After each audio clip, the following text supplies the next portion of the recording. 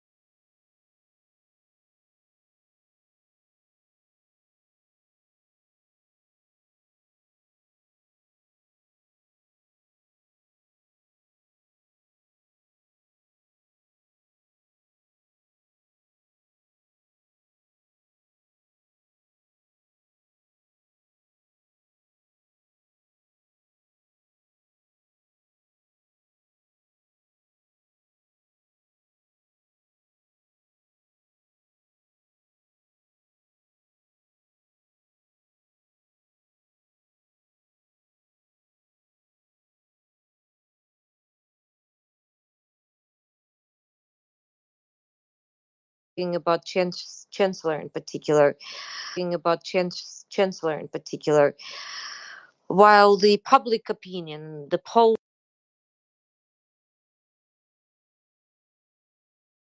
So that's probably it. There was a third point that I wanted to mention. Yes. So the energy component. It's strange to hear already talks about, okay, when Ukraine wins, and by the way, there is a big question mark: who are going to be the winners in this war?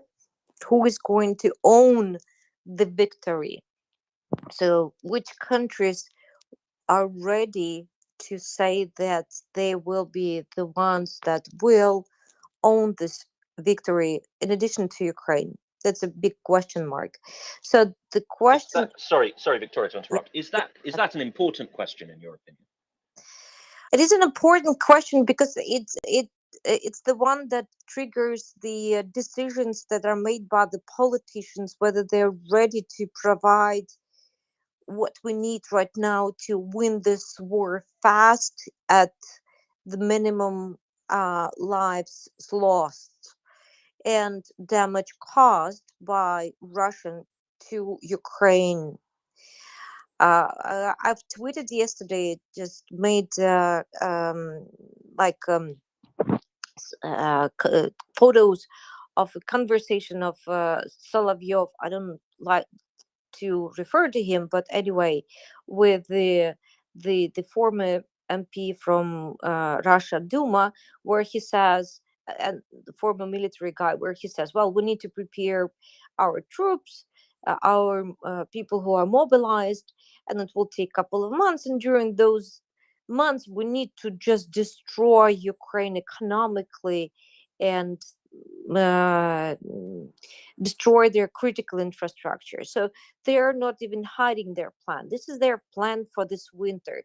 So when we talk about the speed of providing Ukraine with weapons, we're talking about not just weapons to liberate our territories, but we also need weapons to protect our nuclear power stations. We need to protect our electricity power stations. We need to protect our critical infrastructure, so not to end up in the situations when cities like Kiev, Kharkiv, all other cities with a population of over 100,000 people will become uninhabitable because there will be no heat, there will be no electricity.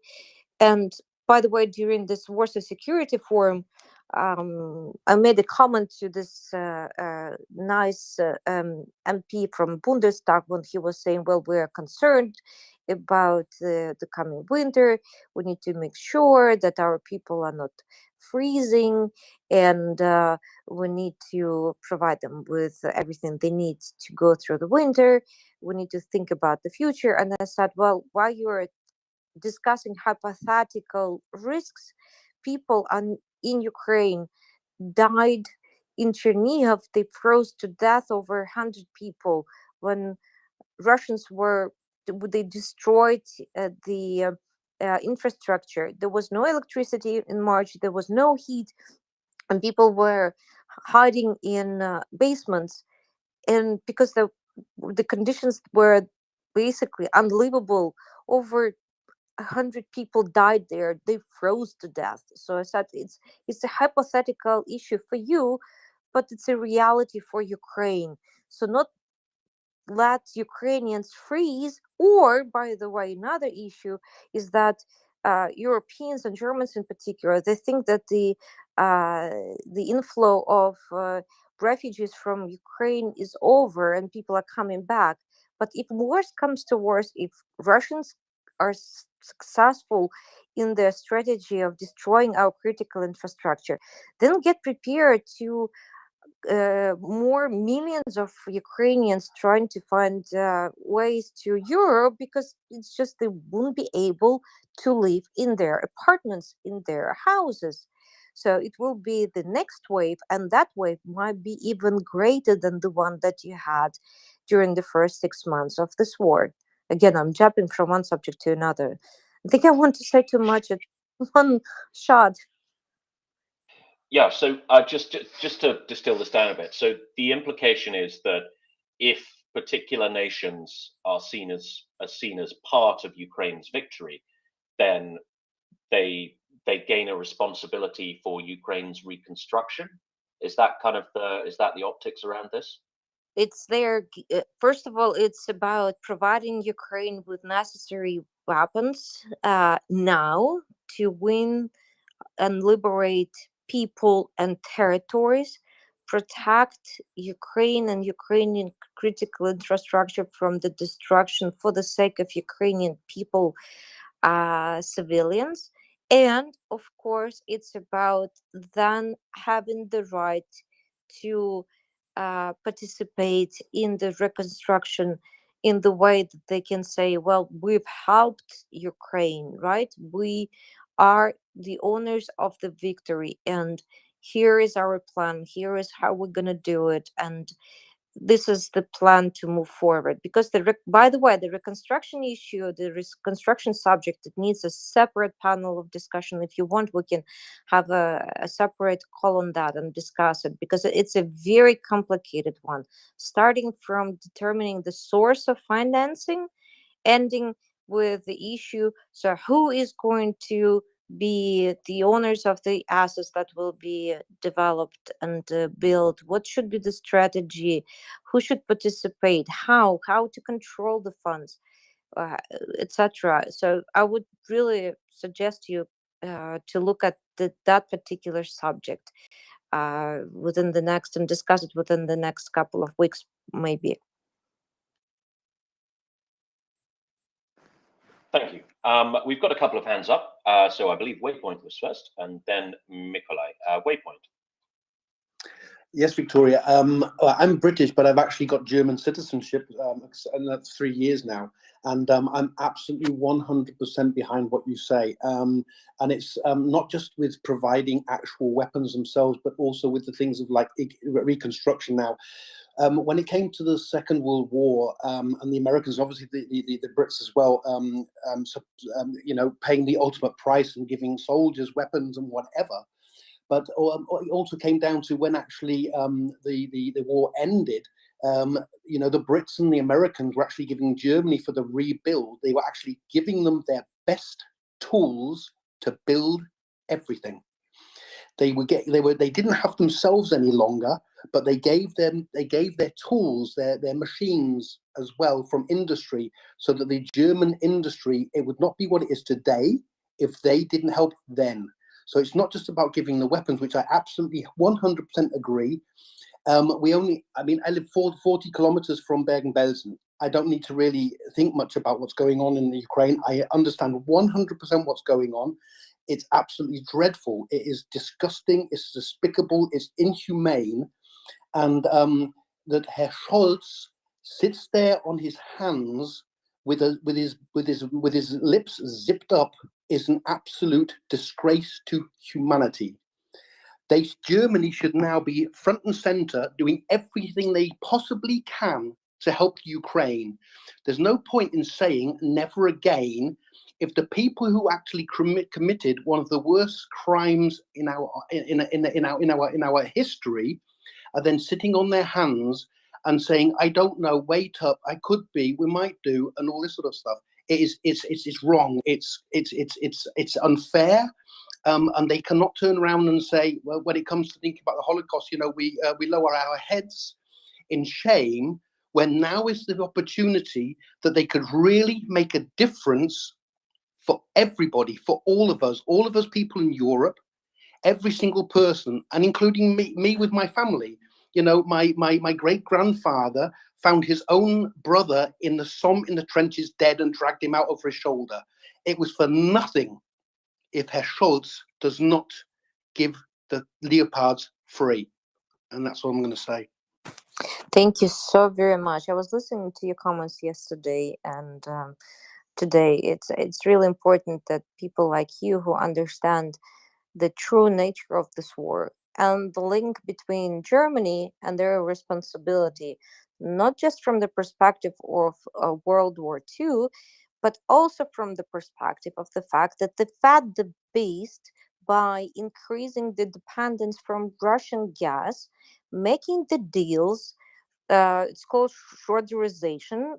I would call it really corrupt deals with the Russian government, while closing their eyes on Georgia, on Syria, Crimea, Donbass, and now actually trying to make a good face with a very bad play. So um, whether we are upset, yes, but we should keep on pushing the German government, because it's I don't understand why not to at least release the export licenses and let those countries who are willing to provide these tanks just bring them to Ukraine. If you don't want to do it from your own stock, okay, we'll do it at a later stage, but at least release, give the right to the countries who are willing to deliver.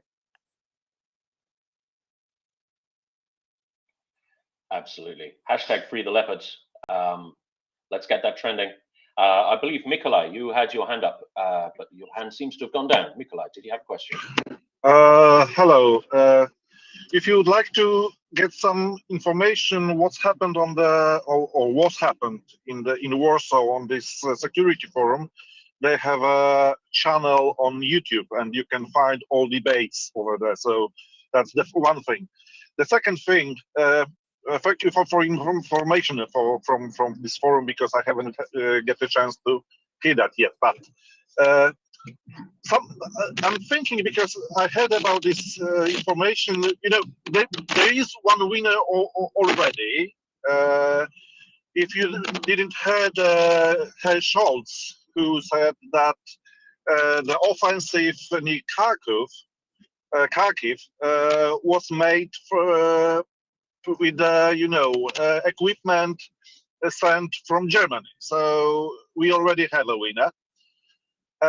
And the second thing about Leopards, the problem is that I'm wondering what country could release, free Leopards to Ukraine, because that could be a problem, because I know that Spain has some, old version Leopards 284 A4, and they are in appalling state.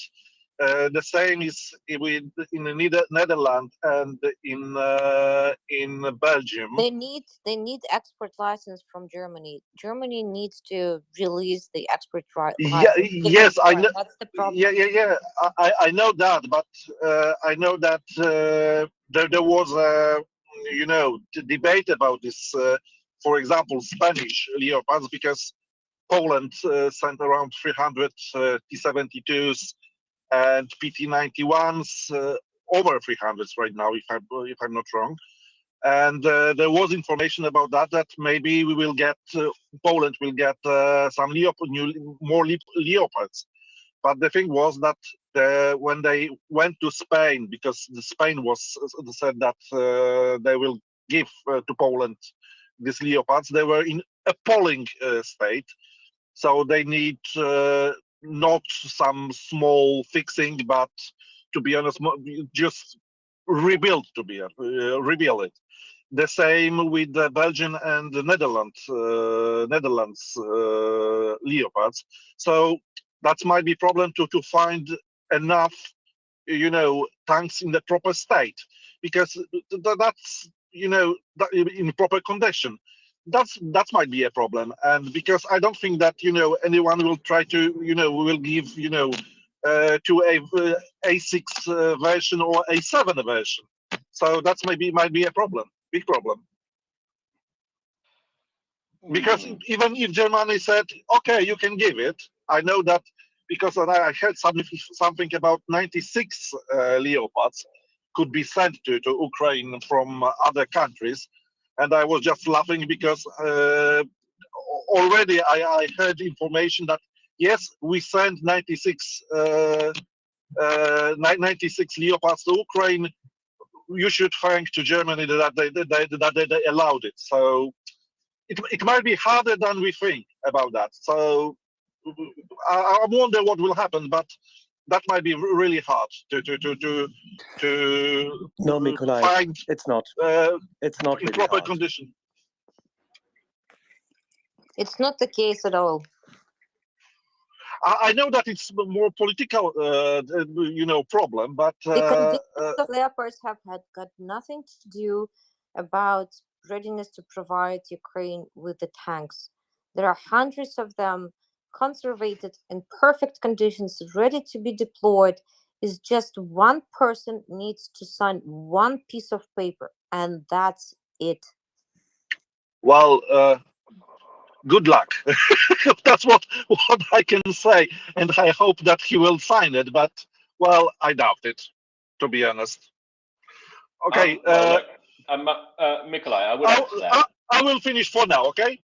Okay, thank you. Yeah, I would add to that over 3,500 Leopard 2s are in service through across all variants. Right, there is no shortage of these vehicles at all. As Victoria says, the issue is political resistance from one man, Mr. Olaf Scholz, the Chancellor of Germany. That is the only thing, and the only thing that is stopping the leopards being released into their natural habitat. So thank you, Mikolai. Let's move on to former health insurance exec. That's a very, very specific Twitter handle you have.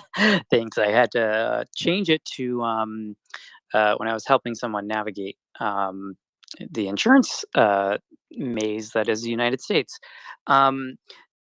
I have kind of a silly question. What would happen if these 13 countries just sent the leopards to Ukraine without authorization from the German government? And I ask this because Sig Sauer, a German arms manufacturer, has a very large presence here in the US. I had a family member who worked there, and he was arrested in Germany for illegally selling guns, 6-hour guns, to Colombia without an export license. They paid a couple $1 million in fines and are still operating. At the end of the day, the Germans seem to care about money. So what are the ramifications, and if they say, I'm not going to sell arms to Canada anymore, who is their market? Thank you. May I just make a quick comment, because I'm not an expert of what if 13 countries are going to deliver Leopards to Ukraine, but let me tell you what German chancellor and the government is afraid of. They're afraid of situation when they will end up without any gas flowing into Germany from Russia. They understand that if the winter is not going to be mild but cold, then by February they will end up with maximum 20% in their gas reserves, and that poses a big issue for them as politicians. That's the way they see it, and it will create tremendous pressure on their industries, especially those that use gas for producing chemicals, etc. So they're thinking as if they are not being blackmailed already by Russia, and putting in particular the latest example of Nord Stream 1 and Nord Stream 2 is the best one. I think they should have learned their lesson a long time ago, but they're like in the mode of dragging that feet for as long as it takes with Leopards, so not to really escalate, and this is very important, not in Ukraine but outside of Ukraine, and make Putin so angry that he will completely cut the supply of gas to Germany. This is the fear I have identified myself for myself. Maybe I'm wrong, but I think this is what drives the political resistance in terms of making this final decision. And now, whoever, please comment if other countries deliver tanks without the export license, if you know the answer. Yeah, so the politics of arms export controls basically preclude this, right? So it would not just be, okay, so say, right, Spain's got a whole bunch of Leopards, and Spain's going to ignore Germany's license. They're going to ignore their contract with the German manufacturer. They're going to ignore the law, and they're going to supply them without the permission of the German government. Every other major arms manufacturer, it's all very well to say, yeah, but okay, so they're not going to buy from Germany again. But Germany is not the only country that that requires re-export, that requires permission for re-export, right? Every major manufacturer of sophisticated weapon systems does this, and they do it for a very good reason, because they don't want their partners selling these things on to unsavory regimes or against the geopolitical interests of the state that hosts the manufacturer, right? So it's not just that they would lose the good faith of the German government, and the German government would be unlikely, or at least reluctant to issue, to sell weapons to this country again. They would lose the good faith of every other manufacturer of capable systems, right? It's like it's a genie that you can't really put back in the bottle, if that makes sense. Now, the cynic in me says, yeah, well, why not just do it? Why not just call their bluff and re-export? I don't know what the legal ramifications of that would be, and maybe you could play a political game where, say you screw over the German government, but the British government will still be happy to sell you stuff because the British government wants a bigger share of the tank export market or whatever. Maybe. But it's a heck of a gamble, and the way I understand it is that you're gonna, if you break the re-export licensing requirements, you're not only breaking the law, but you're going to lose the trust of the international arms dealing business, the international arms supply business. I mean, that would be my impression, but. I see our house-trained German Bernard has come up, so I'd like to hear his take on that. Yeah, absolutely. It's not only spying of weapons, but imagine you, for example, Spain has some German equipment in other kind of parts of the military. You can't maintain it anymore. You don't get parts from Germany for the equipment you already have. You basically and most likely the country you export it to would be also have problems. Yeah, it's really problematic. So you are basically the black sheep on the market then, and you really have problems. So if you're, for example, let's say Austria or Luxembourg, maybe you can do it. It's okay, you're a country somewhere central, but most countries which rely on this kind of systems rely on them for a good reason, and they need them. So sadly, can't do it like this. Absolutely, it's a very good point about the spare parts, and that was something that slipped my mind. Yeah, I mean, if you're not going to get Spain, you're not going to get spare parts for your tank fleet or for any other German stuff that you have out of Germany, and that's going to make it impossible for you to operate these systems. It's going to make it impossible for your counterparts to operate these systems as well, and it's just going to be a general nightmare. Waypoint, you're jumping up and down. Yeah, the reason I'm jumping up and down is, well, of course, this is all accurate. However, Germany want F-35. Germany want Iron Dome. They've put in 100 billion euro. That would mostly not even be enough for them to design an F-35, produce them, and have 20 on their books. So even though, yes, theoretically the law would be broken and people wouldn't be very happy with them, are Germany at this moment an actual partner that you can rely on, that is going to cover your back, have your six, if you are going to having to go into battle? And the answer is definitely no way.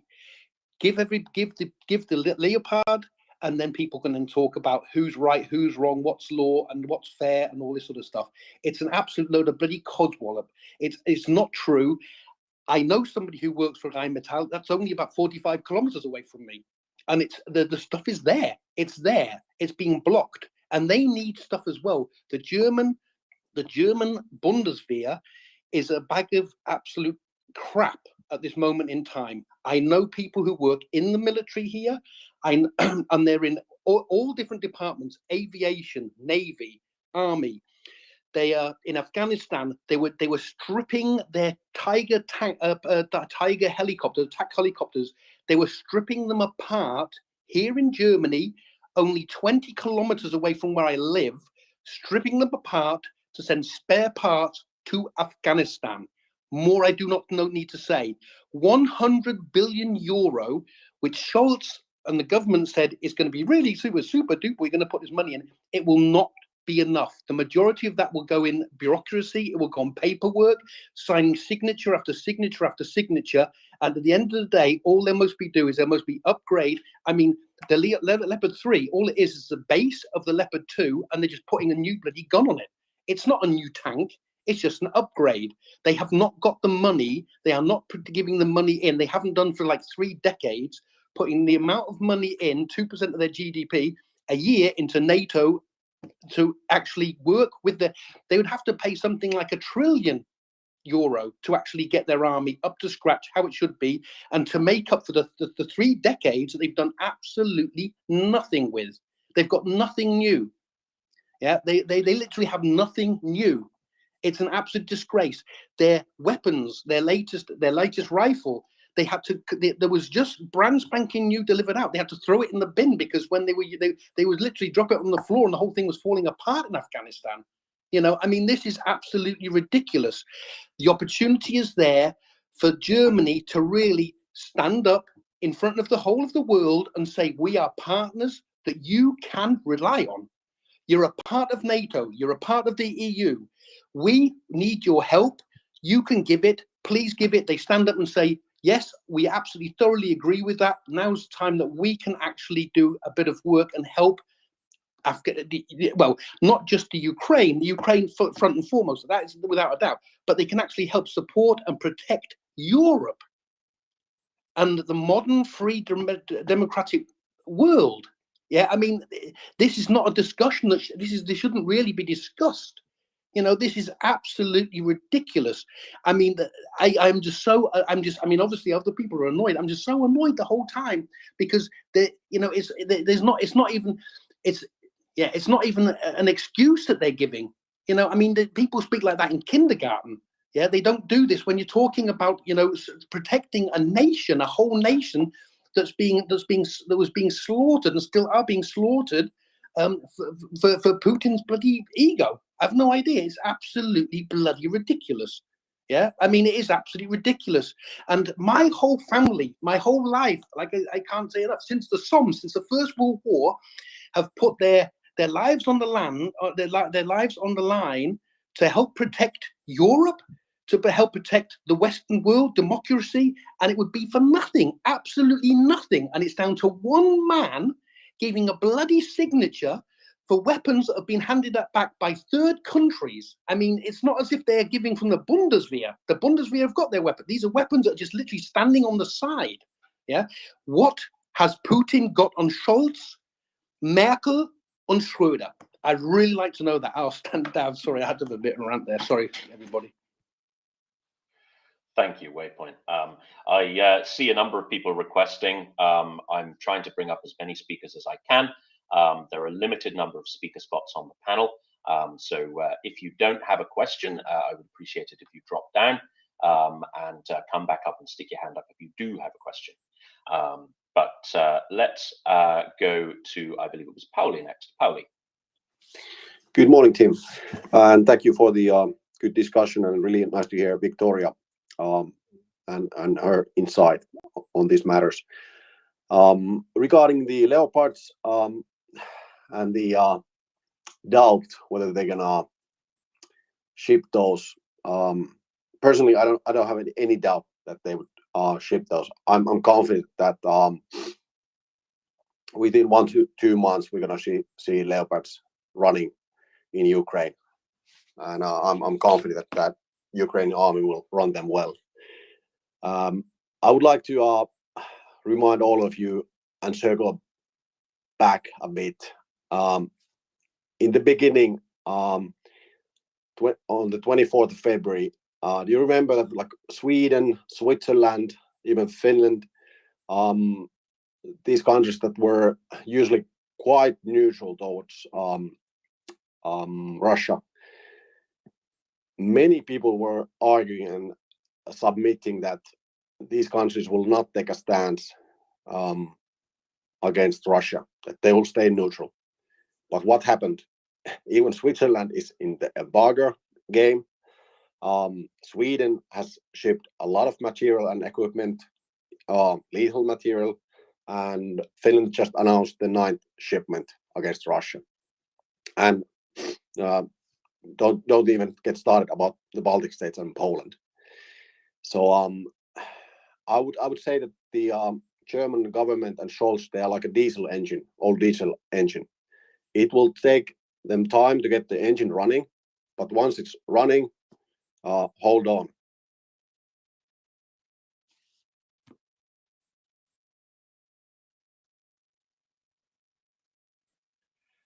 Finance.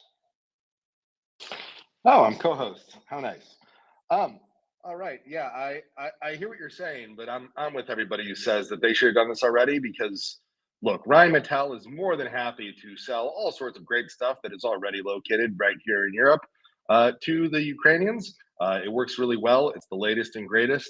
They make excellent military equipment. All the German military hardware producers do. Especially IFVs, the one thing that Ukrainians are asking for the most of right now.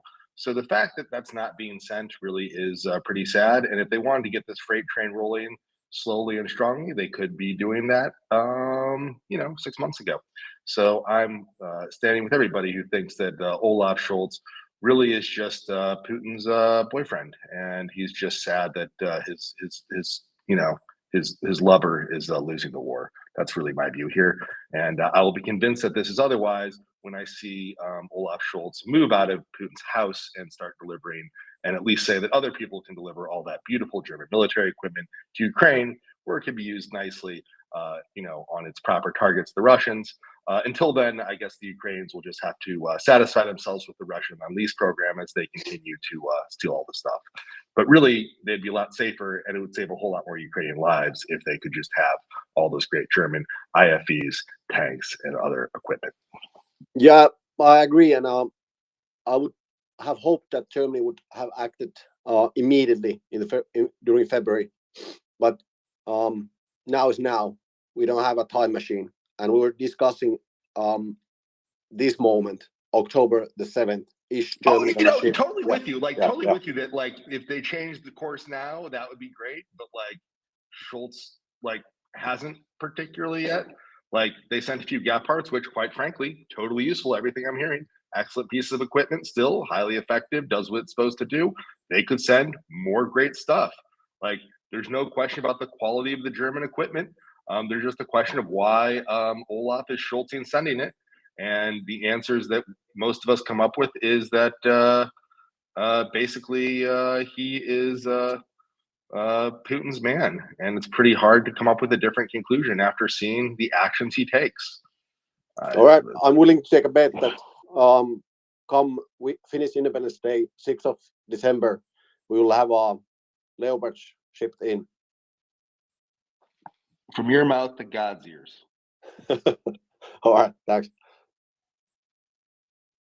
Thank you, Pauli. I think it was John Feller next. John Feller. Hi, guys. Can you hear me, actually? You're good. Oh, okay, perfect. So I think about this argument of they're not shipping the tanks and so on, we're failing to understand the problem. So I'm a British citizen, but I grew up in Italy, and I'm visiting my parents in the rural countryside of the region of Veneto. And the common sentiment here is that this is a US war. We don't want to get involved. Oh, Putin is doing the right thing. He's threatened by NATO. And this is most people think like that. These people do not speak English. So today's news said that we are approaching a nuclear holocaust. So this is even bolstering this sort of situation. And as a politician, no offense to anybody, all you want is to be re-elected.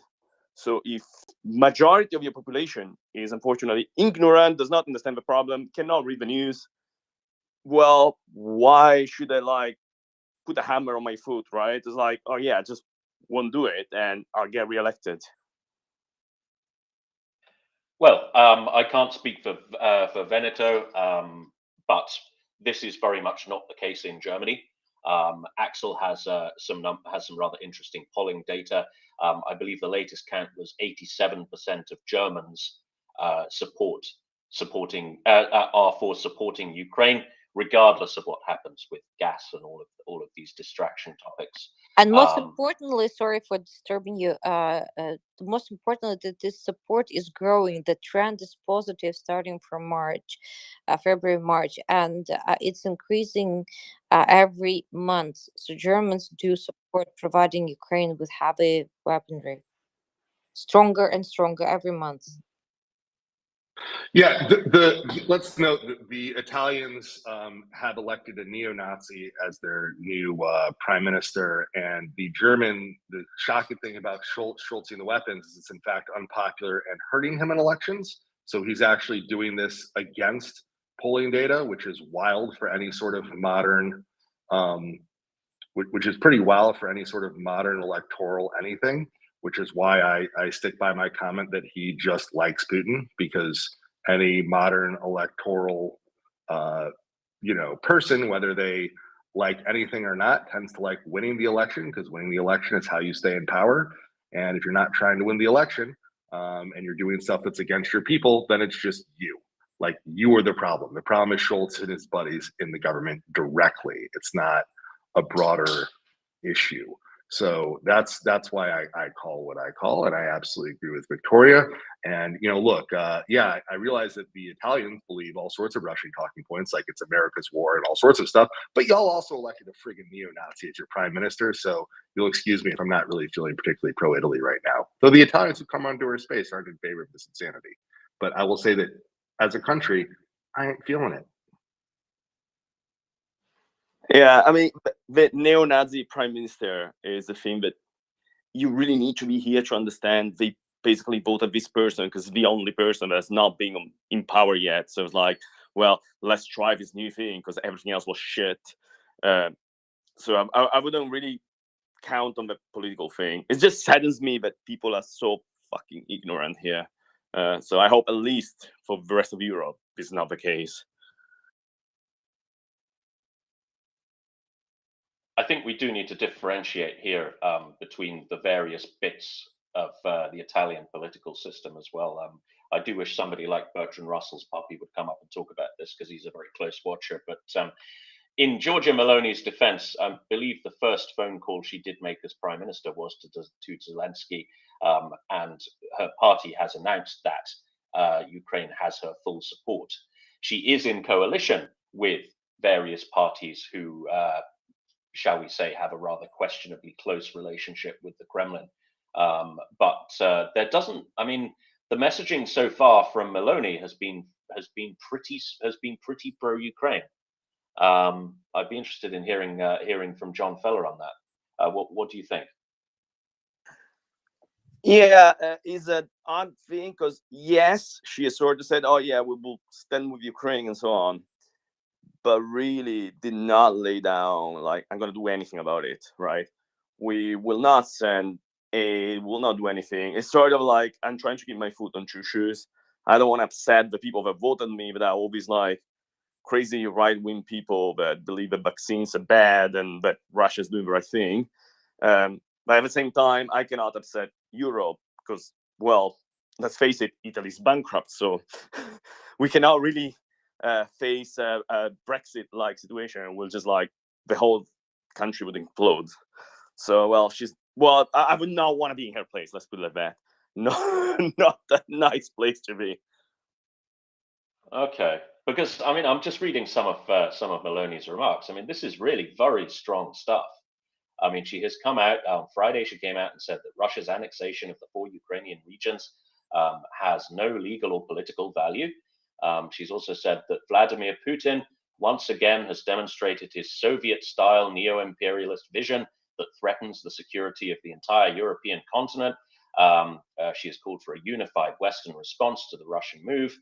I don't know. I mean, I can't, she's called these referendums a sham, held during a violent military occupation. I mean, this is really strong messaging. I appreciate there is a difference between words and action. But, I mean, I can't help thinking regarding Ukraine, there doesn't seem to be any flies on Giorgia Meloni. Yeah, I agree with you. She said all these things. As here comes the puppy. Sorry, John. Bertrand Russell's puppy's coming up. Please finish your point. Please finish your point. Please. Yeah. I was saying, as an Italian, I can tell you, I believe when I see, because promises are the specialty of Italian politicians. And we'll leave you. We've been promising many things for many years, and yet none of these have happened, and we are in this like continuous political turmoil. So we'll see what she does, if she does anything. Yeah. Thank you, John Feller. The notorious BRP, Bertrand Russell's puppy, is up to talk about Italian politics. Welcome, puppy.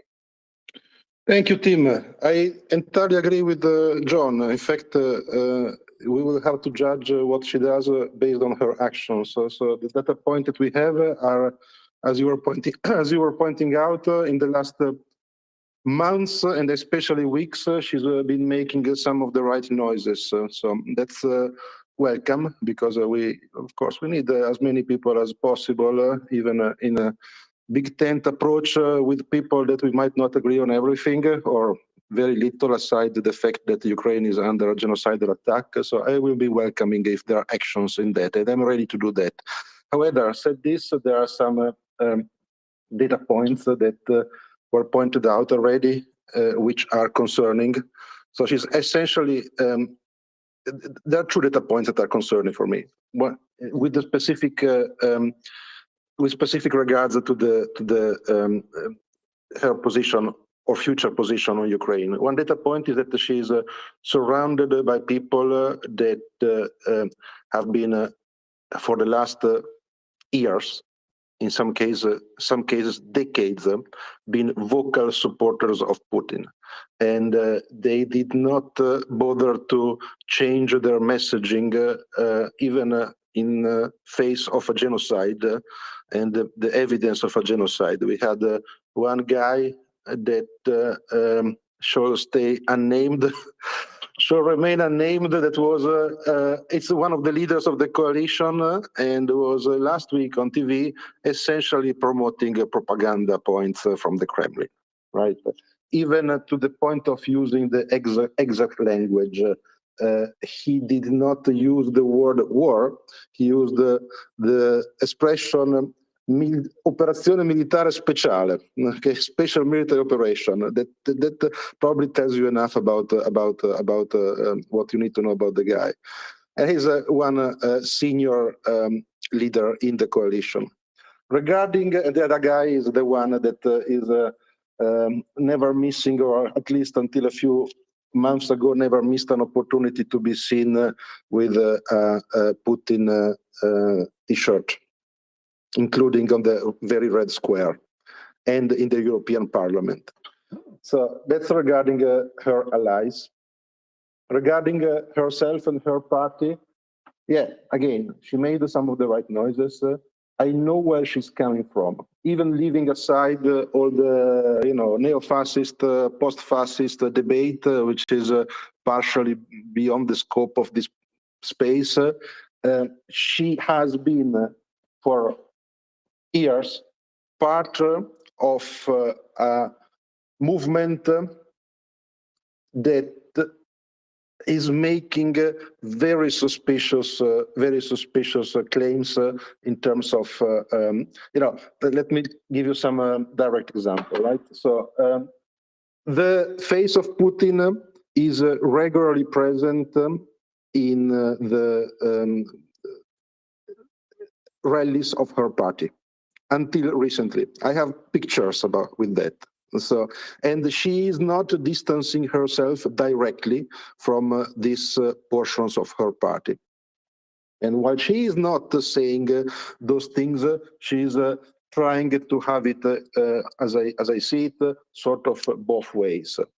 She is also part of, okay, let me give you another practical example. A couple of years ago, her previous campaign, not this campaign, was including posts on social media where she was criticizing international cabal of financial profiteers with the face of George Soros in one specific type of portrait that is, to anyone that has not been sleeping under a rock for many years, it's a clear dog whistle. It is a clear dog whistle. So the various Jewish organizations in Italy came out and pointed out the obvious, and she's part of that. She's been surrounded by various anti-vax and conspiracy theorists, and she combines that with roots in, well, let's call it a spade, Italian fascism, and that when we are talking about, making sure that she does the right thing in regards to an ongoing genocide in Europe, being from a party that has its roots in the previous genocide, is not exactly reassuring. Then again, let's see what she does. I really hope that the strongish, frankly, words these days are followed up by some actions. But I am not I'm not holding my breath in that regard. The other data point that I would like to mention here before shutting up and leaving words to others is that she is praising Orban at every opportunity, and the Hungarian press mentioned that she speaks with Orban several times a day, and she did not deny this piece of information. What they are talking about, I don't know. I know that Orban 1 week ago said, or so, said that we should have they should have a referendum regarding the sanctions in Hungary. So I could see, if I were pessimistic, a scenario in Italy where it is politically acceptable to say something like, hey, okay, we are not in favor of genocide, but let's see what Italians are thinking about these sanctions. Perhaps the sanctions are hurting us more than the genocidal type of thing. And this is a Kremlin talking point, it's an Orban talking point, and it is something that I would not be shocked if it materializes. I have seen some voices in the media already considering this as a potential option, and we will see how it is treated if, in fact, this Hungarian proposal is replicated in Italy too. I'm not saying that this is currently mainstream in the political debate, just to be clear, but I could see this as given the proximity that she claims with Orban, I could see this as a potential way out to do the genocidal guy a favor, and at the same time remain somewhat politically palatable. Yeah, I like to add to this that until the other day, you had Soloyev on Italian national TV. So yeah, that would probably give you an idea of how a referendum would go here. Unfortunately, I agree with that. Yes. Thank you, Poppy. I have a very quick question, and then I'd like to move on to Victoria to get a Ukrainian take on this. These questionable parties in the right-wing coalition that's just been elected, were they not part of the previous coalition governments as well? Like, this is kind of moving the furniture around a bit, but is this not fundamentally the same, a lot of the same parties involved? So it's a very good question, and the answer is yes and no. Yes, meaning that, okay, let me back up a little bit. The previous Italian coalition was including every single party in parliament except Meloni's party, the Brothers of Italy, and a couple of guys on the fringes on both sides. But everybody else was in majority and technically supporting Draghi. Draghi is still is, I guess, he's still in power and he's still a technocrat that has been personally, quite obviously, very supportive of Ukraine, including, trying. First of all, I guess the effort that is more visible was trying to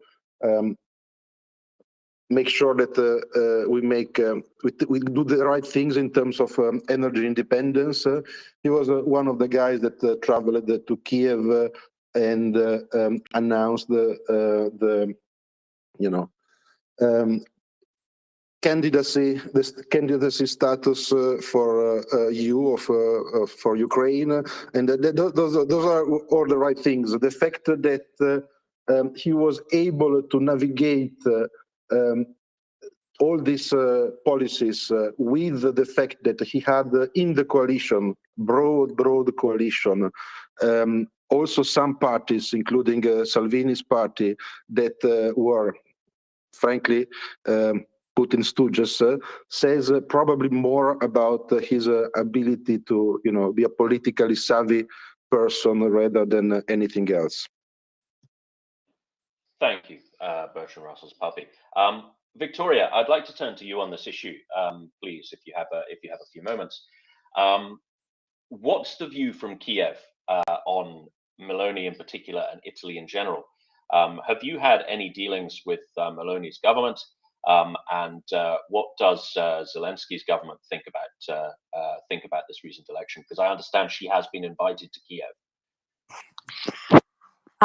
Tim, first of all, I'm not in the government. I'm a former member of the parliament, so I don't know. Sure. I mean, as speaking from your experience as a lobbyist, I mean, yes, I'm aware you're not in the government. Yeah. Well, frankly speaking, there were concerns, and there is an understanding that it's too early to make any judgments as to about her in particular and the policies that her government is going to implement. So yes, there is an expectation that the official visit to Kyiv will happen soon, but it's not clear yet what will be the outcome of the meeting. I believe we need to look at the first signs of real actions, for example, in regards to the sanctions that were recently adopted. We see there was no move from Italy to block them, and it's a good sign comparing with Hungary.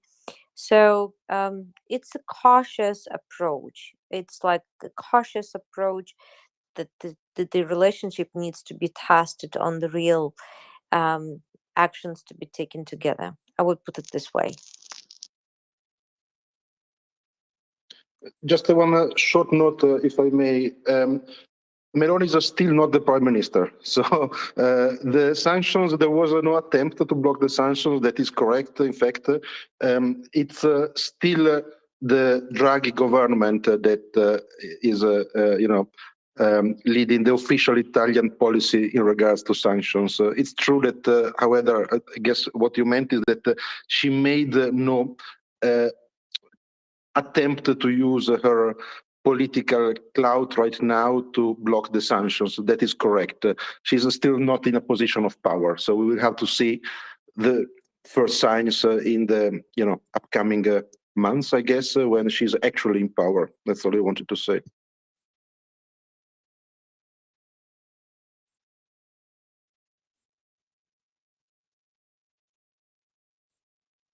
Thank you very much. You are listening to the Maria Report. We have a former member of the Ukrainian Parliament, and now I believe founder of the International Center for Ukrainian Victory, Victoria. Founder, chief executive, boss, or underling? I'm a member of the center. I'm advocacy manager. Okay, advocacy manager of the International Center for Ukrainian Victory, Victoria Wojtycka, who is willing to take your questions on all things Ukraine and some things not Ukraine. So please do come up, whack your hand up if you have any questions or comments. We will be here all day. I see we have Masilias coming up. Masilias, did you have a question for us? Oh yes, that was quick. Hi, Victoria, and I'm also very concerned as Paul and living in Germany about the current situation, also with regards to the Italic movement. I mean, Italian has its past regarding right wing, and they have collaborated with Hitler, as several countries in Europe did. But in Poland, there was Hitler was trying 5 years before starting the war to convince Poland to join his war. But when he realized that he cannot convince those guys, he's invaded them, and that's how the World War II started.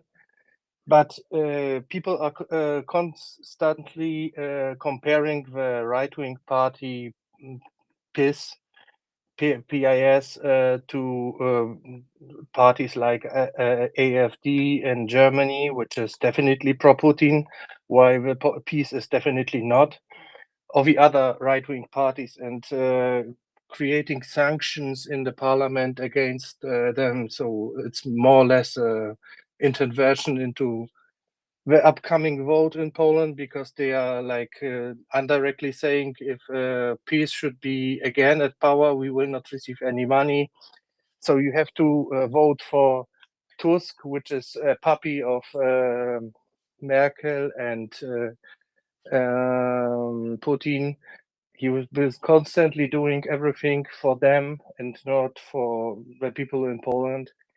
And I mean, I've seen some documentaries about Kaczynski's, and you can say what you want about conservatives and right wing. I myself not consider myself right wing, definitely not. But I think that morally, what they have done, first in Georgia, when Putin was inviting Georgia, they gathered together all the representatives and went there and prevented wars from happening. And then after the invasion of Ukraine started, they have been also the first guys to go to Zelensky and support him. So how do you look at this? What do you think about this pressure on this peace party, which is in all over the media? Because if they should lose in the election, I mean, we will get Tusk back and Sikorski, which is also obviously supporting Putin, and then they will stop the protection of Poland and cancel the deals for the army and make themselves dependent on Germany, which, if we be honestly, if we get invited by Russia, who knows if we will get ammunition and so on and so forth. So what's your opinion about it? Thanks. Well, let's start with the end.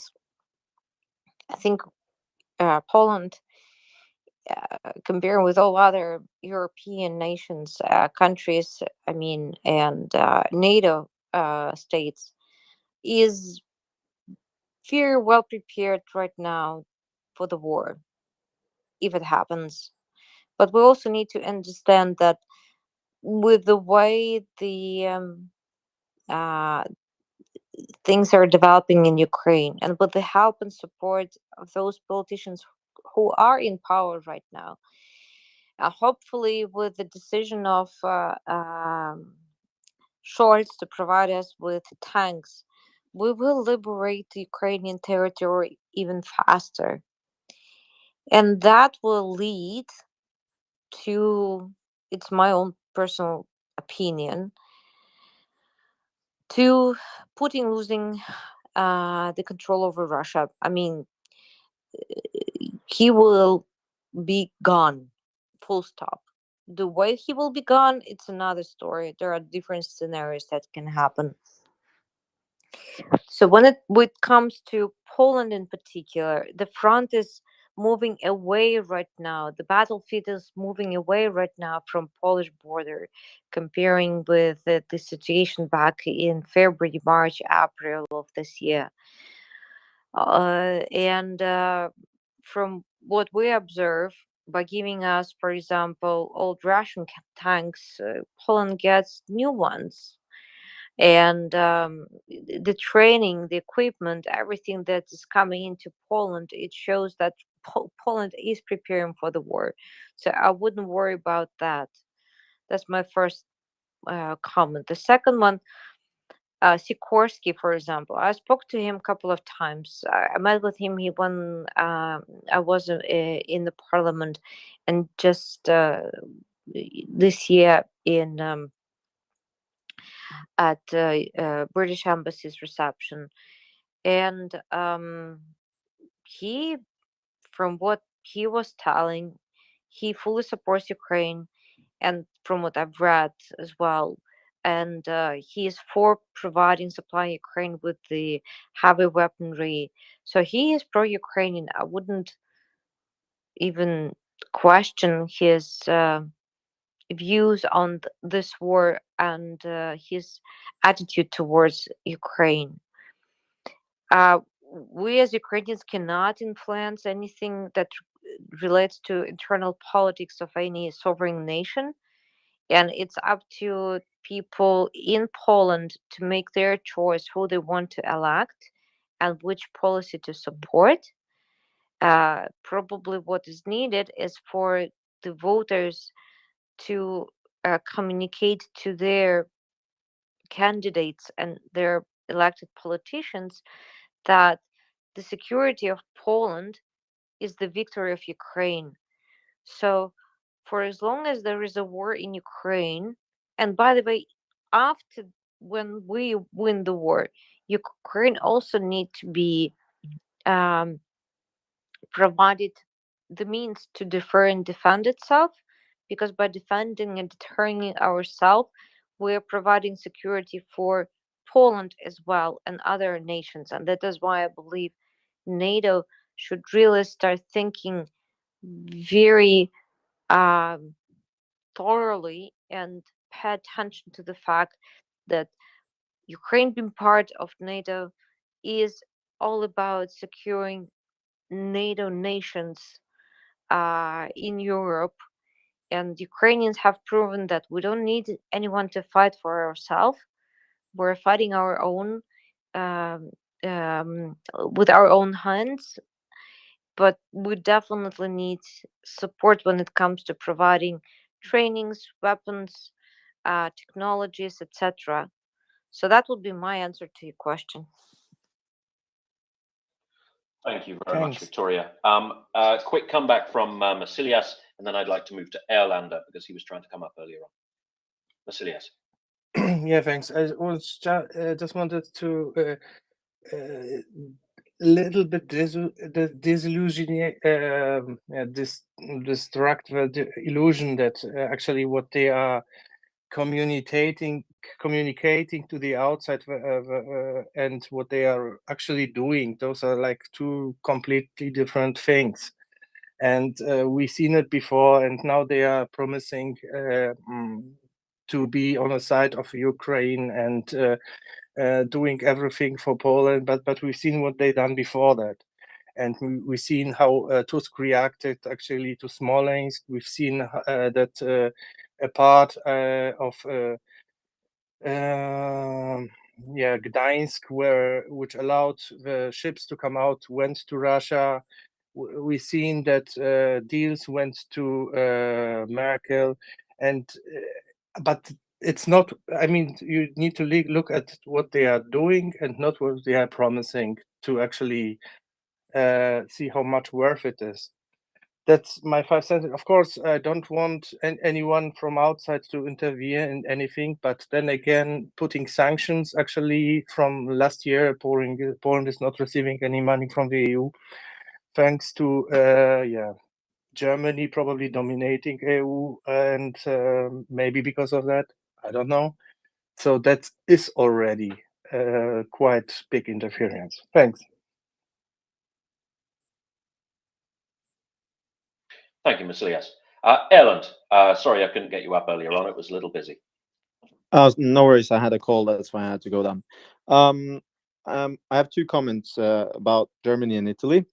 I think the situations are in somewhat similar, because at this point, I don't understand why the German chancellor cannot release the material that is needed, that is available. He must have now seen that his friends in Russia are going to lose. So I'm leaning more and more towards that there is something that we will discover in some time that is connecting him to this regime. When it comes to Italy, it's a bit more complicated. We know that Salvini and their party is totally infiltrated by money, Russian apologists, and the people who love Putin. Meloni herself tries to be this political animal, exploiting any sort of situation in her favor. But the background that she has and her party has is undoubtedly something that we should be very wary of. I think whenever this current regime in Russia collapses, it will be very interesting to see when some of the people who wants to remediate somehow themselves, who sits on certain types of information, will talk to Western intelligence and give up the information about who has been on their side inside the Western democracies, because that is obvious. There are some people on the books that have been providing information, disrupting, playing the foul game on behalf of Russia. And I'm certain that when the Putin regime collapses, some people are going to try and escape and somehow get their pardons so that they can get their funds unblocked, which are seized at the moment by, or blocked in somehow by the sanctions. And some information will come up, and that is not in the favor of certain people. We don't know for sure who, but it will be very interesting to see if either Meloni or someone in her party or Scholz or someone in his party are going to be somehow unveiled when this whole thing is over. And that's my comment to this.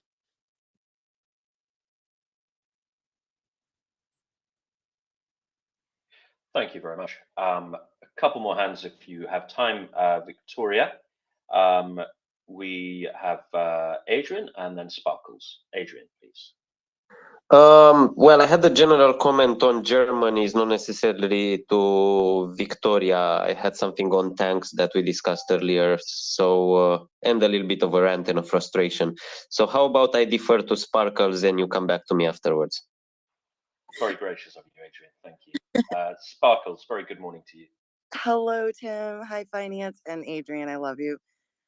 Victoria, yes, my question actually is for you, and I actually would love to maybe set up a meeting at some time and talk more. But I work with U.S. congressional officials, and particularly I feel very strongly about sanctions against the Russian Federation. And I would just love to hear from you if you have any recommendations about additional sanctions that you believe that need to be done. I've been working with our U.S. senators around designating the Russian Federation a terrorist state, particularly focused on removing their sovereign immunity to be able to ensure that Ukraine can get some of the seized assets, frozen assets, for the genocidal war that they're committing. I'm also very eager to punish Russia for generations, fear for being, too controversial here, but because of their long history of genocidal wars. So yeah, I would love to just kind of maybe give me your elevator pitch. But yeah, and also just wanted to tell you that I'm really, really sorry for what's happening to your country and your people.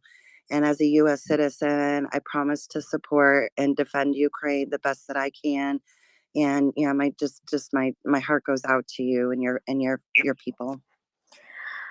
Thank you. Thank you so much for your compassion, and thank you for all the words you said and the work you do.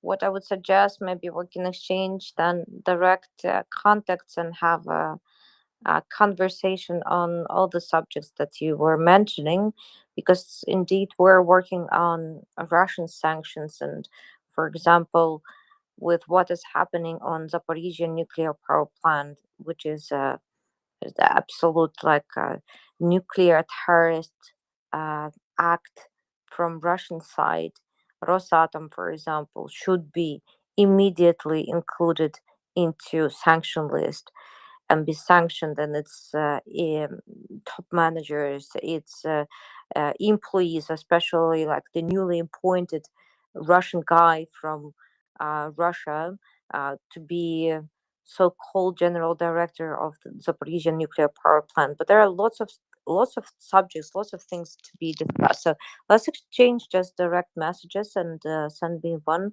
And I'm going to go to DC, by the way, on this Sunday. I'm planning to have meetings with State Department, with meetings at National Security Council, meetings with IMF and other organizations and congressmen. So we can have a chat before that or during that trip or after. And if you're in DC, we can meet even there. So let's just connect first. Sounds great. Thanks, Victoria. Thank you. Thank you. Thank you very much. And I would like to reiterate our thanks on this space for your excellent work, Sparkles, in the US policy space. I can only marvel at the efforts you must be making. It's really quite extraordinary. I've got a related question for you, Victoria, from a listener. We've got quite a substantial audience on the Maria Report, and a lot of people listen. A lot of people listen afterwards to the podcast format as well. As a former politician and now lobbyist, what would you ask of our audience that might bring Ukraine's victory closer? Well, my immediate response would be to support this Free the Leopards hashtag today, tomorrow. Ask your friends. Let's make it a wave, a strong wave to achieve the real results, because it seems like unless there is a Twitter storm on this very important subject for us at this stage of the war, it will be challenging, not impossible, but challenging to push politicians in Germany, especially Chancellor, because it seems like the politicians themselves, Bundestag, is becoming more keen to this idea of providing us with the heavy weapons, and we see more and more support coming from representatives of the coalition, and like a great sign that Green Party that had never issues related to military on their agenda. Now they're our best friends in pushing this particular subject. So let's do that, and the rest I think we can discuss later. I would focus on supporting the Free the Leopards hashtag now, these days, and make it a strong wave. Fantastic. Sorry, it's a little noisy there. My coffee grinder's going. So yes, you heard it. You heard it from Victoria. Free the leopards. Hashtag free the leopards. Let's get those leopards free. In the meantime, let's go to Shrew, please. Shrew. Yes. Hello. I'm living in Germany for many years, and I would like to add some points to the discussion. First of all, thanks to Ukraine from Germany, I have a vision. The Nazi Russian have started this war because they want to end Nazification of Ukraine. Now, the view of German tanks in Ukraine fighting the Russian will maybe make the fire higher. You know, the Russian propaganda will use this simple view of leopards on the field as a, let's say, as a red carpet for fall invasion of Ukraine. And sorry, Shrew, just to push back on that a little. So your point here is that the presence of Russian tanks on the battlefield in Ukraine, No, German tanks. sorry, I beg your pardon, German tanks on the battlefield of Ukraine may fuel Russian propaganda. So what? So no, I think it will give a push to the efforts of Russia or the rights for Russia to say, look, we are fighting the Nazis. They say that the anyway. Russians. They say that anyway. They're saying that Yes. anyway, Shrew.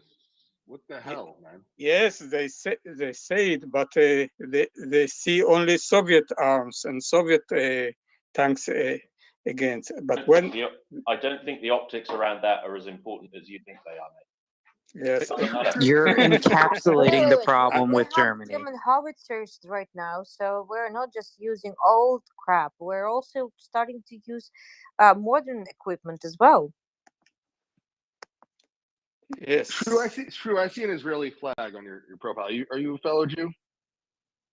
Are you an Israeli German? I see an Israeli flag. Are you a fellow Jew like myself? Yes, I'm an Israeli. Yes, I'm Israeli, but I'm many years in Germany. Sure. I wanted to point another point that Germany has changed its face. It got many Russian refugees in the last 20 years, millions of them. Half of them are German Russian, half of them are Russian, which look for a place to run from Nazi Russia. But in this cause of immigration and assimilation, there is in Germany currently many Russian who support Putin. And they don't support Putin because they are bad people. They watch simply the RT channels all their life because they speak only Russian or they didn't have time to learn Germany. And I tell you, True. You're Israeli. Yeah, I assume you're Jewish as well. You might be Druze or Muslim or something, but I'm assuming you're Israeli here. You're a fellow Jew. If you'd said somebody supports Hitler because they watch Nazi propaganda, but they're not bad people, does that track for you? We are in an or does that sound like total bullshit?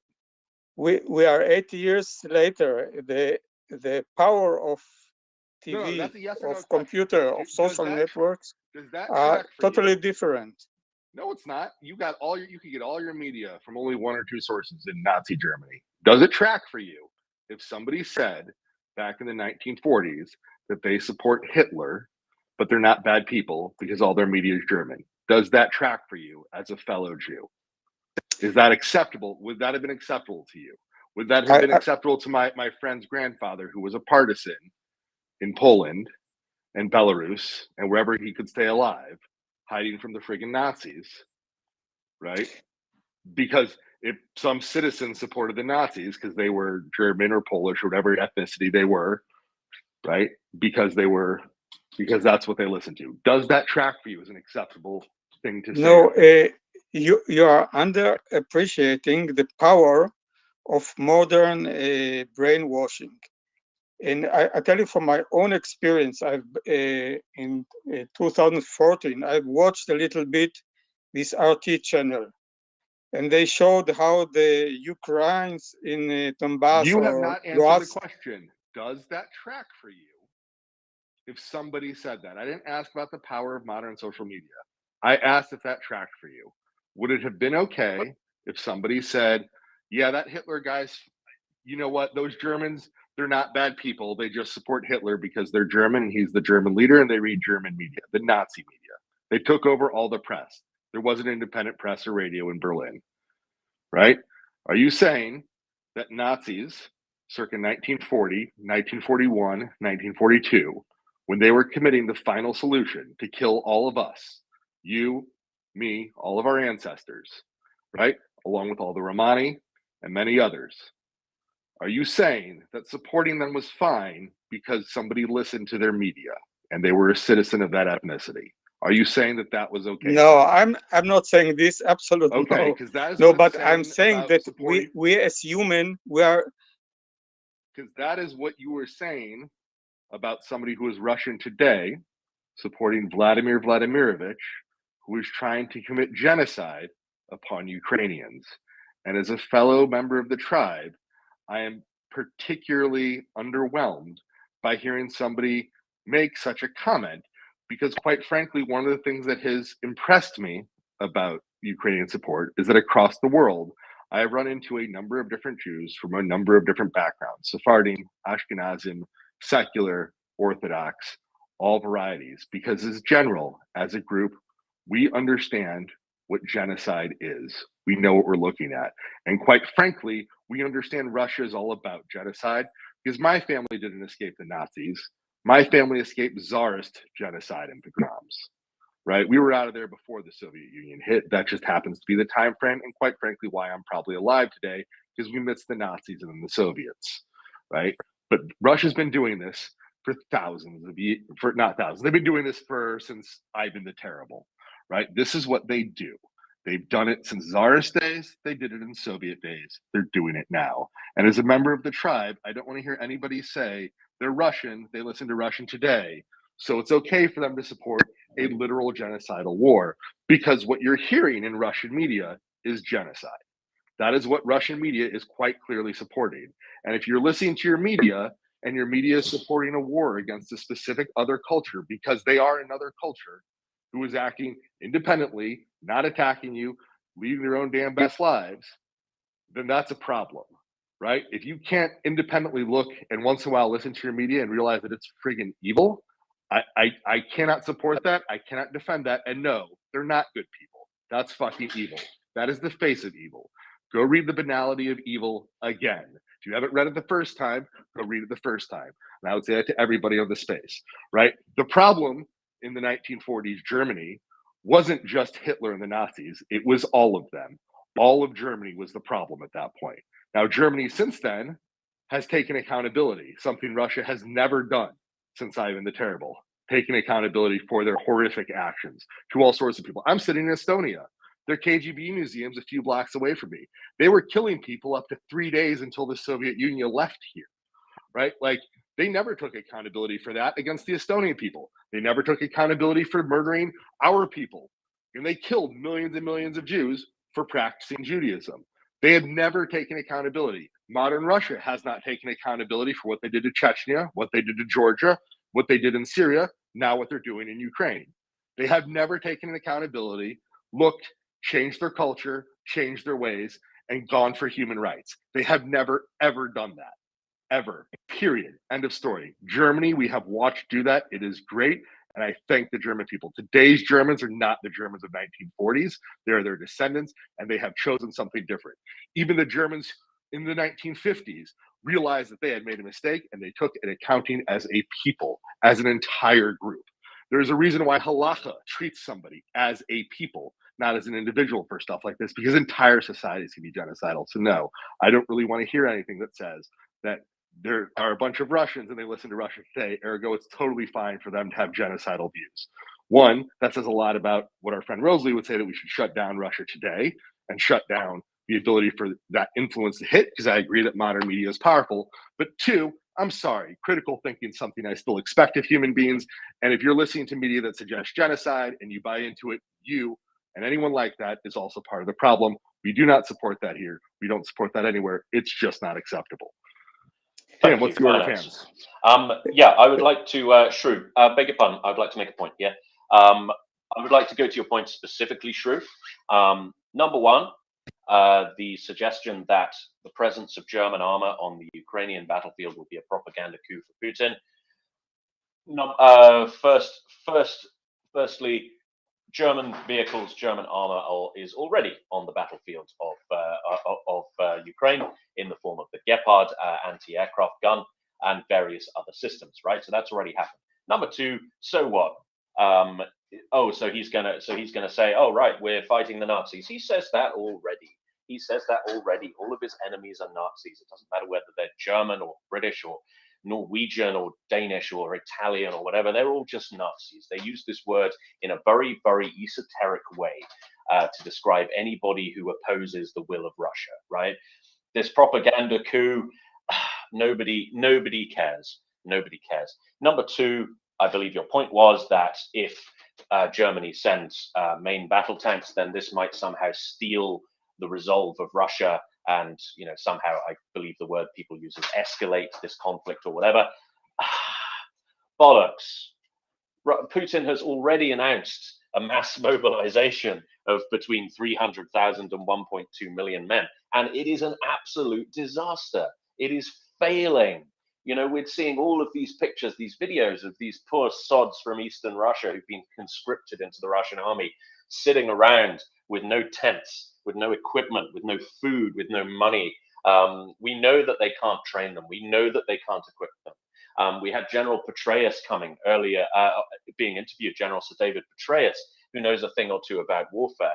He was on, I believe it was ABC News in the United States on Sunday.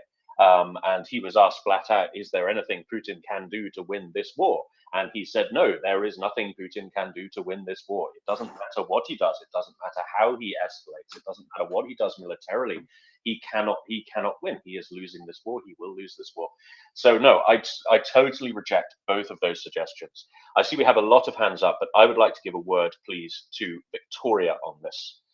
Victoria, we've been talking about German armor all morning. You've just been to a security conference in Warsaw. What do you think about Shrew's points here? Well, as I mentioned, we're already using certain equipment that was and is being delivered by Germans to us on the battlefield.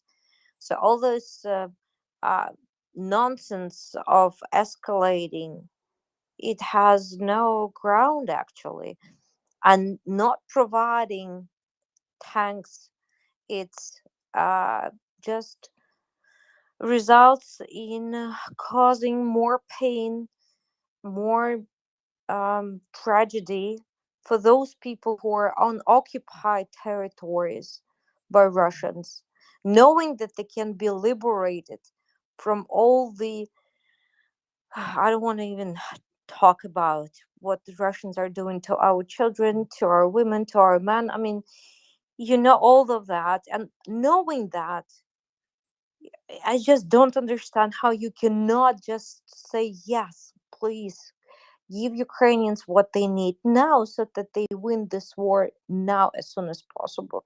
Because the alternative, it seems like, the fact that Matvienko, for example, is talking about the peace negotiations. Let's bring together the representatives of our parliaments and negotiate the way out. The Pope's tweets, Elon Musk, who keeps on still justify the idea that Ukraine needs to give up its territories, and repeats the Kremlin propaganda.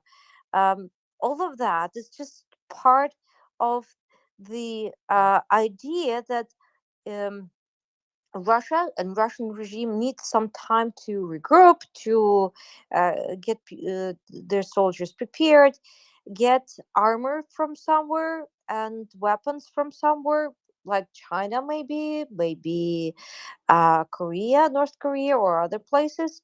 But and I hope the whole developed democratic world understands that we cannot get to the trap or let Russia and its regime have time to prepare for the second strike. And this is what we were saying, and lots of people were saying at the conference, that first and foremost, Ukraine needs to win this war fast, to not just liberate territories. We are talking about people and lives of people, human beings. And it's the responsibility of countries like Germany to help Ukraine liberate not just the territories, but bring back peace to people, to Ukrainians who experience really horrible times under Russian occupation. So we need to bring this war to the end with Ukrainian victory and Russian defeat, and make Ukraine be able to deter and defend itself, so that Russia would never even think about striking back either us or our neighbors. It's also part of the story that if Ukraine fails and fails by, for example, if we go to a so-called peace deal and give up a part of our territory, for example, Crimea is again put out of the discussion, as some politicians are trying, we're trying and still trying to say that, okay, let's not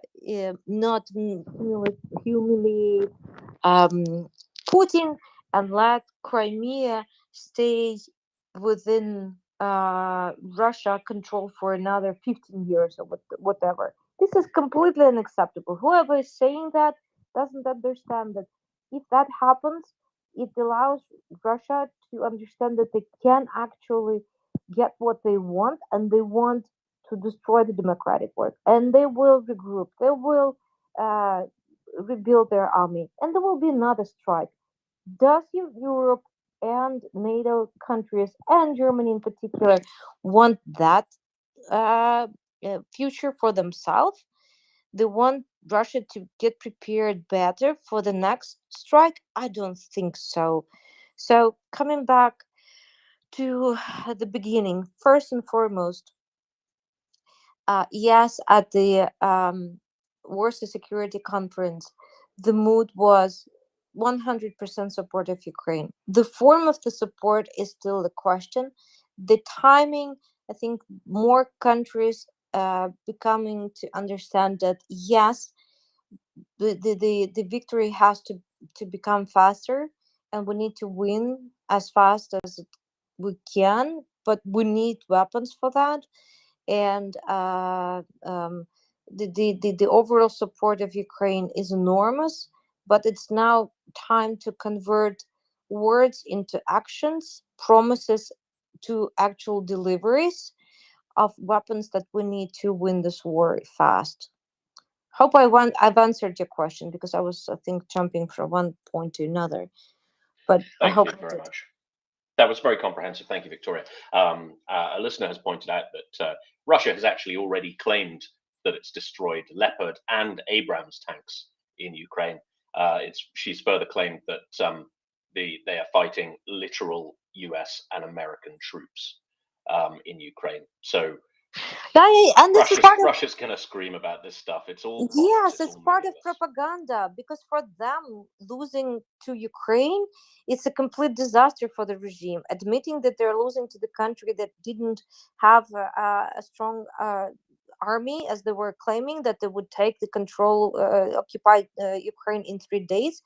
It's a humiliation. So for them, it's important for public views in Russia to show that they are fighting against big NATO allies, and that they are fighting not just against Ukrainians but Anglo-Saxons, all that crap that they have on the TV.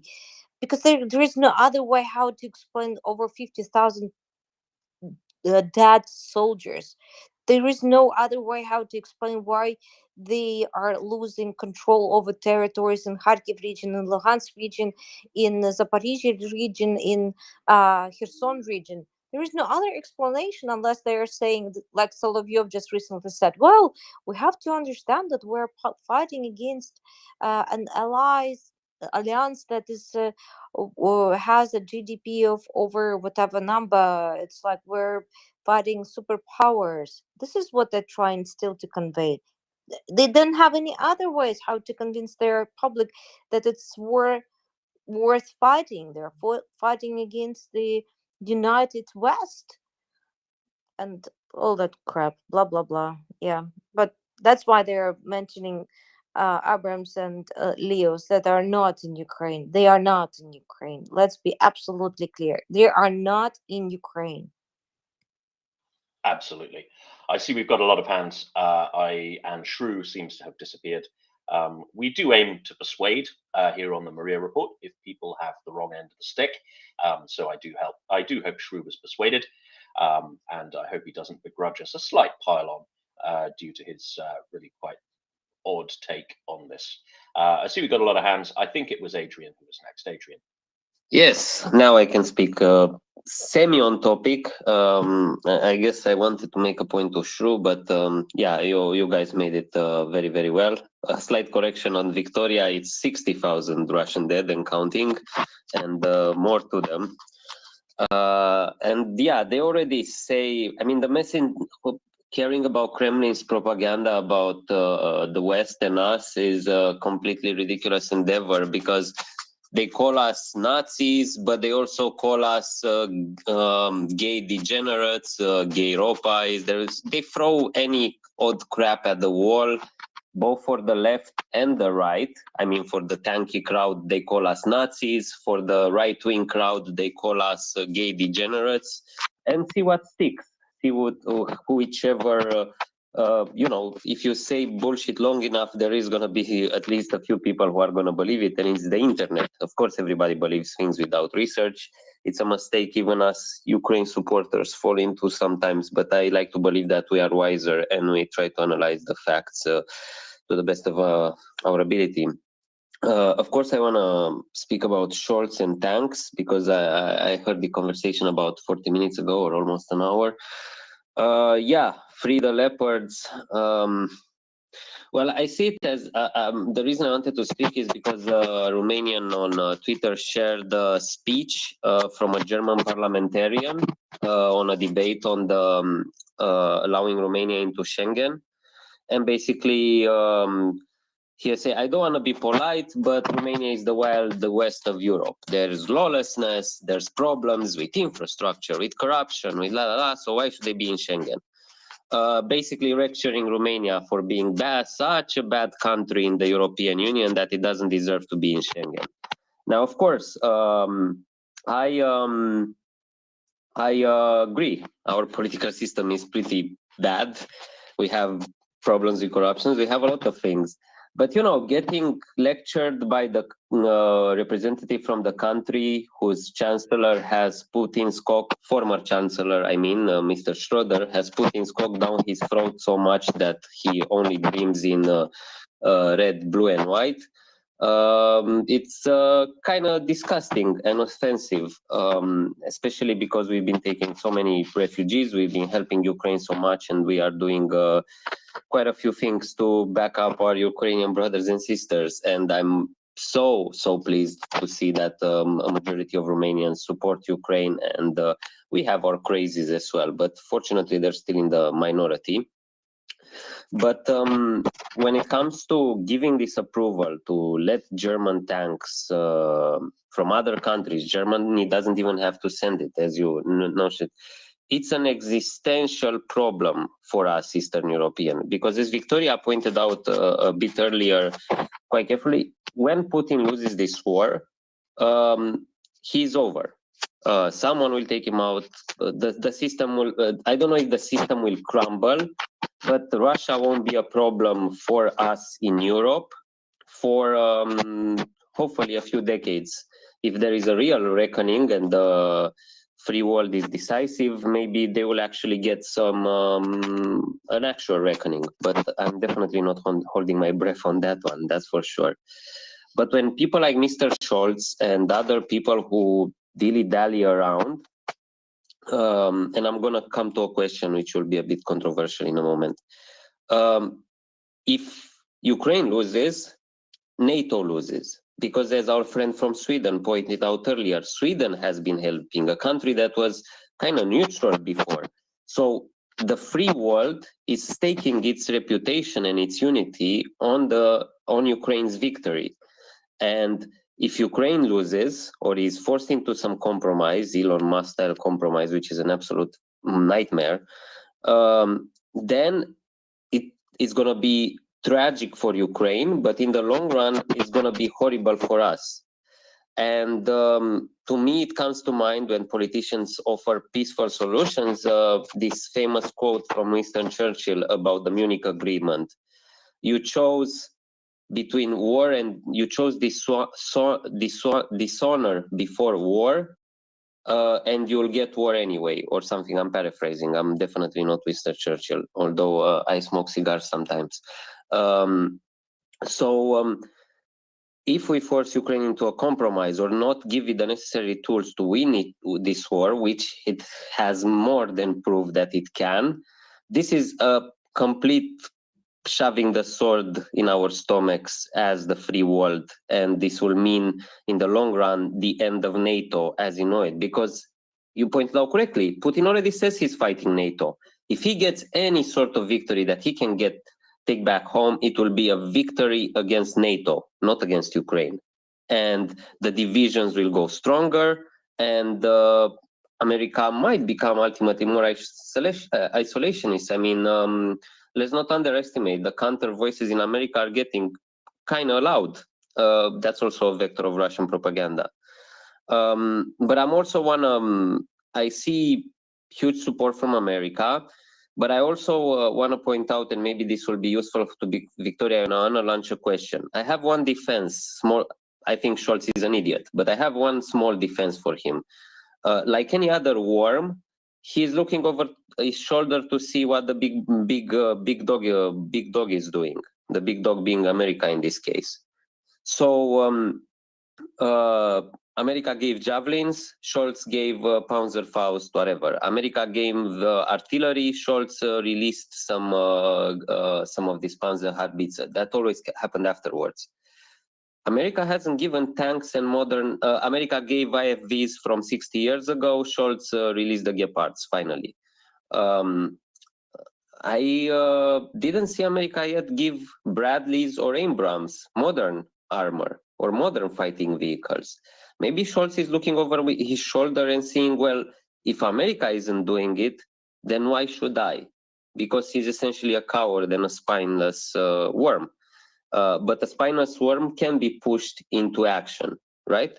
So I also am asking the question, when will America eventually, and maybe this is a question that Victoria should have in her talks, yes, Europe should pull its weight, but maybe it will help Europe to pull its weight if we've seen 100 Bradleys or 100 Abrams on the Ukrainian battlefield, or a commitment to do so in order to push Mr. Scholz to actually do the right thing here. Because otherwise we are screwed. And for me in Romania, the voices anti-NATO, they are smaller and smaller, and but they are bigger and bigger in the West. All American counterculture and the lefties and the righties are saying, oh, NATO is bad, whatever.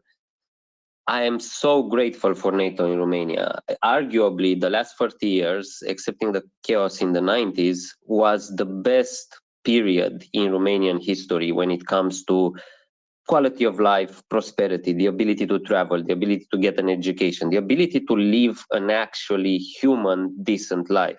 And it's something the Ukrainians want as well, and they're bleeding for 8 years.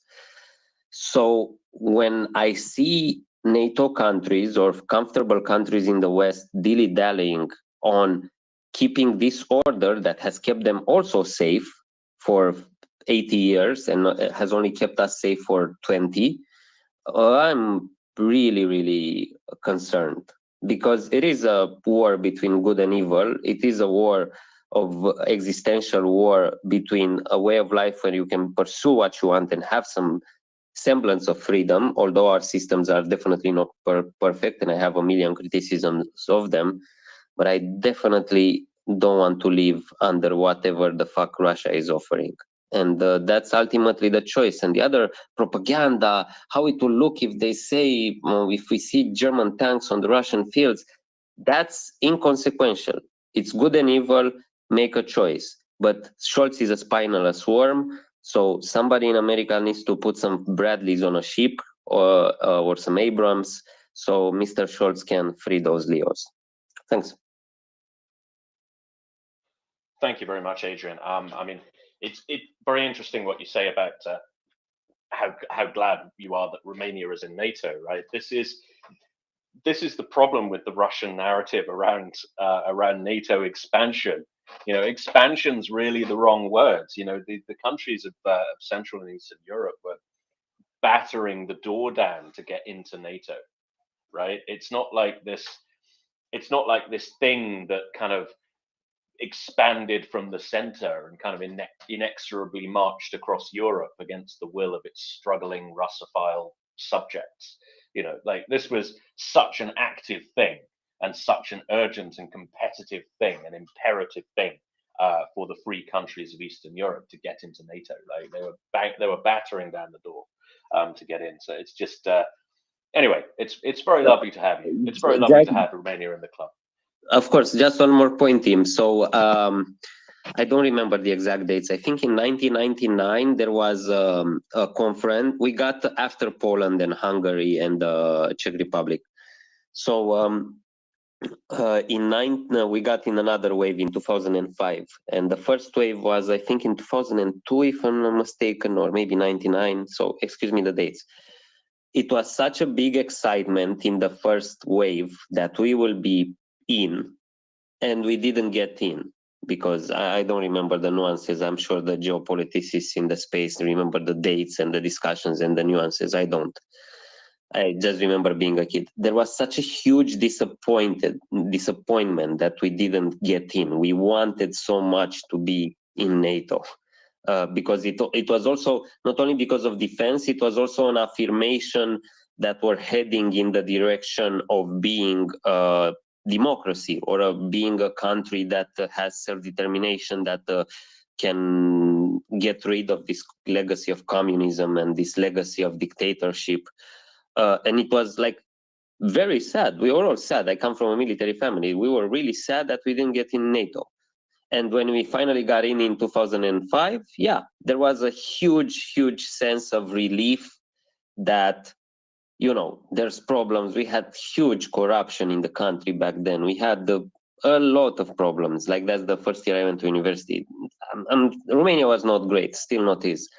But it is this sense that things can get better, that you can improve something, that you can dream about something, that you can actually have a purpose in your life and achieve your goals.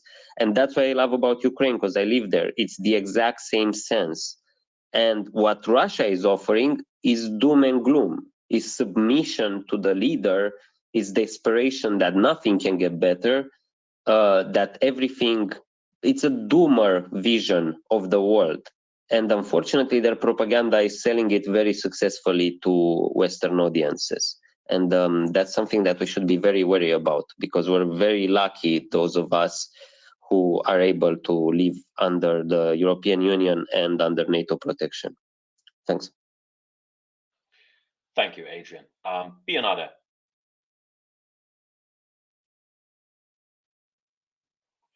Bionada.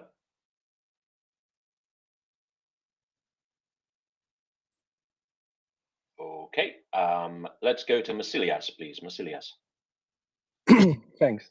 I just wanted to refer to the term that you spoke that beforehand, that Germany is, was so great after the war, and they has accepted their looseness and wanted to make up for everything. While that's completely true, and I've been also very welcomed here when we moved over here, and I have a lot of friends here, and can only agree. Things are about. We should keep our eyes open, because things are about slightly to change in here. There is this AfD, as I said before, party, which is more or less joining the party of left, and together they built a coalition like NSDAP was before, because it's a social, completely social and completely Nazi-focused two parties. And at least the AfD is getting right now like 50%, 15% in the Ost part of Germany. So it's a real threat. And so that's why we should really not close our eyes and take things for granted, because things are slightly changing in a bad direction. And also, I don't want to talk about Poland again, but Poland started this, raised up the topic of reparations which has been paid to who was the Russians more or less back in the days, and not to Poland. And now you should follow the threads on the Twitter and Facebook, how a lot of Germans are bashing Poland for even raising up the topics, and it's really sounding very, very bad. And so we should not take things for granted and keep our eyes open. Thanks. Thank you, Leonardo. Peshkov official. I assume you're not actually Peshkov official. Oh, that would be fun, wouldn't it, right? No, then I would look for a new job. But actually, what I think about the German question is, when we talked about approval from the German society, I think what could be that the East very much disagrees in Germany, and due to his history, you know, the East Germany was part of Soviet Union, and they have some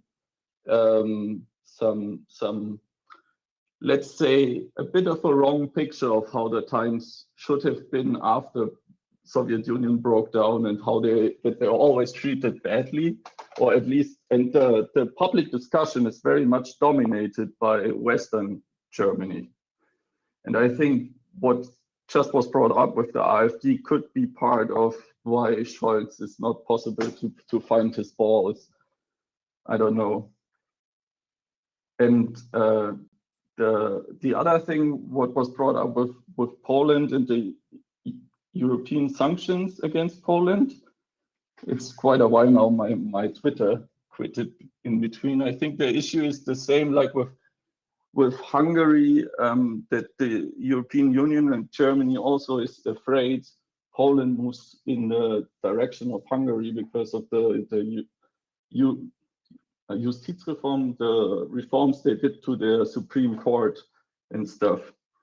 So there's a lot of mix-up, but I truly think it's not that Scholz, Putin has something on Scholz. I rather think it is that somewhat there's this fear that the East and West balance gets out of hand. So it's a bit weird to have this fear at the moment, since there are human lives at stake. I mean, that's what I'm perceiving from inside Germany. I don't know if the other Germans can agree on this topic, but just wanted to give my thoughts in on this. I think Leonardo probably has a view on this. Leonardo. Oh no, I just came out of a conference call, so sorry, missed that. If you can shortly reiterate in 60 seconds, I will give my opinion absolutely, but I wanted to talk to another topic. Okay, I will be very fast. I think the part of Scholz missing his balls is that there's probably some larger disagreement between East and Western parts of Germany. And since AfD is gaining traction, especially in the East, there's this fear that they can benefit of tanks in his head, probably. Doesn't mean that he's right.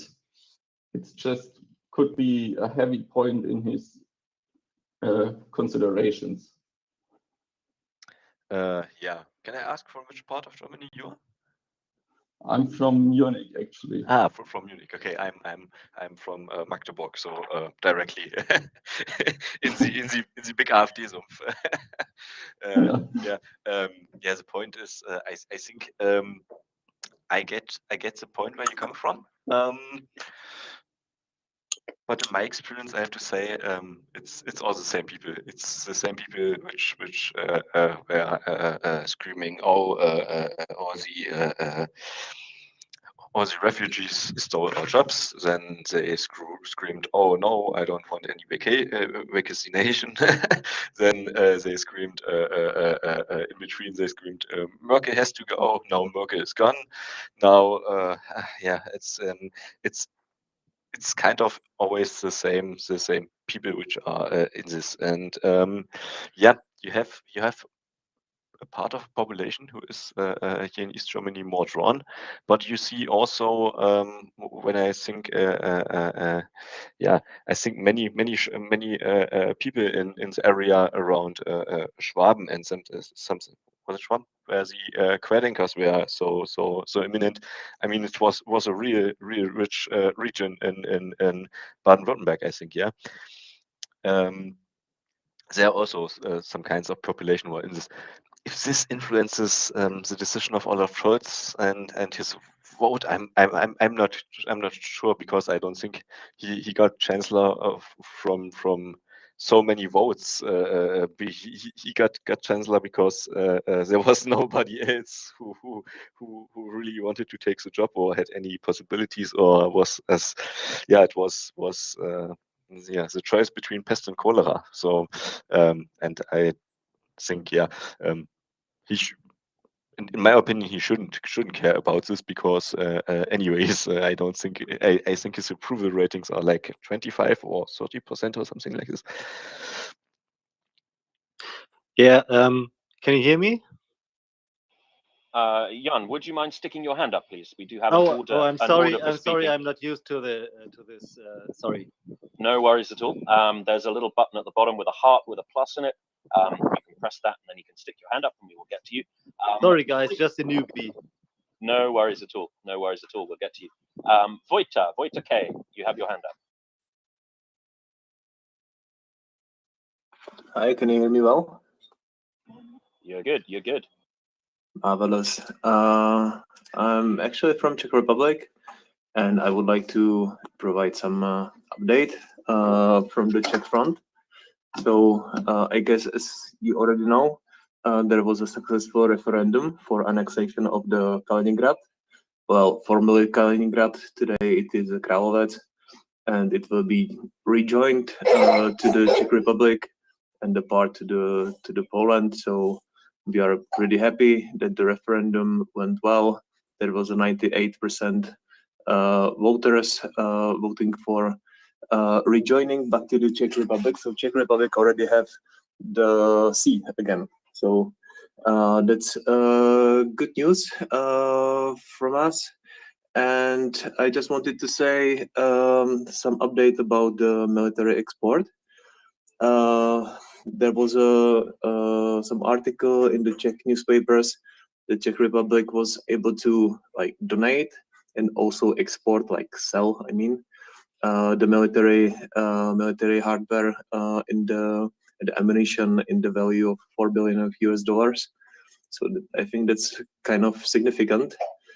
And there was a nice crowdfunding campaign in Czech Republic, which is actually still ongoing. This campaign was successful to gather the money to donate to the Ukraine the whole tank, like modernized T-72. It was the price was like 1.3 USD. So in this campaign, Czechs were able to raised like 9.5 million crowns. I'm not able to half a million of the dollars, a little bit less. And I just want to remind everyone that today it's Vladimir Putin's birthday, and currently he's not doing real well. So I think we might consider to check some donation pages. For example, in Czech Republic, we have a web page which is called something like Gifts for Putin, and you can scroll and donate everything you want.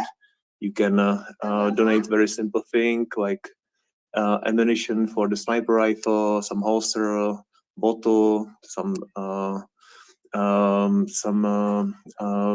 thermal underwear for the soldiers, and you can also donate also javelin and more expensive stuff.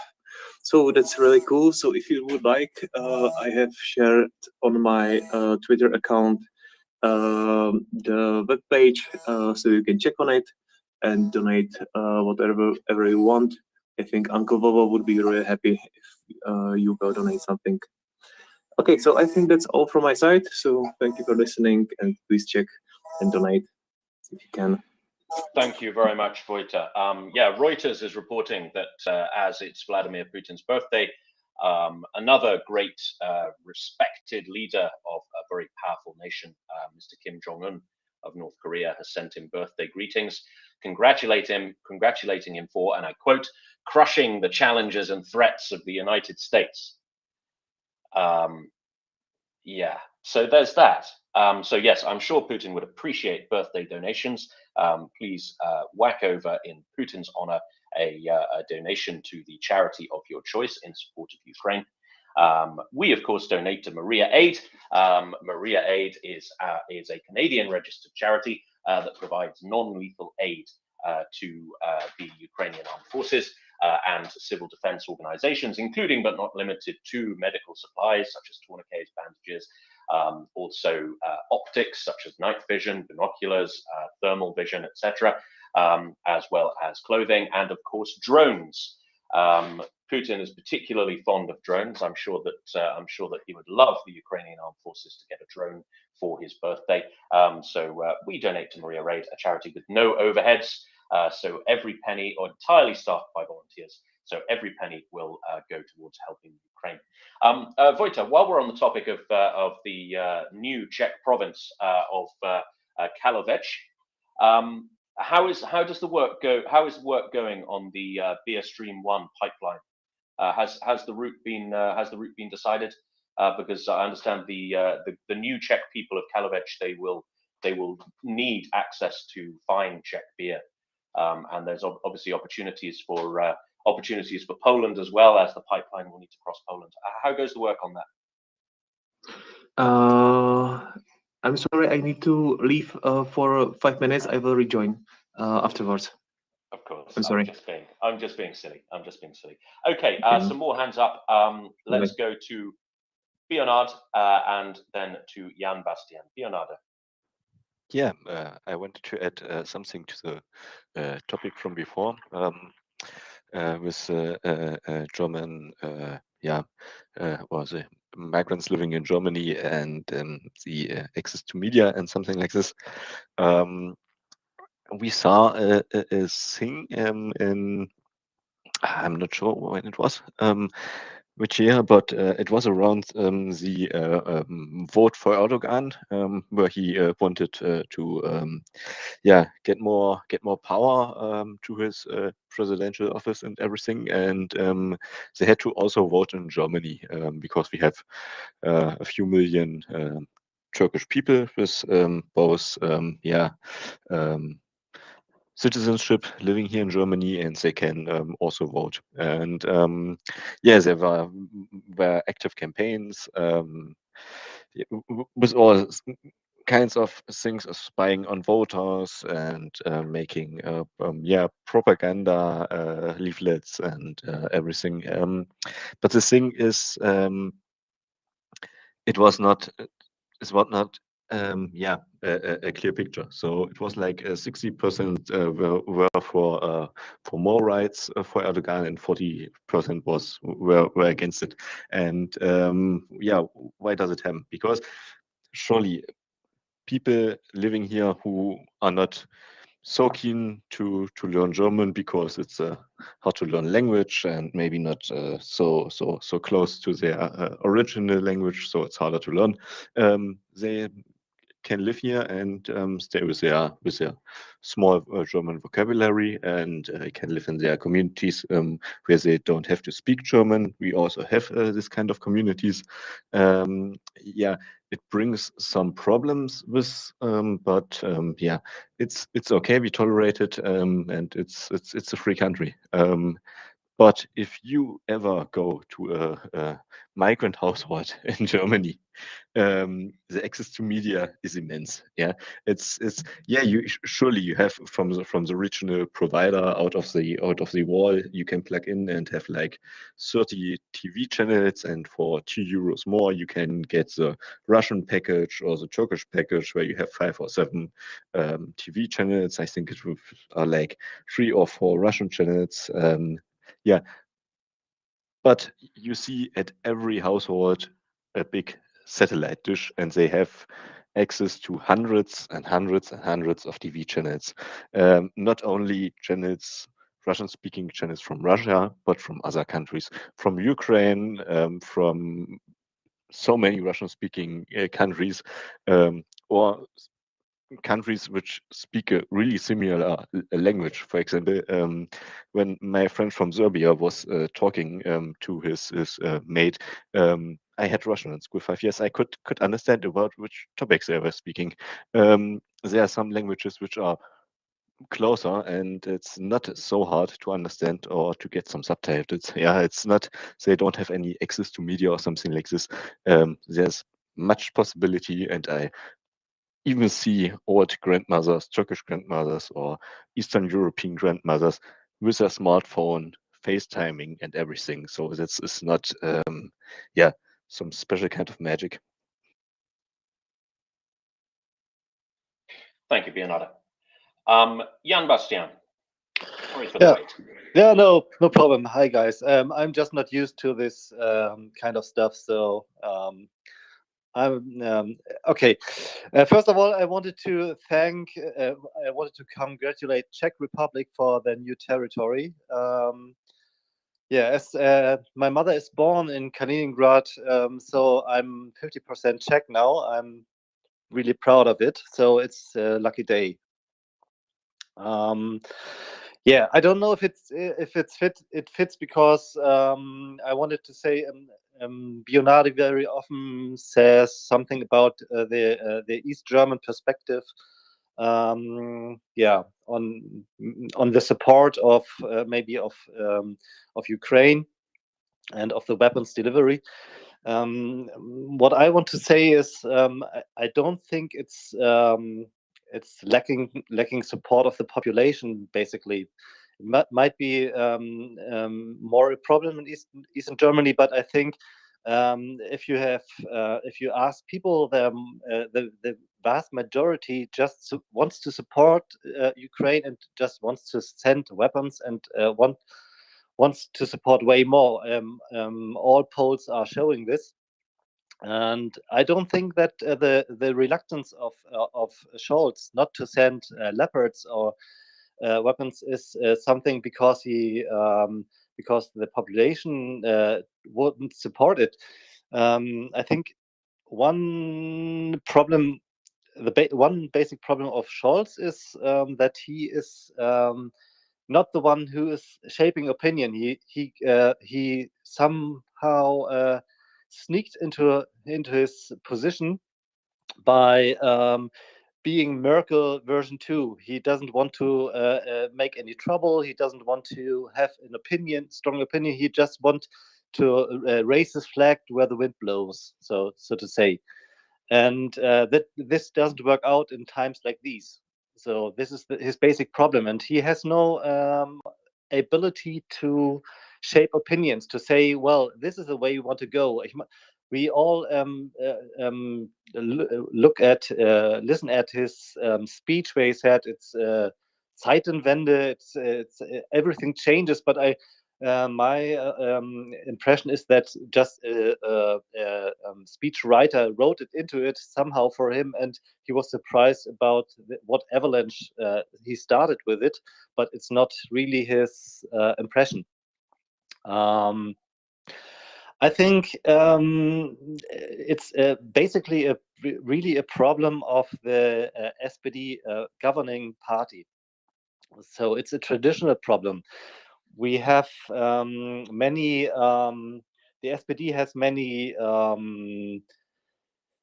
people who are really, to say, somehow socialized with the Russian view, because what you have to know is traditionally when the Third Reich was in power, many socialist party members had to flee, and many went to Russia and were socialized there. So it's somehow it's in the genetics to say not just. It's not loving of autocracy, but it's some ties that's tied to this party to Russia in some way, I guess. And I think it goes on still to today that the people think that way, that is a nice country, and that they on the right side of history, and that's a blind spot of this party. And I think that this goes on really until today, so they are really fucked up.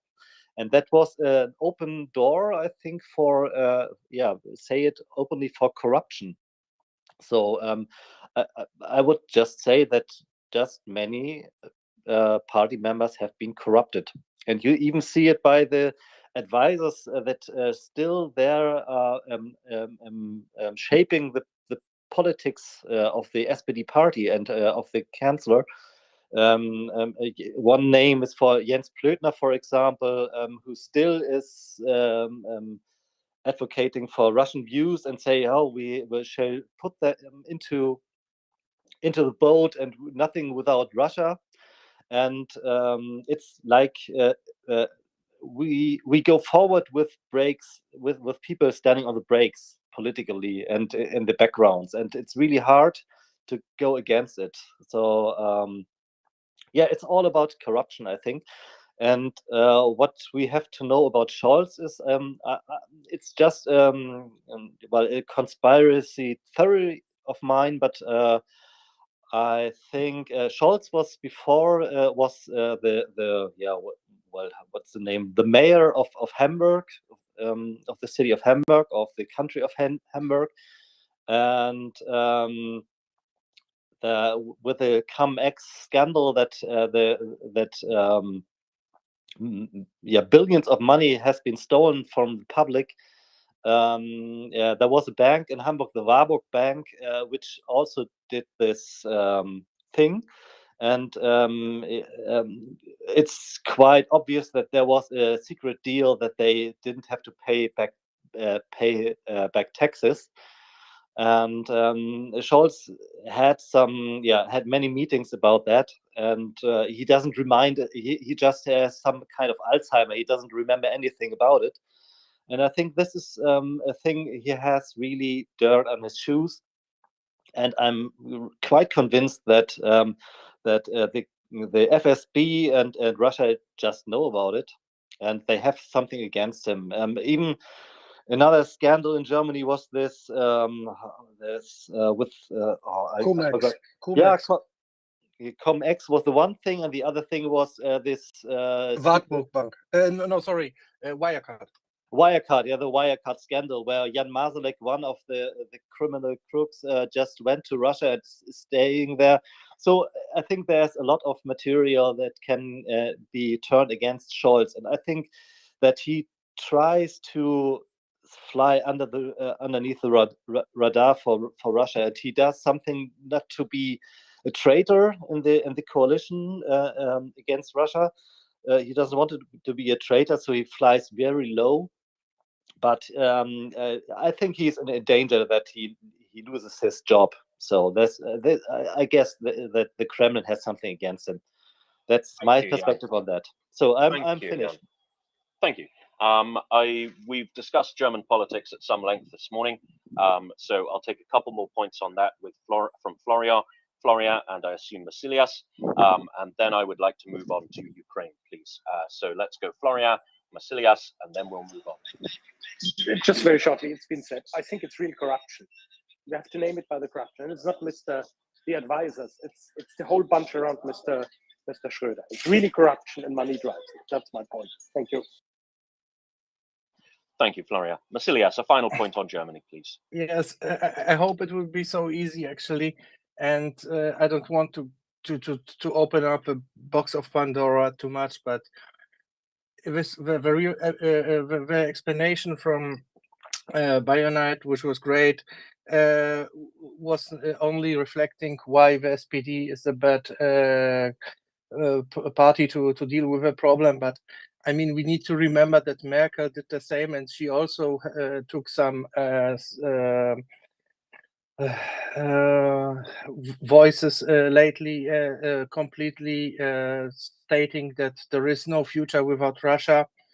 And I think the bottom of that lies much, much lower. And this is actually going back to Bismarck, who stated once that there is no possibility for peace in Europe without Germany and Russia holding together. And this is really the bottom of it, because those two big players think that as long as they hold together, they can more or less do whatever they want, and they some kind proved it. But still, they have been betraying each other, and that's the game we are looking at, I think. Now, back to you. Thanks. Thank you, Masilias. Okay, I'd like to go to Wojta. Wojta, welcome back up, and then lunchtime. Wojta. Hi guys. I just want to add something. So regarding the beer stream 1, it will be the most strategic asset of our country. So if the Baltics will not play nice, so we can blow it up, and the whole Baltics could be drinking only Slovenian wine and no beer from Czech Republic. But back to more important things regarding the arms supply. Like 2 weeks ago, I went with my family just to, see some autumn nature and stuff, and I walk next to the train station, which is like there are the trains connected to each other, the cargo railway station, and I saw like 4 trains, 4 tanks on the train. So it really made me happy to see that there is actually something happening in the Czech Republic, although there was no news about it. So it's like 2 weeks ago. So I can like share it now, because the military guys said we shouldn't like discuss this right away. So it really made me happy, and that I can share it with you guys. Yeah, so I think this should be all from my side at this point of time. Thank you. Thank you very much, Wojta. Lunchtime. Morning, Tim. Morning. How are you doing? Oh, so. I know how you feel, but cheer up, it's Friday, so hopefully things will get better. I did want to, I know you said we're changing the subject, so I'll be very brief before moving on to a different subject, but I would say that if your government is not representing you, this is to our German listeners, then as this space advises, for example, Russians, to do something about that. So I would suggest that perhaps the time for explaining the ins and outs of the political process in Germany has passed somewhat, because it's October now. This war started in February, and the requirement for assistance is pressing in Ukraine. It's a daily need, it's urgent, and if your government isn't replacing you, well, you know what to do. There's a whole number of templates, including Maidan and what's happening in Iran. So if people really feel strongly about it, that's the thing to do, to demonstrate and to show the current German government that their course of behavior is not acceptable. But to change the subject from Germany, I've noticed I don't really haven't fully understood this story, but there's like Melania Podolyak. I'm sorry for butchering her name, but who I follow, she's a Ukrainian voice who's been on this space before a little while ago. Was protesting at the Nobel Peace Prize because I believe the Nobel Peace Prize has been awarded to Ukrainians, Belarusians, and Russians in a really tone deaf kind of way. I mean, I don't really know anything in detail about it, and was just wondering if you guys did and could throw some light on this story.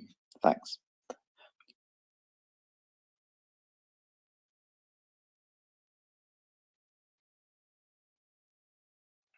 Now, I'm afraid this is not something I've been following particularly closely, Lunchtime, but I see Mikola has come up, who may be able to comment on this. Mikola. Good morning, everyone. Just to comment on the situation. So it's true that basically Nobel Prize was awarded to 3 organizations rather than just people. So it wasn't just awarded to Belarusians, Ukrainians, and Russians. It was awarded to 3 organizations that deal with the fights for for democracy and liberty of people and human rights and everything. One is quite famous Ukrainian one. 2 others, one in Belarus and another one in Russia. Specifically, it's I'll tell you in a second. So it's Memorial, which is a Belarusian organization, and the other one is the Russian. Don't see it actually, but for Ukrainian, it's Center of Civil Liberties. And basically, the reason why Ukrainians are quite outrageous right now is that it would be kind of the same to award a Nobel Prize for Iraqi organization, an American at the time, or award some Palestinian and Israeli organizations that are fighting for human rights. And the reason for that is because clearly Ukraine and Russia and Belarus are at war right now, and even though the people who are who are fighting for human rights in those territories, they still belong to those countries, right? And award to Ukrainians and at the same time to Russians and Belarusians that are killing, murdering people in Ukraine is quite outrageous. What Ukrainians are claiming is that, of course, those organizations, they should be awarded their share too. But the problem is, Europe and the West and the people who are decision makers should stop accounting and taking those 3 nations as a one, right? You don't award a Nobel Prize to 2 2 countries that are in war. At least I don't remember in the history of Nobel Prize that they actually did so. And that's what Ukrainians are arguing for, that you should stop making those 3 nations like brotherly nations or something like that, because they were never.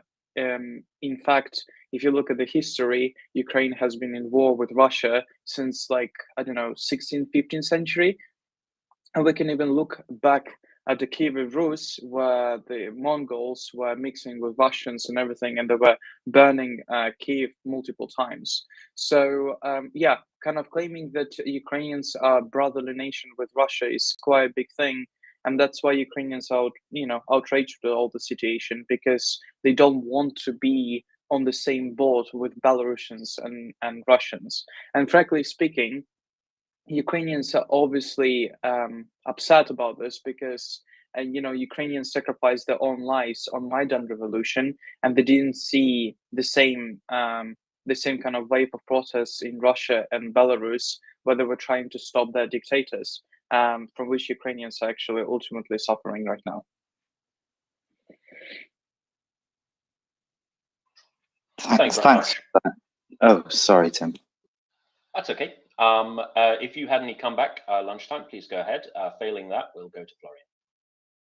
Oh, it wasn't really a comeback. I just wanted to say thanks for illuminating the situation. I mean, as I sort of suspected from reading Melania's tweet, it just looks like a sort of a tone-deaf decision by a committee, which is sort of equally platforming these sort of groups at a very inopportune time, shall we say. Yeah, it is something. It continues to be a problem. This, and I do hope Ukrainian voices are heard, and people start to wake up to the fact that this is just not a good look for them, for their organization. Thanks so much. I think I'll drop down to listener. Thank you, Tim. Thank you, Lunchtime. Always a pleasure. Florian. But I don't think nobody has read the award notice, because it was awarded to the three organizations to fight for a free and liberal society. And in defense, I have to say, Memorial is very important. If you want Russia to be a non-authoritarian and a non-imperialist country, Memorial is the place that has been bringing light to the Gulag and everything, and people were put to jail. And Memorial was founded by Elena Bonner, the wife of the physicist, I forgot his name, that went to internal exile fighting against the Soviet Union. So just claiming because of this, they see this as one country and so on is very crude. I understand the Ukrainians have no time for differentiation and subtleness. I get that. But especially Memorial, if you want Russia to be something that is not a threat to us, you need things like Memorial. It's the only way that Russia will undergo the same sort of cleansing as Germany. And that's why I think Memorial should have been awarded long ago. I think because of the situation, they're just doing it now. And maybe it's not politically very sort of subtle, but in defense of awarding the prize to Memorial, Memorial is an important organization that the Russians face their own damn history and reality. And there's a lot to do after this.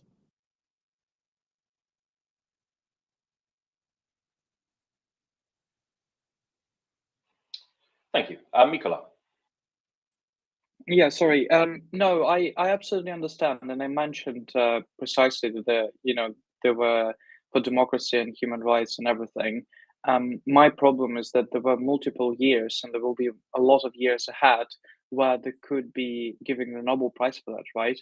And they could be giving the Nobel Prize when kind of Russia is liberated from Putin's hands. But unfortunately, that's just not how the West perceives, I don't know, in the circumstances. And that's exactly what makes Ukrainians suffer all the time, right? Because it's not the first time. We're not talking about the Nobel Prize. We're talking about the kind of German elites, including Merkel, stating all the time that there should be peace, and without Russia, the peace cannot be negotiated, and all this type of stuff. And I think what is crucial to understand is that you wouldn't award to Jews in 1944 and to some German organization.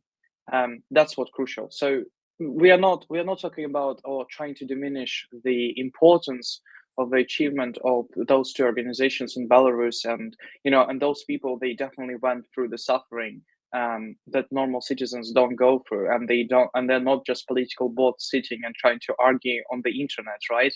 They're actually sufferers too, and they're victims, and they're heroes in their own countries. But just it's about the tone and about kind of trying to make a peace with those three nations when clearly those nations are unfortunately not in peace for centuries. There should be something else to kind of hold a peace in that region for a long time. But the award, I wrote it, I read it, it didn't talk about in this way. It simply said, these are the three organizations. I get your view. I'm not disputing your view. I understand out of your situation, your furiousness about that. I get that. But I think it's rather being clumsy than implying the thing was peace. I think this, because of the Ukraine war, they were started to be aware more on these organizations and finally made the decision, not thinking through your argumentation.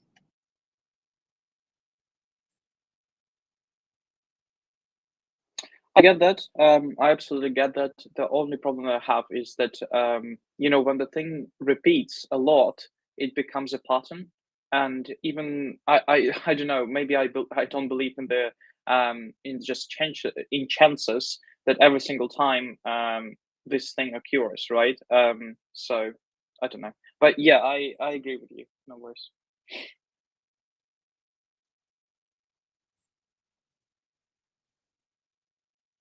Thank you both. If anybody has any more questions or comments on the Nobel Prize Award, please jump up and stick your hand up, because we have Mikola here and Florian, who seem to be following this rather more closely than I am, I'm afraid.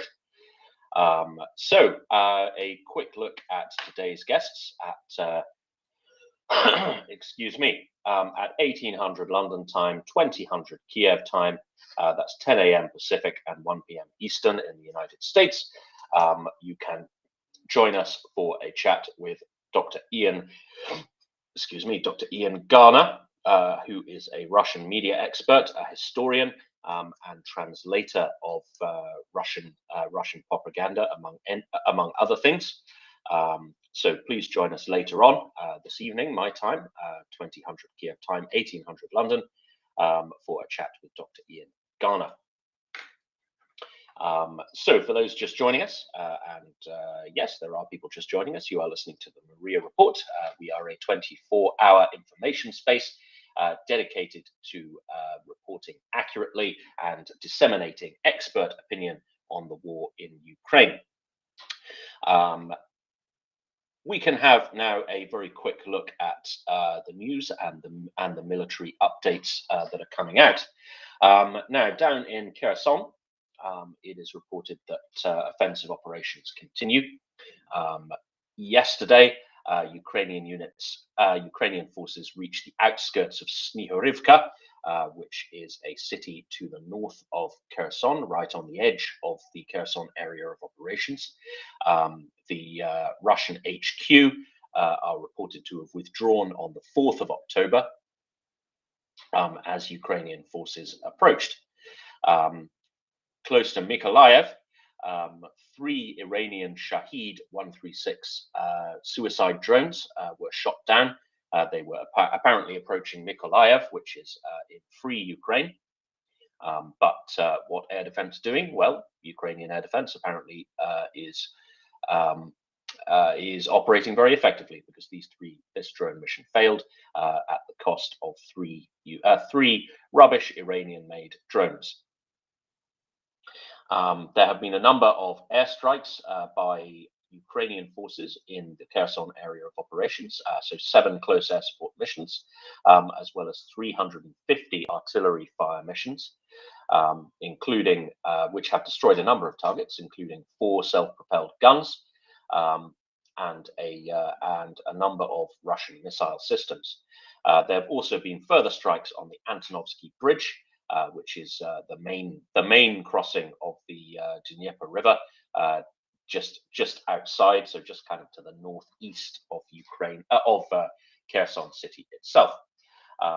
The deputy mayor of Novokakhovka, which is a city on the left-hand side of the Dnieper River, further upstream from Kherson, has reported that Russian forces have left the city of Novokakhovka, presumably moving to attempt to reinforce Kherson.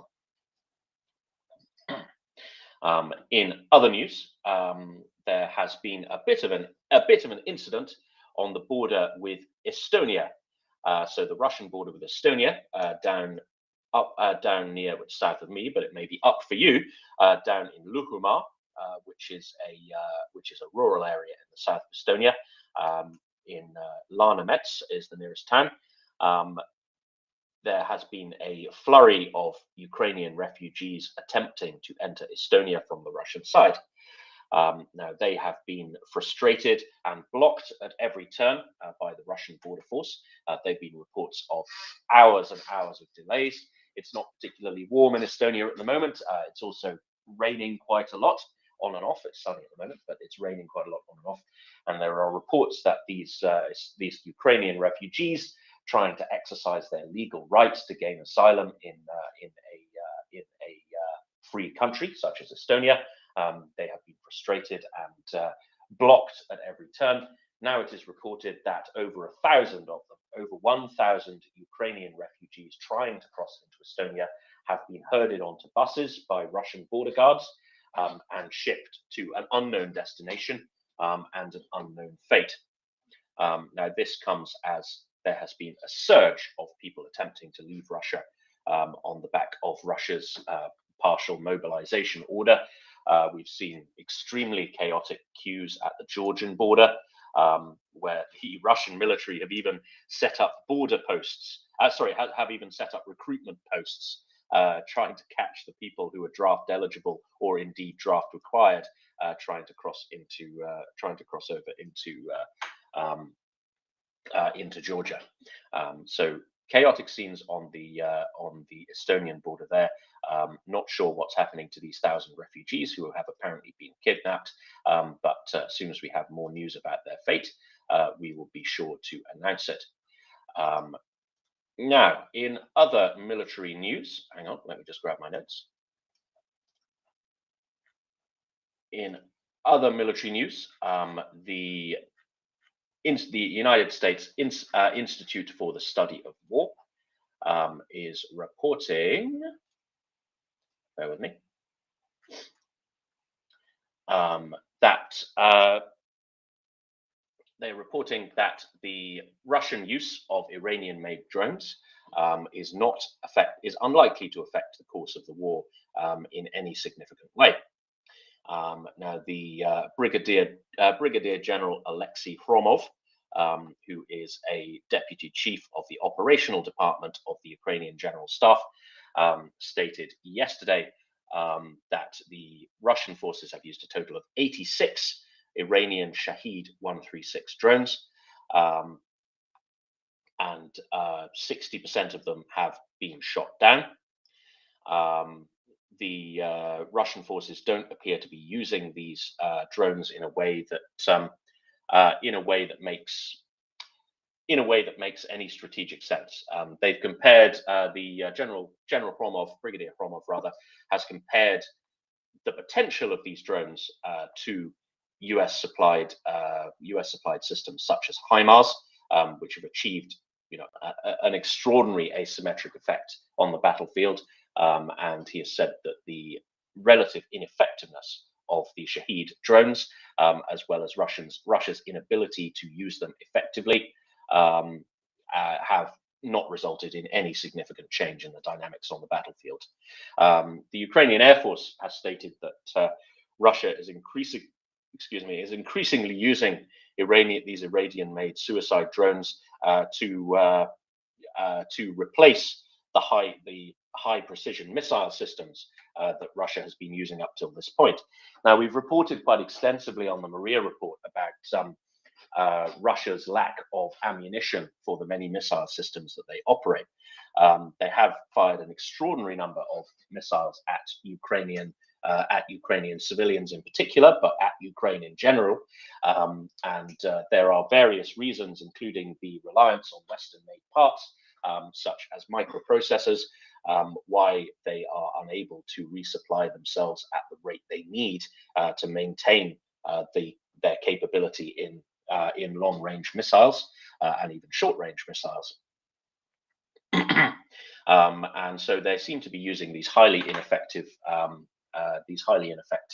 Iranian-made drones as a substitute, and they are proving to be a very poor substitute indeed, with only 86 supplied and 60% having been shot down without reaching their target.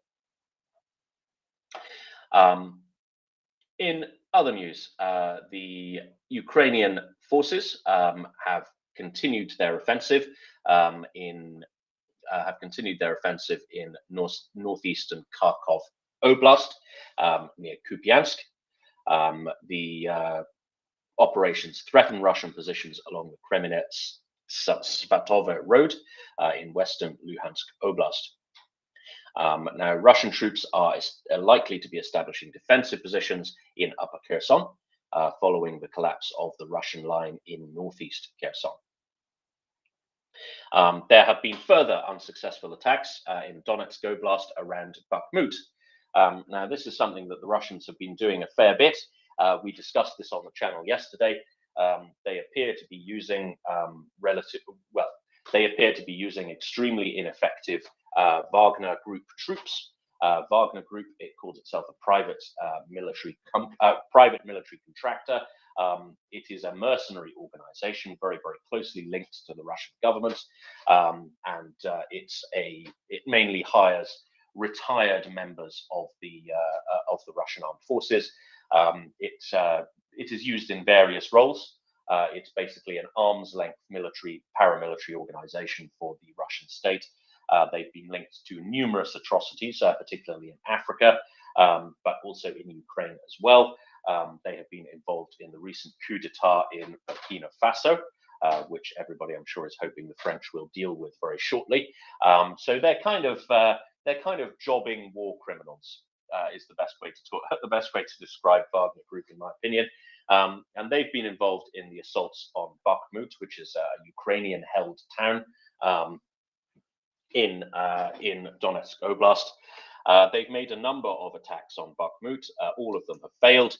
All of them have been badly executed with low-quality troops, insufficient numbers to give any realistic effect to this battle that they're attempting. And finally, the Ukrainian Resistance Center has reported that Russian forces began the forced mobilization of Ukrainian citizens in Russian-occupied Crimea and Starobilsk in Luhansk Oblast. So this is a bit of a pattern for the Russian occupation authorities. They do forcibly conscript people in occupied territory. This is, of course, illegal under international law. This is a war crime. You are not permitted to use, if you are occupying a territory, even if you do think you've annexed it, you are not permitted under international law to exploit its civilian population for military purposes. So that is something you are very much not allowed to do. So a very quick military update from me. We'll also be hearing from the UK MOD very shortly. But in the meantime, I see our friend George has his hand up. George, a very good morning to you. Good morning. Good morning, everyone, and good day to some of you, depending on your time zone. Yeah, at this point, you know, the list of war crimes should just be what haven't the Russians done? You know, is there any war crime imaginable that they haven't done? They don't give a shit. Excuse my French, about you know, what laws they break, as long as they get the job done. That's evident. Yesterday, when Alex was on, the gentleman that has the company that helps get Ukrainians out of the occupied territories, they help evacuate people and get supplies in. I mean, he was discussing how the Russians, if they found that you were a humanitarian aid worker or anything of that nature, you would get arrested and they'd confiscate the vehicle. Obviously, that's a war crime. I did a follow-up question. Has he seen much from the Red Cross? Of course, they're ghosts in this conflict, unless they're going to take sides with you know, Russian propaganda, along with Amnesty International. And yeah, the Red Cross here in the United States needs to declare its independence from the International Red Cross, because at this point, they're pretty much worthless. Absolutely, I couldn't agree more. I'm sure finance would like to dunk on the Red Cross, and he could probably do so more effectively than me. But yeah, they're a very slippery outfit, right? So they have the national committees. So basically every country in the world has a national Red Cross organization or Red Crescent organization to taste. They then have the international committee, which I believe is based in Geneva or Zurich or one of those Swiss gnome holes.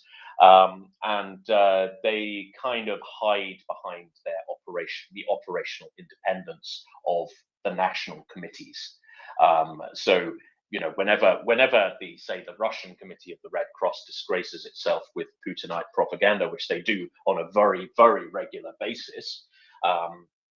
For example, they were supplying aid packages to, I think it was Luhansk, occupied Luhansk, and they ended up sending a load of merchandise with Putin's face on it and all of that stuff. It was just absolute cringe. And of course, there was a backlash, and everybody said, everybody was talking to the international committee, saying, look, what on earth are you doing? This is ridiculous. It's one thing to operate in a dictatorship where you have to be careful around politics, but it's quite another thing to actively shill for the dictator, right? That is a breach of your duty towards not only political independence, but it is your breach of your duty towards being a decent fucking human being. But of course, the international committee said, "Oh well, no, we don't control the national committees. We operationally independent, yada yada yada." And yeah, it's just a series of bullshit excuses. They're not covering themselves in glory. Finance, would you like to add anything?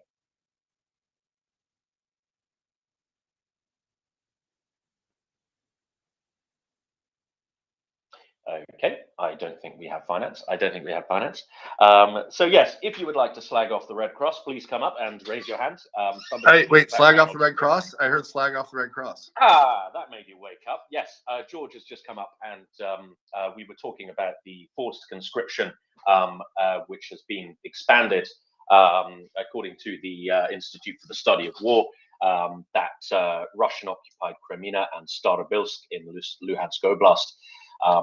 The Russian forces have begun conscripting Ukrainian citizens in those occupied territories, in defiance of international law and basic human decency. And George popped up and said, "What Red Cross doing?" So we had a little dunk on them. We've talked about their shilling for Putin from the Russian committee, etc., etc. But I know you love the Red Cross so much, and it's an organization that's so very dear to your heart, Finance, that I'm sure you would like to have your say on this.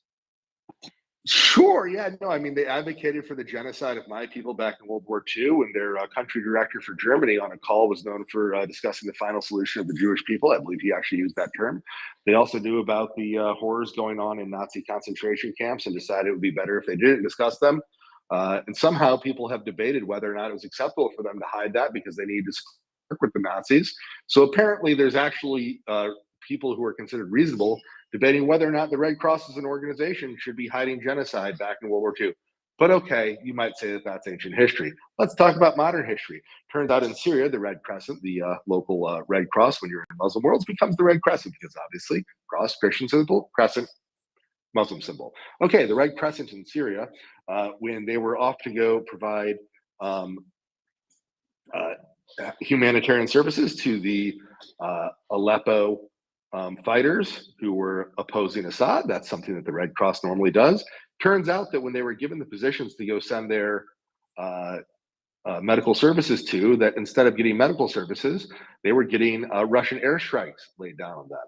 But in fact, there seemed to be a real problem with sending the Red Crescent information in Syria if you were an Aleppo fighter, because that would somehow get to the Russians.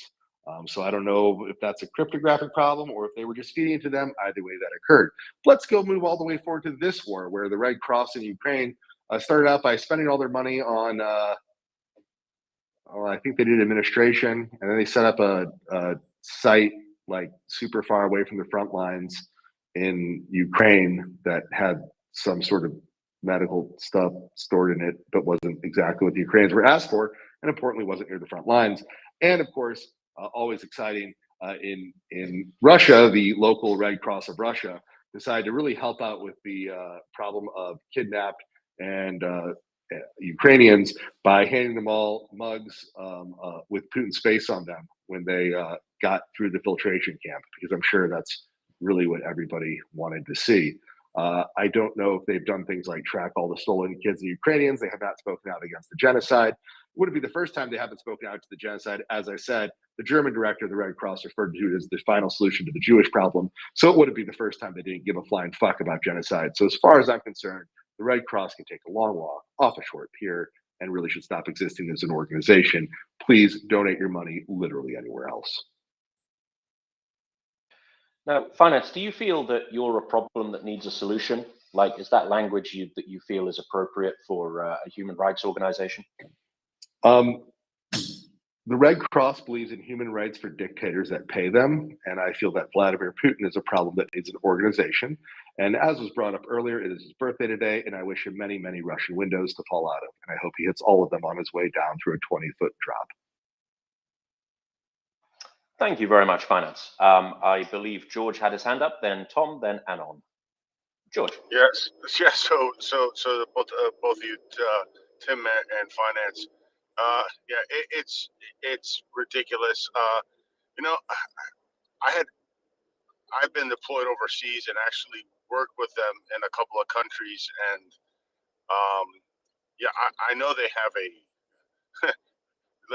let's say at the least a tarnished past, but my God, I mean, at least in some of these past conflicts that I was involved in, at least they were present. There was some modicum of an attempt to do the right thing. But here, like Finance said, I mean, they were facilitating Ukrainians being kidnapped and taken to Russia. I don't know what happened to the Red Cross, the actual national organization in Ukraine, because we didn't hear much from them. But I think the biggest problem is that nobody else called them out. That's what gets on my nerves. Is none of the international leaders of any of the countries called them out for that. What the hell's the point? And you know, and furthermore, today we're hearing you know, that little weasel Macron again talking his bullshit about you know, Russia's a big country and we have to include them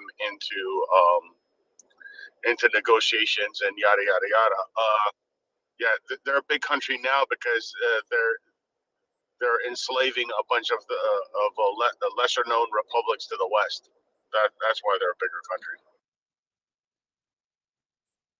Yeah, so the problem the Red Cross has is you know, often decentralization is good, but in the Red Cross's cases, it's absolutely horrible because their mixture of decentralization and trying to work with the local leaders of every nation all the time, even with horrific despotic nations, has led them to be willing to make compromises to work with the most horrific nations in the world. And that has resulted in them accepting, you know, Russian narratives, talking points, and what have you into their society, into their organization, and them doing the work of authoritarian regimes. And it's pretty gross. So this is why I say, because because like the problem is that like the international organization, while it does include some nations and people that are doing the right thing, also includes the Red Cross of Russia, the Red Cross of Germany under World War II, etc., and places that, you know, don't really do human rights, just like no one in Russia does. Yeah, I was going to say a really quick, Finance. Like, you know, I'll tip my hat to like I guess the Red Crescent in Iraq. I mean, I know that at one point, obviously, they were government controlled by Saddam. I mean, you know, talk about dictators. There's your one of your poster child guys. But when it came to like, you know, southern Iraq and then in northern Iraq with the Kurds, they actually did good. They actually did good work. You know, and that was a national organization in a nation that's controlled by a dictator. You know, they stepped up to the plate numerous times, and it's ridiculous that in a lot of these other countries they just, you know, toe the propaganda line. Yeah, couldn't agree with you more. I'm going to switch to Mikola because he is a Ukrainian up on the space, and then we're going to go back to the order pan. So Mick, I'm going to give you a chance to respond if you want to talk about the Red Cross. Otherwise, we're going to move it along. Mick, do you want to talk about this or just be in line? Yes, yeah, I just wanted to add a bit of Red Cross information, and specifically because you mentioned one of the case studies, and I think Haiti one is the most representative one, where the only 25% of the donated money out of $488 million actually went to help people in Haiti. So it tells you about how the distribution of the donated money occurs in this organization. And what happened is that in Ukraine, when the first month of war were actually happening, basically Red Cross brought the blankets and everything, but there was a huge scandal because they didn't even supply the water to people. So what happened is that there is a consistent problem with how Red Cross basically organizes the staff and how they mismanage a lot of support. So one thing I wanted to add as well is that at the beginning of the war, specifically on 24th of March 2022, basically the head of an international committee of Red Cross visited Moscow, and he was talking to Lavrov. And even though the discussion was about organizing the corridors for the evacuation of people, Red Cross didn't help anyhow to prevent the not migration, but how should I say, deportation of Ukrainian children to Russia. They didn't organize the camps in Russia to assist Ukrainians. Instead, they were using the filtration camps organized by Russia, and the money that were donated, to Red Cross around the world was specifically going to those Russian camps, filtration camps, which tells you a lot about how kind of mismanagement of a Red Cross. So wait. You're telling me that they financed the filtration camps with their donated money in Russia?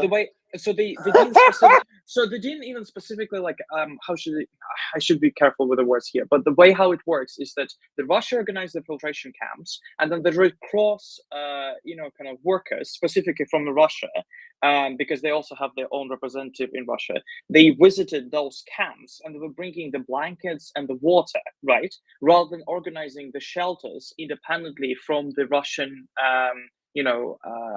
Russian filtration camps. And this is something, it's really hard to comprehend, right? Because you wouldn't have Red Cross visiting Auschwitz and bringing the blankets and water to those people.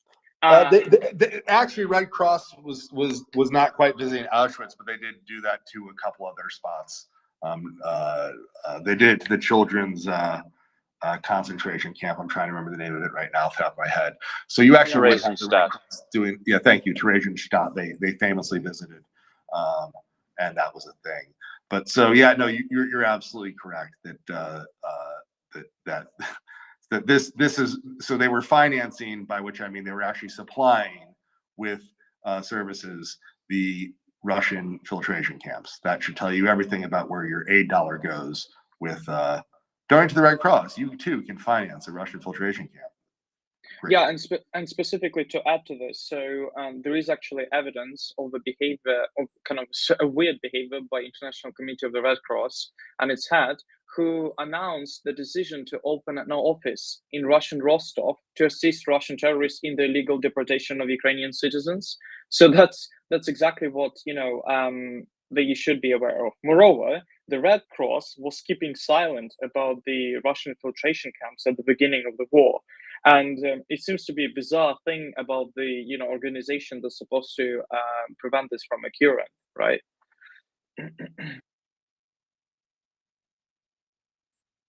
I mean, I don't think of the Red Cross. I mean, the Red Cross, according to the remit, is supposed to be helping with healthcare when wars occur. They've never taken it upon themselves to stop a genocide before. I don't know why they would start now. And I want to stop pretending that they do good when horrors happen. When horrors happen, the Red Cross is happy to come on down and do more. That is what they have always done, and I am here to disabuse anyone of the notion that they're ever going to do differently. Sorry for being rating on this parade. But yeah, thank you, Mikola. Wow, I didn't realize that they were financing too.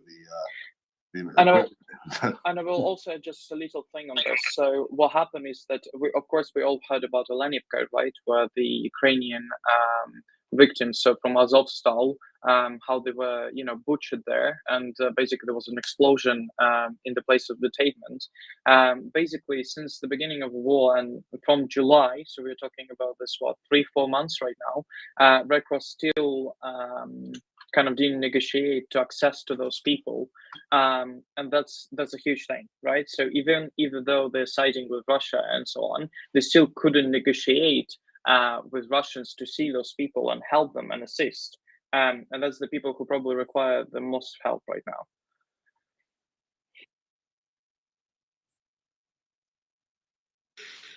All right. Thank you, Mikola. I'm just going to move on and let Mikola, having covered that for the situation. Tom, then annoying mouse or something, then Nina, then Daniel. Tom. Yeah, I just wanted to say just how devastated I am to just hear about how awful this corruption and what it is it's both sidesism bullshit from people like Amnesty and the Red Cross. And I've given to both of those organizations in the past. I gave to Amnesty when they were evacuating people from Afghanistan because I got into an argument with some idiot on the internet who said, "What are you doing?" It's like, well, I'll give some money to charity. So I did. And they hadn't done anything. But I gave to Amnesty, and now you see what they're like. There's an attitude, I think, which seems to be like some sort of mind virus, some kind of meme that goes around that like the only way to be a decent human being is to be absolutely kind to everyone. And I say this as a Buddhist, I say this as someone who meditates on loving kindness. And I do try to have that feeling towards Russians simply so that I won't hate them. But that doesn't mean I wouldn't kill them if I was Ukrainian now and I was fighting for my country. I'm too afraid to go and pick up a rifle and go there. I'll be honest with you guys. I got too much to lose. So I'll help in other ways. But the idea that when I would give to a charity like Amnesty or the Red Cross, and I did give to the Red Cross early on in this conflict, because I didn't know, because I hadn't found Mirya at that point. The idea that you should be kind to people who are genociding people just absolutely disgusts me. That isn't a kindness. That is putting up with people who are criminals and monsters. And I'm just outraged about it. I know what the intention will be. It'll be, in order to get access to these people and provide humanitarian care, we've got to be neutral. We can't be political. We can't take sides. But when you don't take sides in a conflict like this, you are cozying up to dictators and you are providing them with moral cover. They can say, see, we let in the Red Cross. It's crazy and it's corruption, and I'll never give to any of these big organizations again, because I know what the Russians are doing with these filtration camps. The bullshit lie is, we're just evacuating civilians. Plenty of civilians are evacuating to Poland. No one, says the Poles are putting them in camps. But these people are being taken against their will. I've no doubt there's a few percentage of Russian-speaking Ukrainians who fled to Russia anyway and quite happily go there and stay with their relatives in some cases. But most of them don't have any choice, and they're being kidnapped, and it's a genocide, and it's just sickening. Sorry, I'm just really emotional today. I just had to vent. Look, Tom, all good. Hey, you don't know until you know, and the Red Cross has a global reputation that is undeserved, and I'm glad we could help people see clearly them for exactly who they are and what they do, which is a bunch of evil bastards doing nothing positive. That said, let's move on. I agree with Tom's outrage on the subject. It is time for Anoni Mouse. I think I'm saying that right. Anoni with the nice Ukrainian flag. How are you, Finance? Doing well. A little fiery today, but what else is new? Just wanted to shed a light on the very weird Red Cross situation in Australia. They were basically dominant in the blood collection space to provide hospitals with blood donations. And here, about 15 years ago, they were bought by big business. Blood products company, which is global, Australian company, but global by the name of CSL, bought the Red Cross in Australia. They advertise for blood donations under the banner of Red Cross on the, you know, presenting an image that it's going to hospitals for free, and turn it into really expensive product like blood plasma, which they then sell on for huge profits.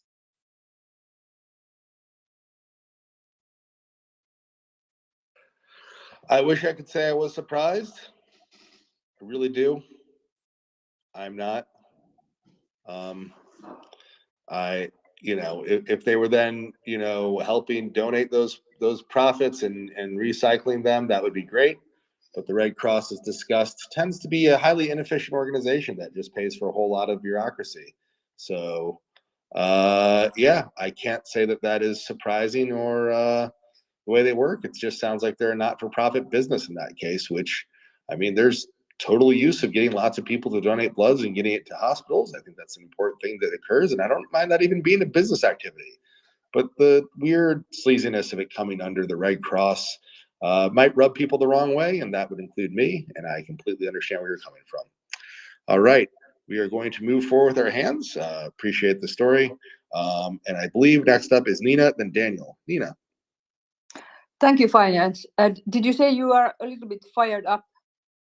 Because I am also a little bit fired up from this discussion. Yeah, And, whenever the Red Cross is named, people just sort of find me and like say Red Cross, and it's kind of like saying like Denmark and Axel, right? Like they just come right, he just comes right around. Yeah, but it's a triggering like word and organization. Mykola, I really appreciate the what you told, because I have known during this war that Red Cross hasn't got anything really done what it should have been doing, and I would be really interested in, like, if you can send me DM some links or some articles or anything that I could get like numbers for, because I think this needs to be talked about more, and I'm talking as a Finnish person, because I can see that in Finland they are still donating money, quote unquote, for Ukraine, but we don't know where the money goes. So I need to also keep the Finnish people aware of this, and I'm sure it's Yeah, so this stuff is well documented. There's a lot of different articles on it. Literally just look up Red Cross Haiti, Red Cross Ukraine, Russia, just look up the topics, and if you start clicking around, you will eventually run into the articles, because there's just so many of them. Thank you, Finance. But this what Mykola told about the filtration camps. I doubt that this is found very easily. Where did you find this, Mykola? Mykola, do you know where to find the info on the filtration camps? Yes, definitely. So it was written in Ukrainian, and I will try to send you over. And actually, so there is an article in Ukrainska Pravda which tells you step by step, but it was in March, so I'm sure they have something to update on. But literally, there are 2 points, and I will name them. The first one, they continue to call the war between Russia and Ukraine a conflict. They basically didn't establish the corridors, and they were misnaming the war, as mentioned previously. They also wanted to open the office in Rostov-on-Don, which is, again, this is exactly what I was talking about, the filtration camps, because Rostov-on-Don is literally on the border, and I'll send the article about this. And I'll send you, Nina, because we already discussed some of it. I don't suppose. Thank you, Mykola. Oops, sorry, guys, didn't mean to cut you off there. I was going to say, I don't suppose you can possibly send me that as well. I'm just. Yeah. Mykola, why don't you post that up on your thing, and if you can find it right now, if you can post that into the nest, that would actually be great. This is one of those times if you could make a tweet copy the article and say in English what that is, so that the English speakers can understand that they want to look that up and then translate it into, and then translate that one into Ukrainian with Google Chrome or whatever, that would be super helpful. So if you could please do that, Mikola. This is one of those times where I'm going to just look to you to help put something in the nest. All right. Yeah, no worries. Thank you very much. May I throw in a question here? Apologies. Well, go ahead. Can I just have a follow-up, Sure. please? Real quick one, as this is the word. Would it be interesting to get a person from the Red Cross to talk in the space? Do you think it would be possible? I have zero interest in platforming the Red Cross. I'm sure we're going to have different co-hosts with different views. My general view on the Red Cross is that they need to, that if they want to defend themselves, they can do that anywhere else. That I don't need to be the one defending an organization that globally does bad work. The best that they can do is say, hey, my part of the Red Cross isn't bad. That's just the other parts of the Red Cross. And while that might be true, I have such issues with the global organization, I don't even want to platform someone locally. So me personally, as a host, I wouldn't book a speaker from the Red Cross. Other hosts and bookers might have different views and they might book somebody and I wouldn't like to stop them from it. But if I was here, they're going to hear some really rough conversation and I'm not going to pull punches and I don't think many of us are. So I don't know which Red Cross person would want to come on here to get, blasted to smithereens. But if one of them does, I'd be at least a little curious. But no, I'm not particularly interested in hearing their defenses of supporting genocidal dictators or questioning the facts of the fact that they've supported genocidal dictators. I'm far more interested in them saying that they're going to entirely change, strip down their organization and stop working, and agreeing that, sometimes they need to not work with certain people or do certain things, which is so against their remit that I don't even think it's possible, nor do I think I could talk to somebody senior enough that I could believe them if they said that. I could literally only believe the top person in the organization. So that's sort of my personal views. But again, different people may vary. Maybe somebody else will. I would be against it. Other people may think differently, and that is perfectly okay. I agree 100% what you said. Yes, thank you. I mean, just to add that point, finance. Basically, what you're gonna have is that if you try to invite someone from Red Cross who's gonna be from the lower chain, they will not be able to command on the whole situation because they're doing some little stuff and they don't really can talk about major things and major logistics problems or something like that. And if you talk to someone from the top management, they will never come to this space because they never actually give a lot of press conferences. And even if they do, they always avoid questions because the first question that you would question them, right, will be related to how do you spend your money, and they will be like, sorry, I'm avoiding the question. Exactly. Yeah, no, right. And this isn't like where we're getting somebody like our good friend, who's the lower man on the totem pole at the Yale group that's doing all the work, where we're actually getting the guy who does the interesting work and knows all about the Russian economics and where it's breaking down and where it's working and where things are sneaking in and where they're not. Like, these are guys who it's like, oh no, on the ground, what I do is great. Well, you're paid full time to do what other people are doing voluntarily in Ukraine. And it's like what, and you're just basically you're whitewashing an organization that should not be whitewashed. So that's why I'd be against it. All right. But a solid question. Yeah, I agree with Mikola all the way. And if the Red Cross wants to send their CEO on to speak, I'd be happy to grill him. But, he would need to buckle his chin strap because I'm coming for it. Daniel. Want me to beat a dead horse? If it's the Red Cross, Daniel, you can beat that dead horse all day, baby. I was wondering how Tom discovered this year, but let me explain.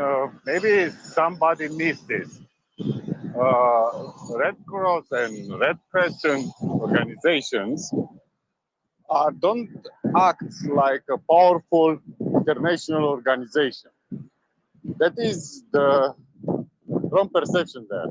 Even United Nations organizations like UNICEF and any other you imagine are more powerful and that have stronger independency.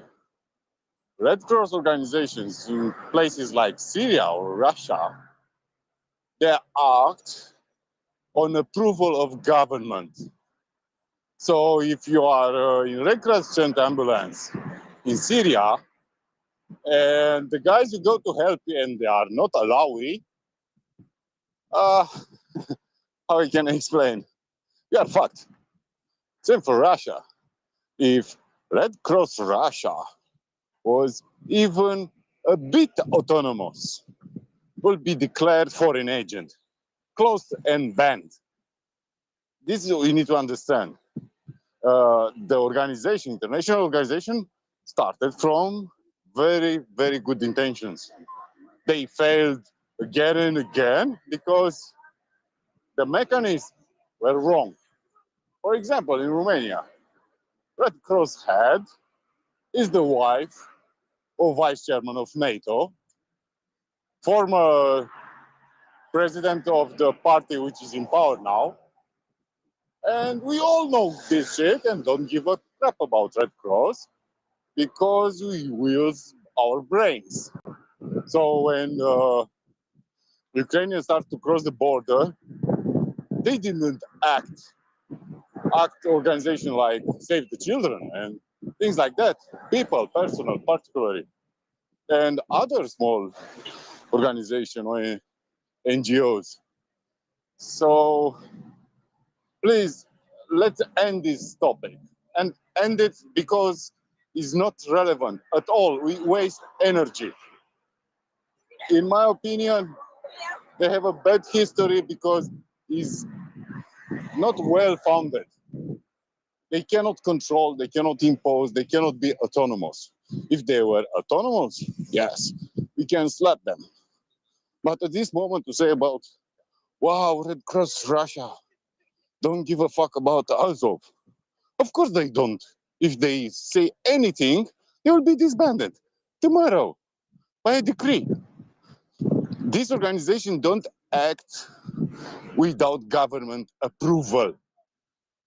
Is something not conspiratory, but is well known by the guys who act on these organizations. Yes, they try. Somebody maybe is good-hearted, well-intended, but sorry. Imagine what does it mean, Russian Daniel, regime or Syrian regime. Daniel, there's an American saying. I don't know if it's hit everybody in English yet, and that's the road to hell is paved with good intentions. And if you want, Of course to it say is. that, Same word here. yeah, if you want to say that that applies to the Red Cross, I'd 100% be there. That lots of people with good intentions. Exactly. Absolutely. The history of Holocaust is the similar one. And I think for me, this topic is dead. What I want to tell you was something very different, more optimistic, because I see a bit of doom and gloom past hour. And I have a feeling we don't understand the eve we are. So the bold midget ran to St. Petersburg. He closed all the streets to go home. And he's scared like shit. And we complaining. We are winning, but we complaining. So I sent to team a thing which was all this morning for me the most important. They are starting the first provinces who don't execute the orders from Kremlin. The first republic is Altai. Okay, Altai is very easy for them. They are on the border with Kazakhstan, Mongolia, and China. And to make an image for you, Altai mountains are much higher than Pamir and Caucasus. It's a zone where you cannot be so fierce, dictatorial. But they are the first who don't send any soldier after the law was enacted 2 weeks ago. None. I don't know how much run in Kazakhstan and Mongolia, but to don't get any able man to be conscripted is an achievement. And is the first province. And is a huge win. Immense. As is the first resistance. What does this mean? This means this part of the empire is out. totally out. And we complain. Ukraine is winning. Cheer up. Fuck the Red Cross. Amen. All right. On that note, Ukraine is winning. The Red Cross can take a long walk off a short pier filled with Russian windows. And I Like Wendy is up next. Thank you, Finance. Today, the 7th of October, marks the 78th anniversary of the uprising of the Sonderkommando at Birkenau, in which people of very limited means and facing an immediate end to their life as a consequence of acting to stop the factory of murder and theft. Let's not forget the theft part, because it was a factory of murder, but to go there, one is struck by, well, it's very easy for somebody with a history degree sitting in a comfortable chair in a country not currently at war to describe such a thing, so I won't. But the Sonderkommando anniversary is today. It is not the only anniversary of an uprising in Auschwitz, but it is one of the most significant ones, because it managed to stop Crematoria 4 from being part of the factory of death. And I thought this was relevant. First of all, I should say all genocides are unique, but of course the Holocaust stands alone in this regard.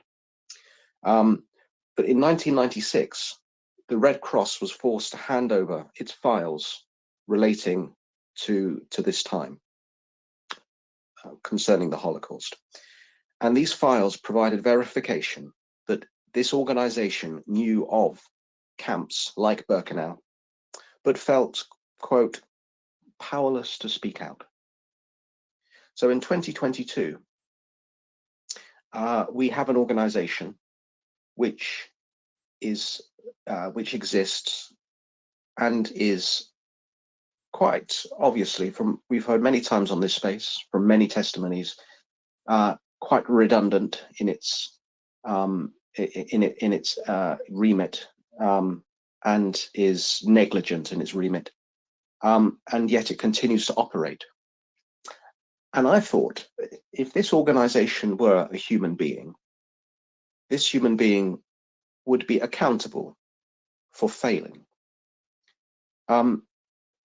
So I think it's important to question, where is the accountability that the Red Cross faces? How is it accountable? And at what point does it face a reckoning for its obvious failures?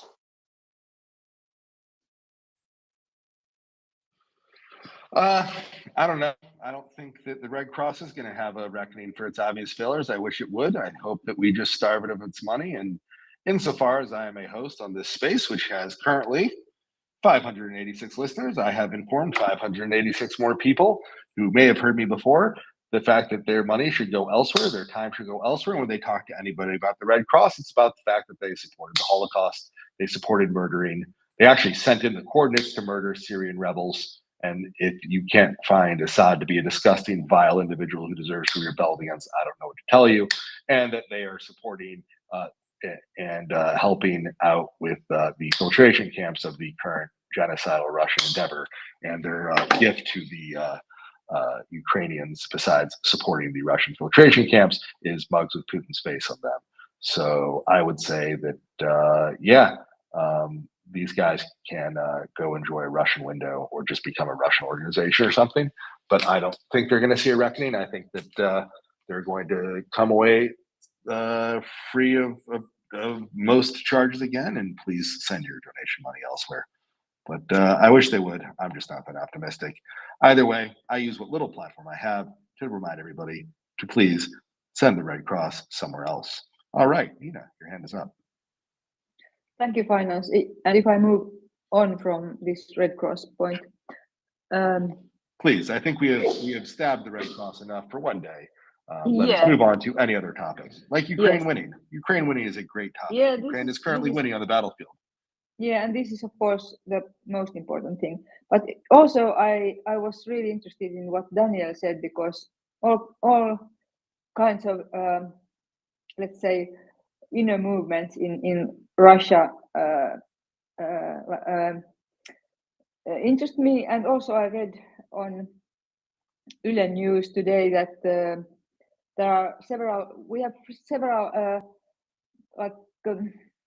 people in Finland who have been studying Russia for a long time, and journalists and also researchers, and one said that a Tsar that doesn't win wars is not a real Tsar. A real Tsar wins the war, but now it seems that Putin is not winning the war. And also I read about Kerstin Kronwall. She's a journalist. She has been in Russia many times, and she says that even in the behind the curtains there is a lot of movements and with different groups, and that the Russian media doesn't know who to blame now. Like they want to find somebody to blame, but they can't decide on who to blame.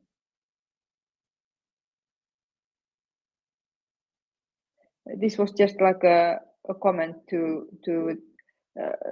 somehow tied to this Daniel's comment. And Daniel, I would like to hear more about what you told about the regions that didn't send the troops to Ukraine. Thank you. Is the Republic of Altai. Republic of Altai, that is called. It's a small region, but is the first who doesn't listen to the orders. That is a federal decree signed by president. So if you don't do it, or the governor don't give a shit about Putin, which is bad for him, not for the governor, or there are no male population in all the part of the Altai Mountains, which I truly doubted, or the government of Russia has no chance to go to impose the law because it's easier to fight in the mountains of Chechnya than in Altai. And let me express this. If you go on Medusa past 2-3 weeks, you will see a trend there. And Medusa, you can say anything, but it's not Russian propaganda. They write for Russians, but they write the harsh truths. And imagine they talk with Kremlin underlings. And it's a nice article.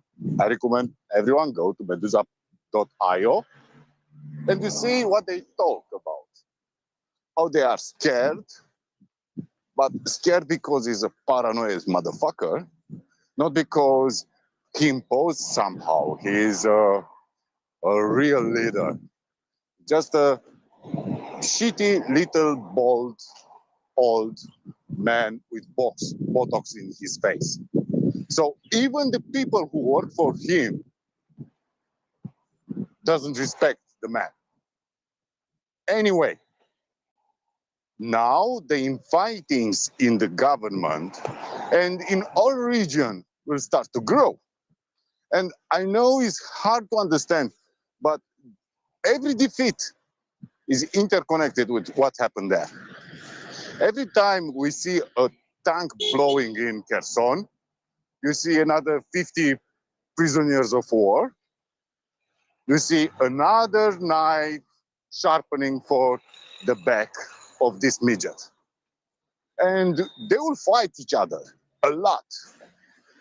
And they will fight for their existence. Because don't look at Prigozhin, don't look at Kadyrov. They are irrelevant. They are a dead man walking. The reality is they failed not only Russians, they failed not the legacy, their fucking imperial heritage. They failed in every aspect, and everybody knows. Every Russian knows. Even that guys who look at, I don't know, any television posts for the Russian propaganda and look and say, Nazi, Nazi, they're evil Americans. They understand how the fuck is going on. Look how many plants of automotive are closed. There were thousands, tens, hundreds of thousands of workers. That guys need to get bread for their families. They don't get it. Look what happened in every military factory.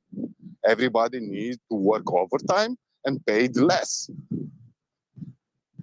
The regime is crumbling, and we just complain. Daniel, I would push back lightly, not heavily, because I agree with all your main points on Medusa, and that's that I have listened to our friends who are from either former Soviet minorities, like our Kazakh friend Madi, or former Russia, or our ethnic minorities from Russia, such as Kamil Kazani, who I suggest everybody read. Prosit at Kamil Kazani. He's a Tartar Muslim, now lives outside of Russia. And they all basically have the same idea, which is that, yes, Medusa is not in Russia. Yes, they post harsh truths, but this is the magazine / e-magazine for the Russian liberal mindset. This is the magazine for the people of totally agree. Of the mindset of Navalny and of the worst aspects, right? They want the centralized Russian ethno-nationalist mindset. And look, I understand if people want to read there. I've read some articles there too, because it gives you a more honest critique of Russia sometimes, but it is absolutely from a Russian ethno-nationalist perspective. Finance that I don't get only from Medusa. What I say. No, I know. I'm saying that for those of us who aren't you, who don't have that context, if we're going to tell our listeners to go read something that has a Russian ethno-nationalist context, even if it's not Russian state media, I'm giving it that caveat. That's, I think, important. Of course, that's why I normally don't ever suggest Medusa, sort of broadly for that reason. Also, quickly as host, I have to say, if you're up, you can raise your hand by clicking the heart button and then going all the right to raise your hand. I believe our moral guide had his hand raised earlier, and it may have come down when he spoke. And Massilius is up without a hand raised I've seen since he came up. The fella, you're both welcome to speak. Our moral guide, your hand goes down when you speak. I think you meant to talk in line. So I'm going to go to you next, and then I'm going to go back to Nina, then Wendy. Our moral guide. All right. Thank you very much. You were going to hate this. I was actually getting ready to go back onto the Red Cross thing. So I'm probably going to let this go. But I did just have one question, if it's all right if I ask. Yeah, I can kick them one more time. It's fine. I like it. All right. I appreciate that. All right. Has anyone demanded that that Red Cross only deals with specific people in Russia that we would trust and that United Nations would approve of? I have no idea if that's been demanded, and I'm sure that they would say no, because they have to deal with the whole society, so that they can, there is a solid argument that for them to do what they want to do, they need to deal with more or less the full government, right? But this leads to the question of, if you're dealing with the full government of a genocidal regime, you're dealing with, and you're working with them in a way that they're accepting of. Sometimes that means, if you have to go so far as to be pro-genocide, sometimes you should just shut it down, because you're not really helping. Exactly. But yeah, so I mean, you can demand of them; they're going to say no, politically and diplomatically, or not answer. And I don't know if anyone serious has demanded them of. I mean, like me or you or Tim demanding it. Like, I'm a dude on Twitter who talks about an Anakin's brand cigarette packet. I've got we've got talking dogs galore here. But I don't think they're going to take that, our brain damaged talking dog army seriously. But I don't think Joe Biden's going to say that. I don't think Prime Minister Kallis here in Estonia is going to say that. So, it's a solid question. All right, we're going to go to I Like Wendy. Thanks, Finance. It's just to answer Daniel's point just quickly. First of all, it's nice to hear a person who phones into the MriyaReport whilst at work and whilst pretending to be on a phone call. So I respect that, sir. I mean, in terms of the propaganda point that you made, I think people do have agency, and I mean, the strength of any nation derives from the integrity overall of its populace. Yeah. So yeah, I mean, I'd like to hear Tom Zimbardo's opinion on this, I guess, but it's people do suffer from confirmation bias, but they are aware when they are reading bullshit, and they are aware of wider events around them. Yeah, that certainly speaks to the complicity of the people within the country currently known as the Russian Federation that have continued to support this war despite the many crimes that they know are happening in its name.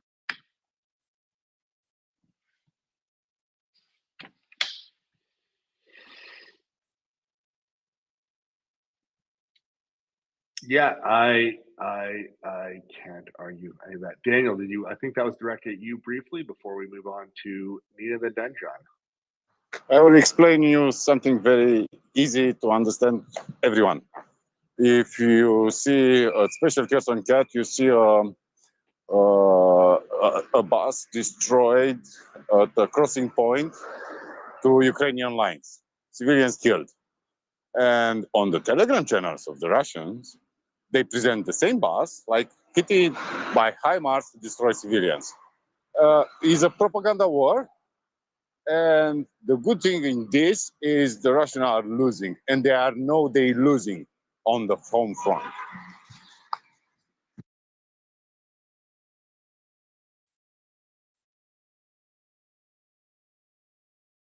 If I could just come back on that, finance, yeah, sure. The question of why they know they're losing is a good one. They're going to be seeing within the Russian Federation, people are going to be seeing a large number of wounded. This is going to be. I mean, they have, Wendy. Let's use present tense. There's 60,000 dead. Assume at least as many wounded. And that's a conservative, right? Every military expert we've had on here has said that the Ukraine Ministry of Defense's calculations for how they calculate dead Russians is quite conservative. So it's at least 60,000 dead, and you can put all the propaganda on TV you want. That's too many people who have not come home to villages. And then there's a lot of people. There's in all likelihood equally as many as that who have come home wounded. So they are seeing now and will be seeing more. But the amount of people that they're seeing wounded and dead now is already at the Afghanistan level for them, and if not past that. So their level of per capita population injury and death is already quite high, and unless they have well below lukewarm brain intellect.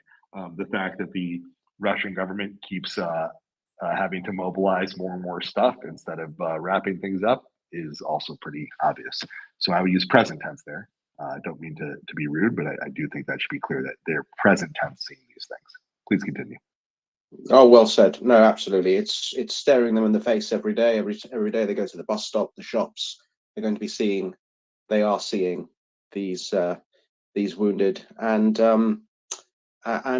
yeah, the Telegram and other sources of information for them. They obviously know by now that they haven't won the Battle of Kiev, and going back from there, they know that an increasing number of their populace is being mobilized. And yeah, I agree with everything you say, Finance. It's staring them straight in the face, and it will be for the next few decades. Thanks. I better hop down. Cheers. Yeah, thank you, Wendy. All right, Nina, then Denjon, then Mikola again. Nina. Thank you. Wendy, the same goes probably with amnesty. Thank you. And I will continue away from this topic. Daniel, I remember you mentioned a couple of days ago that we should keep an eye on some name in Russia that I didn't write down. So can you just Karamurza. How do you spell it? For this is difficult for me. K-A-R-A, and Murza is called with Z. Okay, Murza. Yes. Murza. Yes. Okay, I will a little bit Google him. Can you tell anything about Now he faced 20 years for treason. He's the first accused of treason. Uh-huh. Okay. I will look it up and I will put it behind my ear. Thank you. All right, Denjan. Yeah, thank you. Actually, I just want to defend Dan a little bit. I think what he meant when he talked about Medusa was not that they are telling any good things. It's not what he meant is that it's not propaganda. Maybe they are talking about how they really feel and so on, but it's showing the sentiment, the realization among the Russians that they are not doing well. I think that's what he meant. Maybe Daniel can confirm. Terjan, imagine something like this. On Divinity Word Translated is a small snippet. Is a guy in Kherson, he's calling home and say to his father and his brother, run, don't get conscripted. This is the symptom.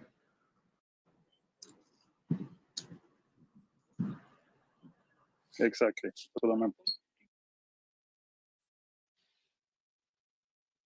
All right. Thank you, Daniel and Denjan. Nicola. Yeah, so just did a quick thread on Red Cross, and I sent you DMs and to Nina as well, and I also published it in the MriyaReport in comment session, so you can check it out.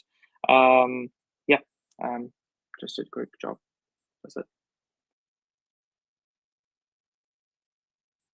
All right. And for anyone who missed that, I shared it into the nest. So please check out the Mikola thread in the nest on the Red Cross if you would like more background information with links and receipts about the evils thereof. Sorry, Red Cross. Maybe next time. Don't support murdering all of my people, and I won't hold a lifetime grudge against you. All right.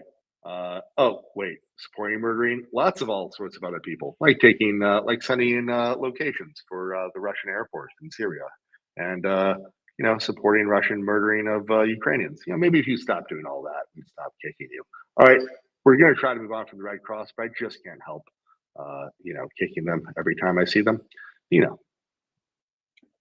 Again, away from the previous topic, Erdogan has met, Erdogan has talked to Vladimir Putin on the phone, and the topic has been how to make the relationships with Turkey and Russia better. And now we are seeing a NATO country doing this kind of thing.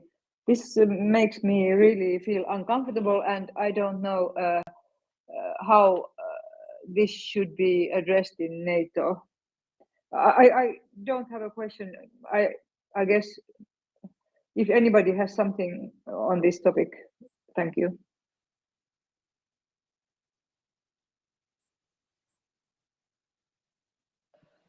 Which topic? I don't think I actually have any information.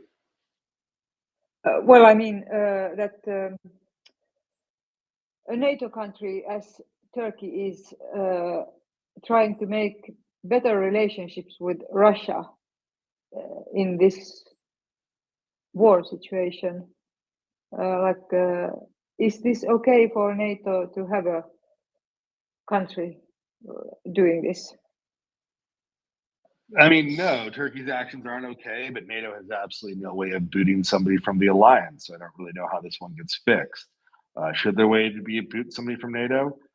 If there ever was, Turkey would seem to be the #1 choice to somebody to go tell to take a long walk off a short pier, given that they don't seem to be acting much like they're in part of a defense alliance. Although technically not at war with NATO, they are certainly acting as the cutout. And currently the way of sending all your high-tech European machine products made by such venerable firms as Siemens and others, make their way to Russia via Turkish cutout frames. That's currently the game being played. Turkey really has no problem playing that role. One might note that there's plenty of other people who should share accountability here, not the least of which is the machine parts makers themselves, because if they do any research, they know where their stuff's going. But yes, absolutely. Turkey is all sorts of problems. Yes, they're problematic in the way they're acting in NATO. No, if you're like, is this being a productive member of NATO? Absolutely not. Is there any way to fix that? Also, absolutely not. So I'm not really sure where to go with this.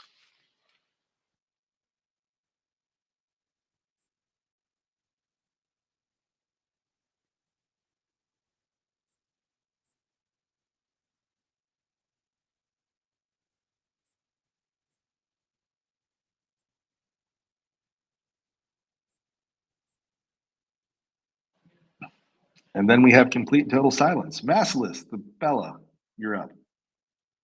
Okay. I think that Turkey is playing a diversive game because they are diversive. They from the one side, the population wants to be Western-like and is consider itself like the most Europe-oriented part of. They are not really Arabic, but of the Arabic world. And so they want to have be at least one step inside of Europe. But then on the other side, Erdogan is like an autocrat leader, and they kind of obviously like it. And I mean, let's face it, the whole war from Putin is about all the time. He was not doing nothing else but strengthening other autocrats in order not to weaken himself. So he attacked Syria helped. I forgot the name of this dictator in Syria, but he helped him to stay at power, so that he is not the last dictator in the world, more or less, and he can always. He look at him, and they are like brothers in arms, right? Because Kim Jong-un and so on and so forth are dictators. And Ukraine, which has been very close to Russia, was also starting to showing more and more that they want to become a normal democratic state, and that this was the real threat to Putin, because if their very close brother Ukraine, because they consider, they have the roots of Russia are from Ukraine, so it was first Ukraine roots and then Russia, right? So yeah, that's why I like to refer to it as the Russia, little brother of Ukraine. Yeah. And now he sees that the roots are changing. The roots are becoming democratic, and this is a real threat to him. Because if the roots became democratic, it's obvious that the rest will follow. And if the Russian sees that now that their origins are now different, they will also think about changing their way. So that's probably the best explanation for. For why he didn't wait any longer. So thanks. I think trying to come up with explanations for why they didn't wait is rationality has not been their specialty so far, right? Like if they were rational, they would have spent all this money bringing electricity and sanitation to the millions and millions and millions of Russians that don't have these two amazing inventions of the 18th and early 19th century. So the 1800s and early 1900s centuries. But that's what a rational nation would do to bring prosperity. But Russia acts, as you pointed out, in a genocidal fashion because they can't handle that their nearby nation might be acting in such an independent way and not in a way that is pro-Russian, but in fact pro-Ukrainian. And they chose all sorts of, you can argue why this time was good or bad for them. And quite frankly, I think many of it's missing the mark. And I don't think it is totally cogent. The fact of the matter is they did. And thank God it has not been totally successful. And Ukraine will be victorious and independent. Yes, Nasilis, where are you from? Where I'm from? That's a good question. I was born in Poland, and quite early on, when the Soviet Union broke, and we were finally allowed to leave this socialistic country. Since then, we are living in Germany. So I'm like both-hearted, have also both nationalities, and can understand both point of views. So hopefully I can bring some light in some moments. Well, appreciate the fellow avatar, and yeah, welcome up anytime. Moving on to Nina, we have a couple new people up, both Harry Liaxula and Indie Gunworks. If you'd like to speak, please raise your hand by going all the way to the right. Click your hand up, and I will get to you when I can. Nina, you have your hand raised. Thank you, Finance. And for Makilas, we are spreading a hashtag Free the Leopards for this is for Olaf Scholz. So yes, check my timeline. I already shared it like 1,000 times today, and like that. Very good. I'm glad to hear. Yeah, let's keep it up. Yeah. And yeah. So actually, I forgot Finance. I forgot what I was going to say because I was distracted about other things. Sorry, but I will let the other hands, not hands talking, but the people behind the hands talking. Finance. Thank you. No, all good. All right, welcome up to the space, John Obraz. Hello, good afternoon, or whatever time is over there. I have been listening to this space for a while, and from time to time, I heard that people are very critical, oriented toward the Turkish president and the Turkey's role in this war. And unfortunately, for most of those speakers, I disagree, and I would like to say why I disagree. But from the very first moment of this war, Turkey was all the way with Ukraine. Turkey actually several times expressed that they are supporting full Ukraine as a full state that includes these occupied regions and Crimea as a part of Ukraine. Addition to that, Turkey has done a lot in order to release the pressure that the whole world was faced with. Turkey actually made a deal with the Russians and Ukrainians in order to reestablish the grain supply of the world. That's one of the things. All the time, Turkey supplies Ukraine with the Bayraktar drones, and they even in the war actually they are trying to increase the production of these units. And I believe that the factory in Ukraine has been established to do it by themselves. That's one of the things. I don't know. Turkey, of course, has own interest in everything, as all other countries. I believe that Turkey has done more to the Ukraine than, for example, Germany at this moment. But Turkey, as I said, has own interests in the region, and they have. So why is Turkey trading with Russia then? Why is Turkey actively increasing their trade with Russia during this war? Trade with what? Because you actually, just let me finish. I believe that you said that Turkey is actually trying to re-export sophisticated machinery that could be used in the military industry. They are. Do you have proof? Do you have any proof with that? Because okay, please send me those proofs. Because you can look at the statistics. Because all right, you can look at the statistics since we want to discuss this. This isn't up for debate. We're not going to question the facts on the ground. Turkey is the current cutout for re-export of heavy industry from Europe that goes into Russia. You've seen it both in Poland and in northern Italy.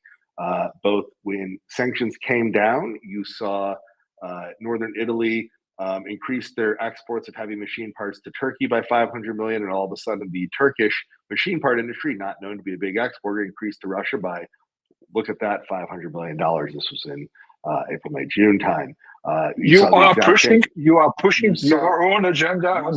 You saw the same thing happen recently in Poland, unfortunately, who is normally quite pro Ukraine, where the Polish suppliers were sending their stuff to Turkey, which was then being re-exported to Russia. I do agree that Turkey has been excellent with their supplying of Bayraktar to Ukraine and not to Russia. But I'm not going to give them a full pass. They are playing both sides of the fence on this one. Yes, sir. So if you want to be fully pro, if you want to be, this is not the only agenda that you are pushing your own agenda over this. All right. You can be shut down if you don't want to hear me finish and you don't want to accept it. Sometimes Turkey isn't perfect. You don't need to get up to speak. It's quite simple. Turkey has done some great things that is very helpful for Ukraine. They've also done some great things that is not so helpful. They've also done some, they've done some great things that is very helpful for Ukraine. The Bayraktar drones, we're going to put them number one on the list. They've also done some things that are a complete and utter disaster that are very, very much pro-Russia and Putin. The grain deal being brokered, if you will, by them so they can get corrupt deal, the ability to be used as an industrial cutout so that everything can be transported through Turkey and using shell companies through Turkey to get industrial machinery from Europe into Russia. I'm assuming somebody's getting payoffs in Turkey to make that happen. That's another one. Look, Erdogan himself is a corrupt thug, and I hope that your country gets better. But no, if you want to interrupt me and not let me finish when you say that I don't have proof, we're not going to question the facts on the ground. This is actually occurring. If you don't like that reality, you don't need to come up and speak. Mikola, then Indy. I'll just quickly add, because the gentleman was asking for statistics, and this is the article by Financial Times on 16th of August, so not that recent, but 16th of August 2022. So the value of goods sold to Russia from Turkey soars by 46%. And just by looking at the stats, from May to July, Turkish exports to Russia were worth $2 billion, which is $642 million higher than in the same months in 2021. And specifically, they were exporting the just a second, I'll tell you. So they were talking about the exportation of just a second. So types of machinery and transportation equipment, goods and technologies used by the oil refining, energy, aviation, and space industries. Exactly the ones that are being sanctioned by European Union and the US. Thank you, Mikola. All right. Awana just hopped up, then back to, sorry, Indy, then Awana, then back to Daniel. Indy. Hey, you speak about Turkey being kind of a cutout of NATO and increasing their exports to Russia. But we've seen for many, many years, Turkey kind of acting as a middleman between some of the Arab nations and some of the cases with Russia as well. Increasing that export, does that not increase some of their influence and kind of keep them as a middleman between NATO and some of these other non-NATO countries to give them the leverage to help bargain and negotiate some of these deals, and by increasing some of those exports, also increase their influence and keep them in a position to help negotiate some of these third-party deals? If you haven't noticed, I haven't actually discussed their trade with the Middle East. We're just discussing their trade with Russia. They don't need to be trading with Russia in the middle of a genocidal war, a country whose industry is entirely dependent on foreign technological import to do that. I would agree that Turkey does all sorts of questionably dastardly deals all across the Middle East. And there is certainly plenty of corruption to go around all across the Middle East. But to be fair, I don't need to single out Turkey for that. I'm American. You can see American hands all over the Middle East, and questionably dastardly deals all across the Middle East. I mean, look, there's Pakistani produced Soviet-style munitions being used by Ukraine. How in the world did that get there is something humorous to be asked. And yes, clearly some corruption works both ways. That said, there is nothing to be gained via Middle Eastern deals by supporting Russia, especially by giving them the most important industrial materials they need, which is machine parts from Europe. So I do hear what you're saying. I don't think that the juice is worth the squeeze, but if somebody's going to be corrupt, absolutely our intelligence services, I do mean everyone's, is going to use that both ways. That doesn't mean I think it is beneficial to have corrupt agents as part of your alliance block, and I'm going to call it out when I see it. Fair enough, Indy? Just as a follow-up on that, Turkey's ability to be the middleman, we were talking about removing them from NATO. That's kind of more the point I was going at there. Having the person that's able to play both sides and play that middleman and still be a part of the NATO alliance, it almost adds value to NATO to have somebody that can speak to both sides of the table as opposed to the same message from the entire thing all the time. Turkey's influence is potentially beneficial in the future if they continue to kind of play that middleman. I mean, sure, there are plenty of other people who can broker a deal between Russia and Ukraine, and I agree that certain deals need to be brokered. And certainly some of these actors are also helping Russia in this case, most notably your cell phone is free. the Kingdom of Saudi Arabia is helpful in ways I think are sort of not particularly productive towards Ukraine, but you don't see them as a re-export hub for the most important thing for Russian military industrial complex. Israel is more and more acting quite blatantly on the side of Ukraine, so I don't know if Russia would trust them as a middleman anymore, despite the significant number of Russian Israelis in existence. They have a Russian political party there that's usually in the coalition, etc. But there's certainly some hostility there now. But there are other nations. Hungary could act as a middleman. So if you need a questionably corrupt middleman, you have plenty of options. But you don't need to be re-exporting the key billions of dollars of machine parts that Russia absolutely needs to produce anything whatsoever to keep their war going. So that's where I have issue. And no, that doesn't make them better at that. That just makes them the preferred, most corrupt person in the room. And as I said, you don't like if you're going to win the award for most corrupt person in the room by doing the most to support the Russian war industry, then I'm going to call you out for supporting the Russian war industry. So yes, they do a good job sending Bayraktars to Ukraine. Don't hold that against them. They are not sending the weapons directly themselves to Russia. Great. I appreciate that. Could be worse. That said, they are, via whatever corrupt mechanisms, absolutely being the transport hub, in this case from west to east, of good machine parts from the Western makers to the Eastern factories where weapons of mass destruction and torture are being made. And for that, I consider relatively unforgivable. No, I don't think it is required for Erdogan to do what he does. Maybe he should focus on his own economy with the shockingly Argentinian level of 80% inflation. And, this level of corruption certainly hasn't helped him fix that. Turkey is a relatively large country that actually has people with a solid work ethic and culture, and they could absolutely be doing something different than they are doing now. This is solely on the shoulders of their incredibly mismanaged, corrupt government. So yes, the Turkish people absolutely deserve better than they've gotten. And no, I do not think it is all required of their government. Alana, you're up.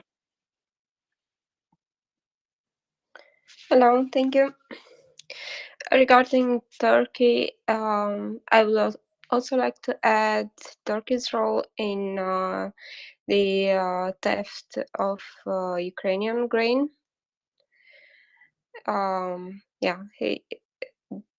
They facilitated it somehow.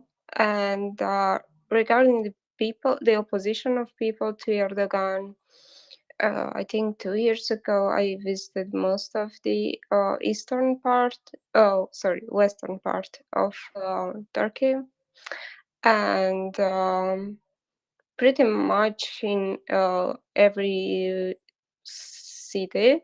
Yeah, not really villages, but in almost all cities, I saw flags with Ataturk. And I hope I'm not wrong. Please correct me if it's so. It's some kind of protest, which is a bit hard for Erdogan to sanction it in a visible manner, like he did with a lot of people, teachers, judges, and so on the basis that they took part in the coup d'etat. Thank you. Yeah, thank you very much, Ioana. I completely agree. I wonder what our friend has to say about Turkey being taking accountability for the Armenian genocide, something they absolutely did, which the government still gets up in arms about, even if you just recognize that the Armenian genocide occurred. As I'm sure anyone can tell by ever hearing me host, I'm against genocide any and everywhere. Genocide should not occur. Genocide does not need to occur. If you commit genocide, historically ever, I'm here to tell you that you committed friggin' genocide. It was evil and awful, and you should commit some level of accounting for it. No, it wasn't okay when the Crusaders did it. No, it wasn't okay when Russia did it many, many times against many, many peoples. No, it wasn't okay when the Nazis did it. No, it wasn't okay when the Turkish did it to the Armenians. There you go. Now that I've pissed off all the Turks who want to ignore the Armenian genocide, we can go back to the fact they're helping the Russian genocide by being the cutout for billions of dollars of arms. The gentleman who was trying to push the Turkish talking points decided to PM me that somebody needed to, at this moment, help negotiate a peace because the war needs to end somehow. Let's rephrase on how to end this war. First, Ukraine kicks the living crap out of Russia so that they're no longer in Ukraine. And then Russia can send back all of the Ukrainians that they have kidnapped, and then the war can end. In fact, Russia could end the war right now. They could just call up Zelensky, say, how about no more Ukrainians have to die, and we won't be at war anymore. We will give you all of Ukraine back. That includes Crimea. That is part of Ukraine. Luhansk, Donetsk, those are part of Ukraine. And we will send back all of the Ukrainian citizens that have been kidnapped to Russia, or they might say filtrated, or whatever evil word they use. And we're going to send all the Ukrainians back, and we're going to go home. And Zelensky still would probably accept that with absolutely no reparations, just because it would mean that his citizens would stop dying and he would get the Ukrainians back. If Putin did that right now, war would be over. Very easy to end the war. But no, there is no way that he's doing that. It is not within his remit. It is not within his personality. It is not within what he is going to do. And this is why Zelensky has come out and said they're willing to negotiate with Russia, but not with Putin, because he doesn't understand human dignity. No, Zelensky does know who he's fighting against and what he's up against. He's not going to accept loss of territory because that would be giving Russia what it wants for their genocidal ways, and they'll just do more of it. No, he's not going to accept Russia getting victories or concessions out of it because, again, when you give a mafia what they want for threats and aggression, they just scale that up more, not less. You give in to the aggression, that creates more aggression, not less aggression. That's how you deal with the mafia state. So, all right, Mr. Turkey, I suggest you go ask your government to take accountability for their Armenian genocide, and we're going to go back to Ukraine winning some war. So if anybody would like to talk about Ukraine kicking ass in the war, I would love to hear about it. I think our order of hands is now Chris, Edward, Nina. Chris. Finance, nice to hear you. 100% agree with everything you've said. I was just, it's not meant to help Turkey or, support Turkey in any way, shape or form, but it was just sort of like interesting to note that they were also building frigates with Ukraine. It just, with Baykar and that relationship for the Bayraktar, it just did make me wonder, like, how much trade was going on between Turkey and Ukraine. Finance, right? Just like, I mean, they're neighbors and they have a big seaport, and like Turkey does trade. I mean, historically they've done trade. This is, before it was Istanbul, it was Constantinople. Like, it is sitting in one of the greatest spots in the world to do trade. That's never going to change, right? Just where it is in the world is the place you want to be to trade. And shockingly, for a place with like 80% inflation and one of the worst managed economies in the world, quite frankly, like Argentina, who also has excellent geography. In their case, it's agriculture is their great geography. But in Turkey's place, they have decent agriculture, but they have a great spot for trade. They've always had great, like their Greek neighbors and sadly historic enemies, have always had solid navies, right? Whether they were the Byzantine Greeks or the Turkish, they've always had great navies, historically speaking. They generally have a large navy today, especially for the size of their country. They make solid ships. They make good roads and buildings. It's actually shocking how terrible their economy is. And they're into corrupt business. So they were happy to do business with both sides, it seems. Frigates with Ukraine and, the Baykar company, as I said, like it's good they're not sending the equipment to Russia, but they are more than happy to work the corrupt business and trade the other direction. And it's pretty gross. So that's sort of my feeling on that, Chris. Yeah, I get that, finance. No problem. But yeah, no, you make a good point. I hear you. I just find their actions in this war highly frustrating. They could be worse, but god damn, could they be a lot better. I just look. I expect so much more from Turkey, and I think the Turkish people should be getting so much more from their government than they are getting from the dictator Erdogan. Edward.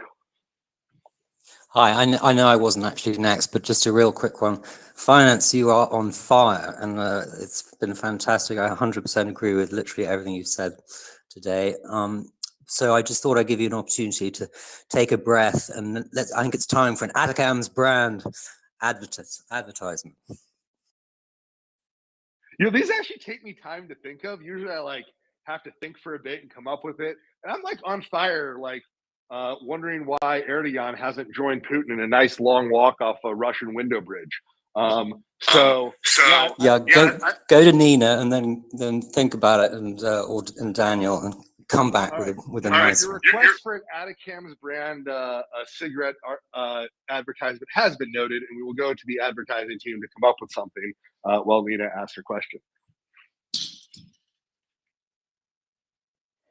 Finance, I have been now hashtagging everyone who says just real quick, because this is very amusing for me. So I'm hashtagging every person who is starting with just real quick, and then I will add the person. And Has Leonard ever said that? Like ever? Just real quick. Edward said it also, and the previous, but I haven't hashtagged Edward yet. Yes, about just one point, and I will take myself down. About Turkey making deals like better relationships with the country, genocidal country. I think that's already like no. Also about Turkey, Erdogan has still not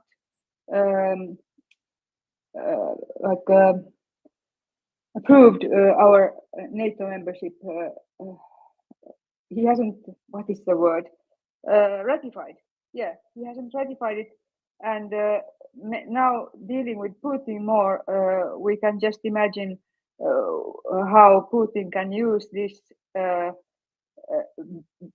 quote unquote better relationship to continue to bully both Finland and Sweden. My last comment, and I will take myself down. Thank you.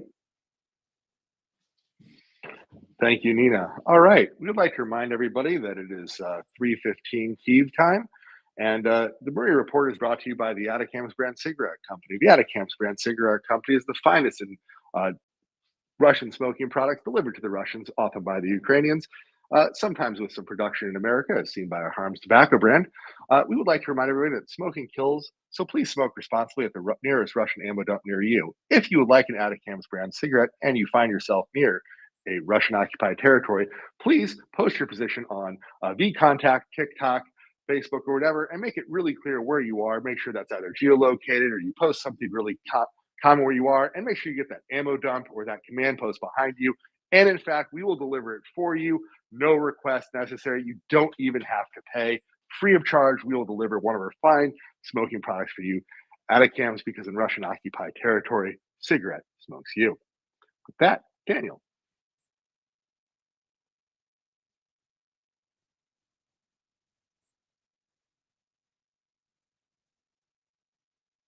Daniel going once. Yeah, I'm here. I'm just washing dishes. Okay, I will help you a bit with Turkey, and I will help you to understand what's happened there, why it's happened there, and the reason behind. First, we must not Daniel, forget. Daniel, I have a Please, question. please. Do you have access to pouring a large vat of Greek wine on Erdogan's head, or maybe delivering some Russian windows to his household? Because that would help the most with Turkey. It's not necessary because they have election next year. That is the main thing which must focus. For me, it's very easy. I have two targets to hit every time, Hungary and Turkey. And motives are very simple. Finland, Sweden, ascension to NATO, how they manage the human rights in Turkey, all stuff. But what I want to explain to you, first, Kiev is very thankful to Ankara, and their relations are very warm. Even if they buy stolen cereals from occupied parts of Ukraine, Erdogan don't lose the trust of Zelensky. And this must be remembered. We all joy for the release of the Azov prisoners. Don't forget who was the middleman there. And Turkish has a huge problem. Once they try to be the new Ottoman Empire, to try to get influence in Libya, to get influence in Syria, they're massacring Kurdish people in Iraq and Syria is not well liked anywhere. And that was a huge problem for them. The success of Azerbaijan versus Armenia was the only boost which diplomats of Turkey get it and can claim. But also, the negotiation for peace from Azerbaijan and Armenia are not middled by Turkey, by the European Union. What I can explain about relations with Moscow, why Erdogan is talking with Putin, is very, very simple. Nobody will talk with Putin. No higher commissioner, no prime minister, no president will risk at this moment to talk, not with Putin, but any underlings well known. Lavrov is a persona non grata for everybody. And Erdogan doesn't have a good relationship with Putin. In fact, if you saw the moves in Uzbekistan where the meetings were, Erdogan was like a prince and Putin was the guy who was excluded, let it to wait. And in my opinion, because Erdogan walks a very thin line in internal politics of Turkey, because his economy is, like you said, Argentina style. The inflation rate is huge past 3 years. And also he made a very big enemy at the Department of State, and not on this administration, previous administrations. I can say at this moment he need to try to make some amends for his mistakes. Look how he tried hard to make a new move, a new diplomatic approach with Israel, which was his biggest ally who threw up for Hamas. He talks with Putin because Macron will not talk with Putin, because Scholz will don't talk with Putin, and of course von Leyen will don't talk with Putin. And is a necessary bridge for this. We cannot get our moral questions, which are very important. We cannot forget about Sweden and Finland. And we cannot forget about how he tried at the beginning to play the both sides. And now he understands who is the winning side. He take a different approach. But I say this with a large confidence.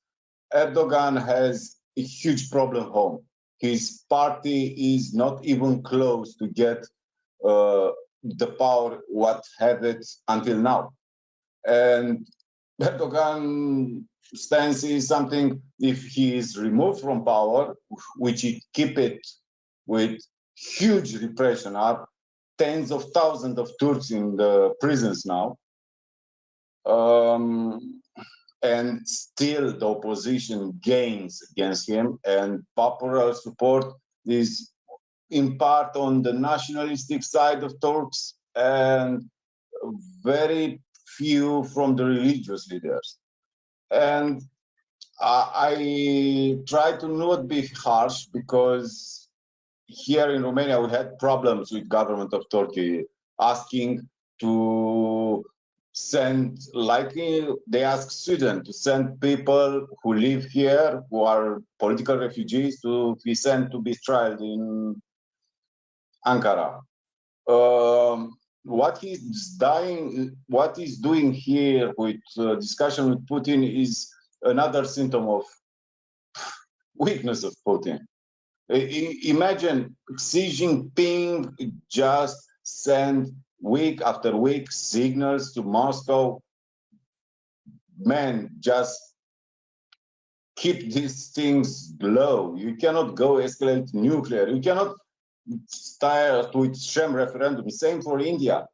He doesn't have partners. Look who congratulates him. Kim Jong-un is the only leader who, even Bashar al-Assad was abstaining. He is supported by Kim Jong-un, the Talibans, and I don't know, maybe Bashar al-Assad if we get another ship of cereals. And Erdogan tries something, tries to be less Turkish style, because, you know, their style, negotiate, trade. He's pressed home, outside. He needs so much. He needs weapons. He needs parts. He needs money, a lot of money, what he doesn't have. The economy of Turkey is laughable. And in my opinion, the fact President Zelensky not only supports Erdogan moves, but also trust him to act like a middle negotiator, to say, because look at all the peace talks, all the exchange of prisoners. The middleman was always Turkey. Remember when Azovstal defenders were in the bunkers, they asked to be delivered to Turkey to stay non-combatants. The commanders of Azov are in Turkey, and they are defended by the Erdogan. So I know I don't like what they do. I don't like their moves. I complain a lot. But also I understand what role, not assumed, I think is delegated by Europeans and Americans. Something like keep the pulse. Because imagine if Emmanuel Macron tried to call now Putin, probably would be outraged at the European Commission. And I don't know if he can talk with someone in Kremlin. I don't know if is not all the things on fire on the office. And I will be less judgmental at this point. And Turkey, let's have it. When it was military dictatorship, when it was an elected president, always have some ambiguities, always have some, they are the fringe parts of NATO. They were an asset to defend, in fact, was to deter the Soviet Union with ballistic missiles. If you're in, you're in. If you're out, you're out. And I would note that, like, they're in. If they were to get attacked by, I don't know, Russia, or I mean, they don't really have anyone on their borders about to Russia attack is them, Syria. the rival forever. Right. Like, if someone Russia attacks them, they get defended by NATO, right? Like, fringe means you're in. They have all the defensive benefits. Like, and they get the veto. Like it's a thing. Yes and no, They're just- because when they cut the power lines in Incirlik, that was a red line what he crossed. When he sacked generals and colonels in the army, that was a red line he crossed. So nobody trusts now Erdogan. He's more like a blunt tool. But we know that. That doesn't mean he's out, right? He's still in there. He's still part of NATO. He still gets defended if he's attacked. Yeah and no. Yeah and Yes. no. Because Yes. at this moment, imagine better to have them in than out. Because if they're out, it's total out of control. And a guy who starts from the only way for there's no way to shove somebody out. You would have to voluntarily leave, and I don't think that's happening. So, it's a silly point. If Erdogan comes out and says he's resigning from NATO, yeah, then it's a discussion. But I don't see it happening. He's not madman. Yeah. All right. Let's wrap it up so we can get to Massless. His hand is up. So you want to wrap it up, Daniel? We can move on. Please, I will go back to dishes. Okay. Yeah, I've hot mic'd doing dishes before. I understand. Well, Massless. but one point, where you are saying that nobody is talking to Putin. I mean, that's been the whole problem all the time, that Macron and Scholz has been calling him, like, and giving him this authority of like he will be still an important world leader. And that was something that Morawiecki actually, before the election in France, gently asked Macron to stop his calls to Putin. And what he got in return was, like, "Oh, you are right-wing, motherfucker." And so, sorry for my French, but he really has been disgusting in his reply. And but he still is calling actively to him, and Scholz lately called him as well. So it's not true. Actually, this problem is not gone. Can I go? Can I Yes. get in? Sorry. What I want to explain to you, what happened past week, past 10 days, is a red line for any European. When you get annex parts, is something like Auschwitz, and Auschwitz is totally unacceptable in Europe. You can need natural gas. You can need any market. Sorry, but they did it already with Crimea. That was we already Crimea was disputed, was perceived not so strongly.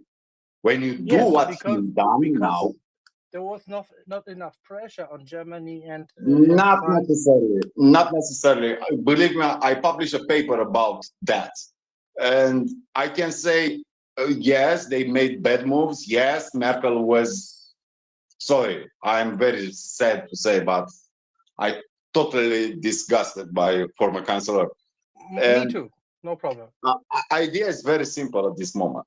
When you try to annex Kherson, Zaporizhia, Luhansk, and Donetsk, at this moment, you cannot talk with Europeans. Because if any European talk, you'll see Orban saying, okay, we have some region in North Carpathia of Ukraine. Or you'll say, the South Tyrol, but Catalonia, but Northern Ireland. You will not understand how bad is it to talk with Putin at this moment. Any political leader, any European president or prime minister, if he talks now with Putin, is dead. So this idea we must clarify, because until then, everybody tried to explain this shithead to understand what he's doing is wrong. Now nobody wants to explain. I know everybody wants to release the Leopards. I think the Leopards now are oiled and full of diesel. Annexation of the territory at this moment is not just against NATO Carta. Is something for Europeans mean World War II. Auschwitz and Sudetenland are very clear in the mind of any European.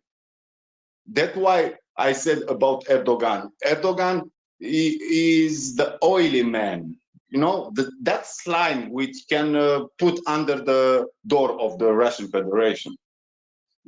I don't get excuses for Erdogan. He's Okay, not I in a got your good point. situation. I get your point. Thanks. Yeah, you've been speaking about the latest development, but I don't see there are so much differences. It started with Georgia, and it only became worse and worse and worse, and there is no like clear moment. I mean, unless he maybe drops an atomic bomb, but then again, the talks has been not necessary from very early stage, but they has been there. Thanks.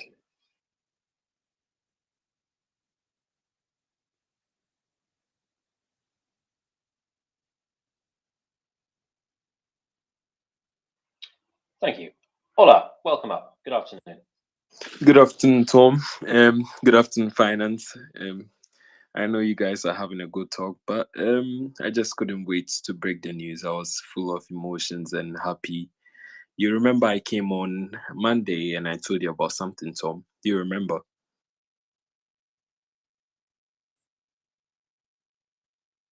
Sorry, Tim. Can you hear me? Yeah, I can hear you. Sorry, I was distracted for a moment. You were saying something I said on Monday? Yes. Do you remember what I told you on Monday? We were talking about Burkina Faso, if memory serves. Yes, and it happened that Ukrainian Foreign Minister Dmytro Kuleba also happened to be on tour. He's on an African tour, and you remember I said I can't wait till he comes to Ghana, and it happened. It happened, and I predicted that Ukraine should have an embassy in Ghana, and he had a discussion with our president. He had a discussion with our foreign minister, and it's actually really happening. They have opened up talks. Our president was actually already talking with what's the name? Was talking with the president of Ukraine, Zelensky. So, I mean, this is a good step, and I'm just so excited. Sorry if I'm not speaking right. I'm just all over the place, but yes, it's a good step. I mean, I remember people saying Africa not really mattering, but Kuleba tweeted this morning saying Ghana has been so hospitable to him, and that is the true Ghanaian.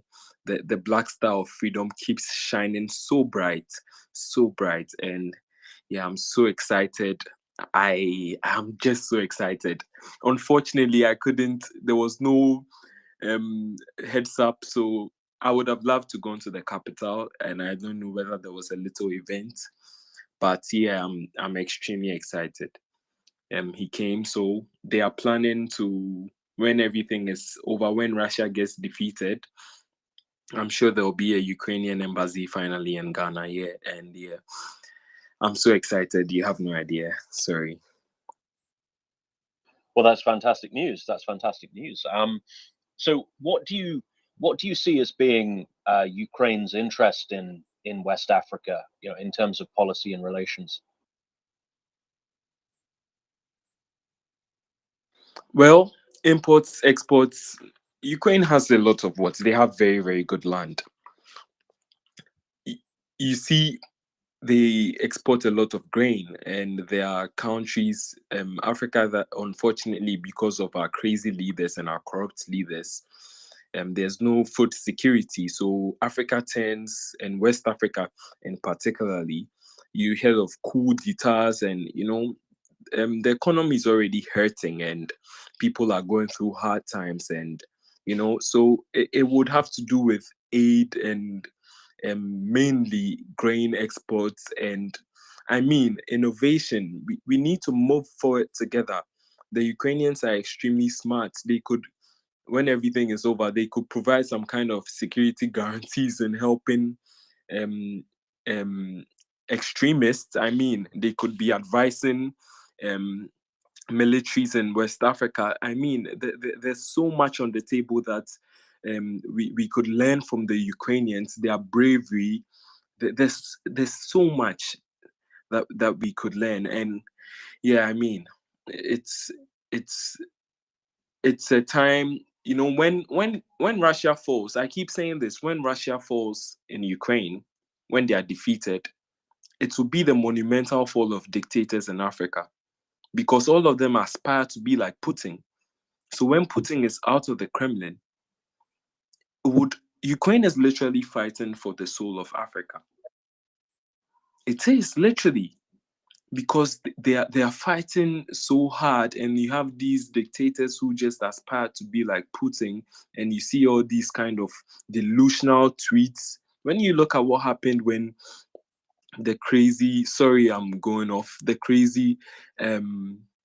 Russian foreign minister went to Uganda, you remember what Ugandan's president tweeted out of that kind of anti-Western stuff.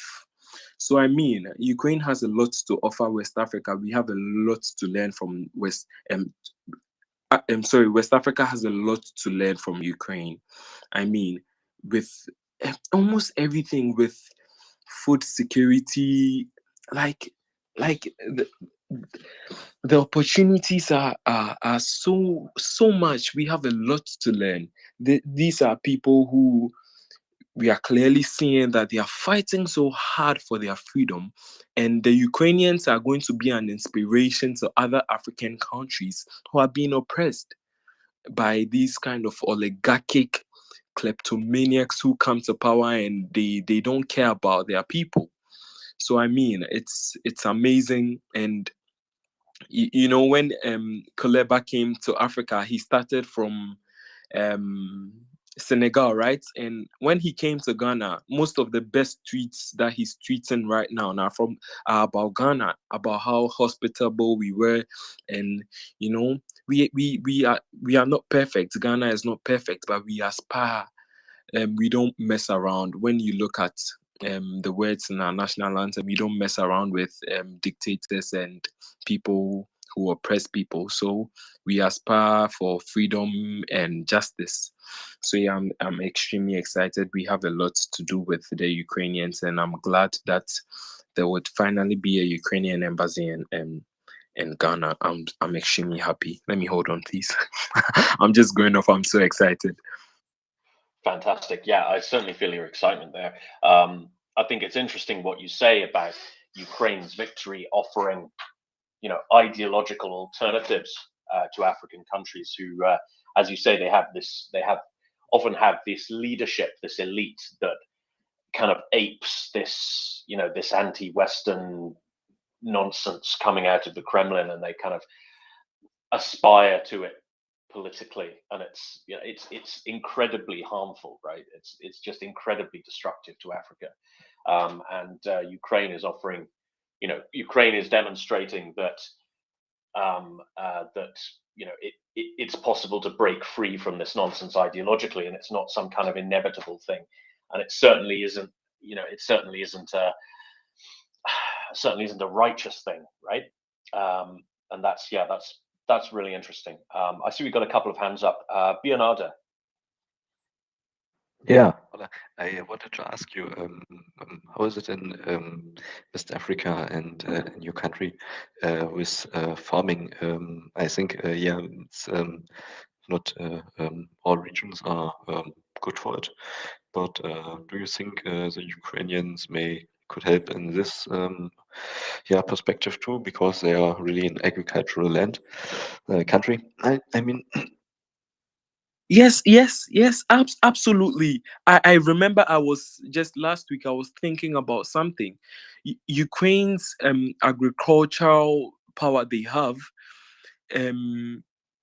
is absolutely out of this world, and we have a lot to learn from them through agriculture, because there are people, if you guys didn't know, there are people in West Africa who die of famine. Like, there's no food because of a bad system.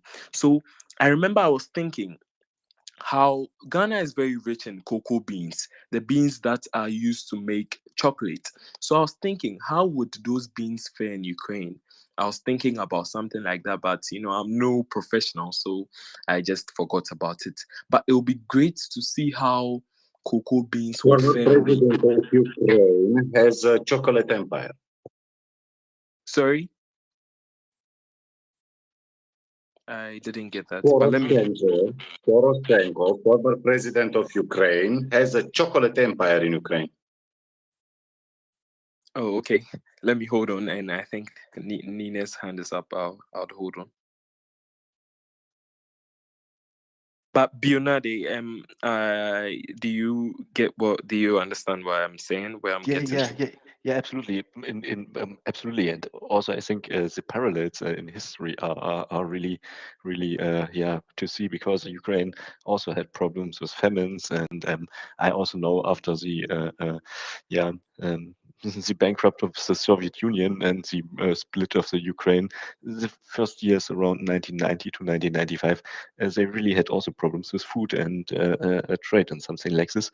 And yeah, now they are one of the biggest producers of agricultural products. So yeah, and they also had the possibility, since they got food security, to rise up against the government, the Russian influence government in 2014, and change the things. So yeah, I see parallels in there. Thank you, Bernardo. Nina.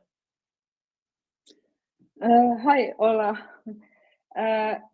Do you remember when I said that I listened to was it the president of Ghana, this woman who was having a speech in the UN a few weeks ago, and I listened to the whole speech, and it was so clear, powerful, and so clear that you are supporting Ukraine. Excuse me. In a personal life, when you have a huge crisis, that is also a huge opportunity for something new and great to emerge. So now when I hear this, what is happening in Ghana, Ukraine embassy and like cooperation with Ukraine, because you said Ukraine has a lot to offer and on many different levels. This is not only about Ukraine and Ghana. This is about Africa also in general, because what I have read the last 8 months about Russia, having Wagner groups and having Russians in the parliaments of African countries. This is you could be the pioneer of a new a way of democracy, and I see a huge opportunity for Africa, because if this spreads, your example of how to grow and how to learn and how to cooperate with especially Ukraine, which has a lot to offer. This could mean, you can't get the bad out without putting in a lot of good. That's how the bad goes out. When you put a lot of good in, the bad will actually leave. So I am so glad to hear this, Ola, and I'm also really excited for you. Thank you. Thanks, everyone. Tim, can you hear me? Finance. Good morning. Good afternoon. Yeah, you're good. Good morning. How's the crappy side of the ocean doing? Absolutely lovely. Amazing. All right. I do have a request. It's important. We're supposed to do it yesterday, and it's the date is fast approaching. Hopefully, our Twitter audience, especially, I'm looking at you, New Yorkers, New York, and Washington, D.C., and eventually, apparently, Miami. As you know, through our organization here, volunteers, we made a request to help out the Ministry of Veterans Affairs. Budgets are tight in Ukraine. As you can imagine, they're spending money on things, to buy things that go boom and save their lives. Ministry of Veterans Affairs, Ukraine is going to Washington. They're landing in New York on the 12th of October. We were able to successfully raise funds to fly, I think, eight of them to New York, and then to Washington to speak to Congress, to speak to congressmen and women, senators, think tanks. The future for Ukraine depends on how they treat their veterans. So they're going there for assistance, for direction, for models in which to help look at and try to adapt to their needs. As you know, there are hundreds of thousands of veterans in Ukraine, and we have tens of thousands of injured and amputated Ukrainians who will need support. And America has a lot of experience with that. So what's happened is they will be going, and I want to know if there is anyone in the New York area. There are 8 people for one night. They land around in the afternoon, 5 p.m. in New York at the New York Stewart International. Didn't even know that was an airport, to be honest with you. I only know LaGuardia and JFK, but they land at Stewart International Airport. They would need somewhere to stay for one night, and then a few nights in Washington. I asked this a couple of months ago. There were half a dozen people that reached out, Ukrainian Americans, supporters, and said, I'll host them. I can take 2, I can take 3, I can take 1. Ideally, if we could get support, again, those people who did reach out, if you can host, it would be nice for the Ukrainians to have, and these are colonels, these are army staff, these are Veterans Affairs officials, including the mother of the Azovstal photographer. So the photographer that took those pictures, those haunting pictures from Azovstal, his mother is coming with them to display their photographs at the White House and at Congress. So if anyone could be so very kind is to reach out to Tim. I'm going to pick on you, Tim, because I suspect you'll be here for a couple of hours. Is that true? Yep. Tim or the MriyaReport, and in there just put new NYC, so we can Google and search, because we get a lot of messages. So we want to be able to search the Twitter box there and find that NYC. So if you could reach out, and if not, it might be better if we could raise some money just for them to be in a hotel for that night, so they can go to Washington the next day. There's 8 people. That's 4 rooms. You do the math. I don't know. It's $150 a room or something. If we could get 4 rooms for them, send it to Maria Aid.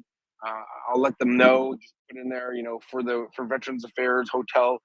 We're doing our best to support them because they have their budget. They don't even have enough to fly. We have to help subsidize them to get to New York, to get to Washington. We're doing this for the government of Ukraine. Why do they need the money? Well, as I said, they have a small budget because all their money is going to defense. All their money is going, and so basically a lot of civil servants are being told and asked to fund this stuff on their own. It's for their own country. It's for their existence. I support it. I think it's a great thing. And there's no shame. They're not going to have a pizza party in New York. They're flying to New York. There's 8 of them. There are serving officers. There are Ministry of Veterans Affairs employees, including our friend Natalia, who's leading the mission there. Natalia Kalmakova, she's been on before. And then one civilian would be the mother of the Azovstal photographer. She's going because obviously it's very important to her. Sorry. So they land on the 12th of October, and they need a ride. They need to get to a hotel. Maybe there's an airport hotel. If we can raise, what is it? $600, $700 US. If anyone could send 50 or 100, send it to Maria Aid and say in the message box, this is $50 for the hotel. If we can get 10 people sending anywhere between $20 and $50, we can get them there. And then if there is a Ukrainian family or people who support Ukraine who wouldn't mind 2 or 3 people in their homes in Washington or in the DC area, it might be nicer because you can help them and say, okay, you're going here. This is how you get to the Capitol building, blah, blah, blah. Maybe you can help them with the ride. Obviously, we're trying to keep the costs low. So they're not looking to stay at fancy hotels. They're just, if they can stay with people, fulfill a familiar, sorry, hold on. It's cold where I am. If it's a familiar face, or maybe get some Ukrainian food, or I don't know, just something. They're on a big mission. They're on a mission to try to save their country. and any help you can offer is really appreciated. That would be for Washington. I assume that would be for the night of the 13th and onwards. I'm trying to pull Natalia up. She's going to be on. She can explain it better. I have all the names of the people staying. Obviously, if you're going to host them in your house, and some of these people are senior officers, I'd like to get you vetted if you're comfortable with that, because I don't want to send them to Russian embassy staff house. That would be bad.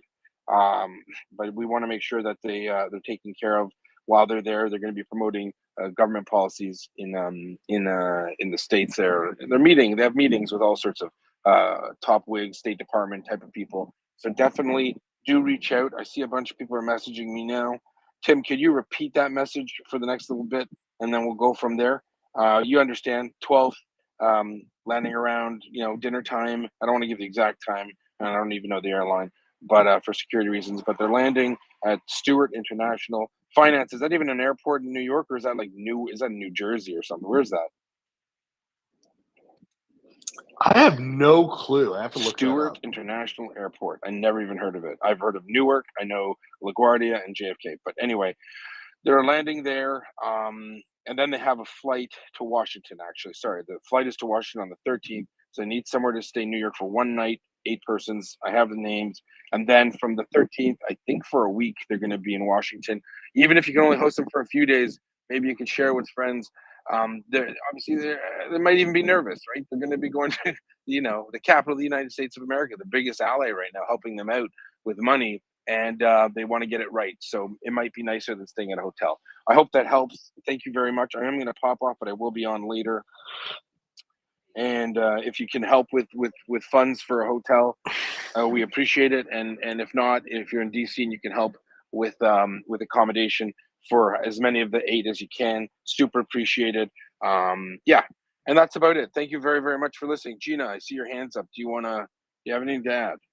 Yes, I just want Stewart Airport's actually north of New York. It's in New Windsor, New York. I almost flew out of there once. It's quite a bit of ways above the city, but it's one of their regional airports. That's all I had. Do you think that any church groups in the area that could put them up for the night, or in I Washington? could look into that. Why I not? could look into that. If I remember correctly, it was a couple years ago. I was going to fly out of there to Ireland, and it's not a well-populated area. It's a little bit. It's in the middle of rural. nowhere, obviously. Yeah, a little bit, but I can definitely look into that to see if there's some churches up there we can get on board. Yeah, and the please do. details, I kind of jumped in a little late here, just hearing the start of this. You'll have the details on their arrival. It's the 12th, you said? Yeah, I have all the details of their arrival. I mean, I Awesome. have where they come in. So Let send me me see a what's message up there. Will do. Yeah, so we just need to get them. They're just going to be there for, I assume they're flying out of Stewart as well. So it means that they're landing there. They're going to Washington. We need to get them. Listened, there was a time I asked when we were arranging this, they were supposed to go in September, but we had to get their visas and all that jazz. And we had an immigration lawyer that didn't help anymore. So we didn't get it done in time. And so now they're coming now, which is next week. So when I did the initial fan out, people offered to help for sure. But I couldn't. The inbox is filled with a bazillion messages. I can't find everyone. Sure. All right. So if you could reach out, No I'd super worries. appreciate it. Thank you. You got it. All right. Thanks. All right, John. So Yehuda, just to very quickly recap: 12th of October, landing dinner time, Stewart International Airport. They need a room for the night, presumably near the airport. 8 people. 8 people. So it could be 4 rooms, right? They could be 2 per room, right? Okie dokie. The next day they're flying to Washington. And they're in Washington for a week, where they also need accommodation. Yeah, they're apparently also going to Miami for the last leg of the trip. So I don't know how long that is, because that was news to me. Same thing. They're meeting with Ukrainian organizations in Miami. That's just for the tail end of it. But let's get the first bit sorted out. And just if you can repeat that every once in a while. Chris, do you have any? Are you in the States, Chris? No, I'm not. I'm not.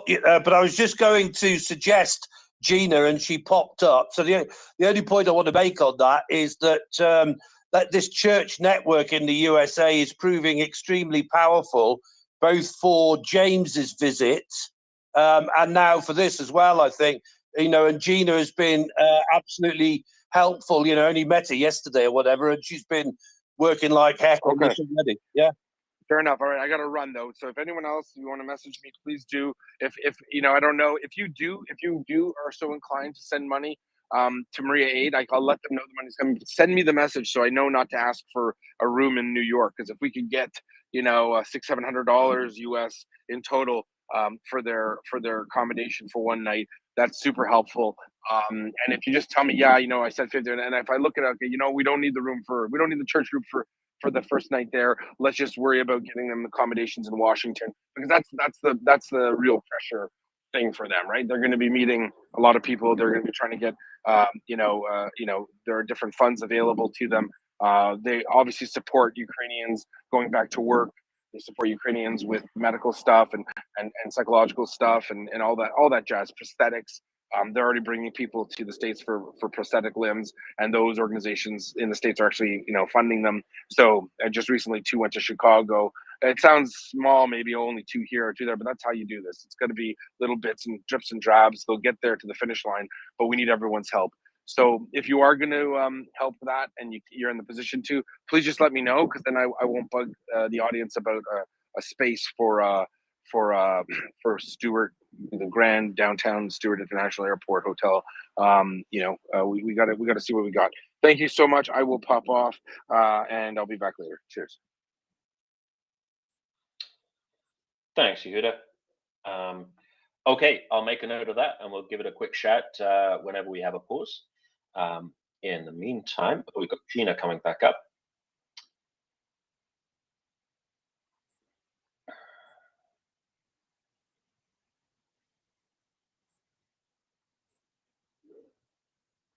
Okay, just a quick recap on what we're doing. This evening, 2000 hours Kiev time, which is 1800 London, 10 a.m. Pacific, 1 p.m. Eastern in our United States. We have Dr. Ian Gardner as a guest speaker. He is a Russian media expert, historian, and a translator of Russian wartime propaganda and Russian cultural stuff in general. He will be joining us for a guest spot. We may or may not have another special guest joining us at that time as well, but she has not yet confirmed. So please join us at 2000 hours Kiev time this evening for a chat with Dr. Ian Gardner. Gina. Oh, I'm sorry. I just wanted to follow up on the tail end of what Yehuda was saying. I had wondered if you folks knew, were you connected with the Ukrainian ambassador down in DC, Oksana Marakova? Because I'm thinking that delegation that's coming into Stewart Airport on the 12th and heading to DC, they may be able to coordinate lodging and everything for them. But I didn't want to reach out or anything unless I knew where you were at with that. Should I just message Yehuda and see where he's at with that? Probably easier to message me. Okay. I've got comms with Yehuda on other means, but Yehuda has to jump in and out so I can coordinate my side. So if you whack me a message, my DMs are up there. Awesome. And we can chat there, okay? That sounds good. Thank you. Gina, thank you very much. So to recap for those just joining us, we have an urgent appeal for assistance and potentially donations if you're unable to render practical assistance. On the 12th of October, around dinner time, we have 8 Ukrainians landing on official business at Stewart International Airport, which is in New York. We are looking for accommodation for them for one night in New York. They will then fly to Washington, where we also are looking for accommodation and local transport. So if you are able to help with driving them around and also spare rooms, potentially accommodation, please do get in touch with me directly. My DMs are open.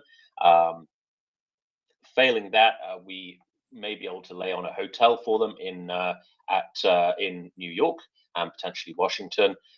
So we'll be soliciting donations with that in mind to Maria Aid. So if you check out MriyaReport.org, stick a comment in the box saying this is for accommodation in New York / Washington or whatever, then we will be able to give them assistance via our charity partner at Maria Aid. So I'll be shouting this out throughout the day. Please send me a DM directly if you're in any way able to help. If you fancy giving some dosh, that would be enormously appreciated. Please chuck that over to Maria Aid. Okay, so we've announced guests. We have announced our latest charity drive. So you are listening to the Maria Report. We are here 24/7, providing up-to-date information, analysis, and expert opinion on Russia's invasion of Ukraine. We've been here since the very beginning, broadcasting 24 hours. In fact, we've been here since the day before the invasion started, broadcasting and interviewing experts, particularly from Ukraine, but also globally renowned experts in various fields.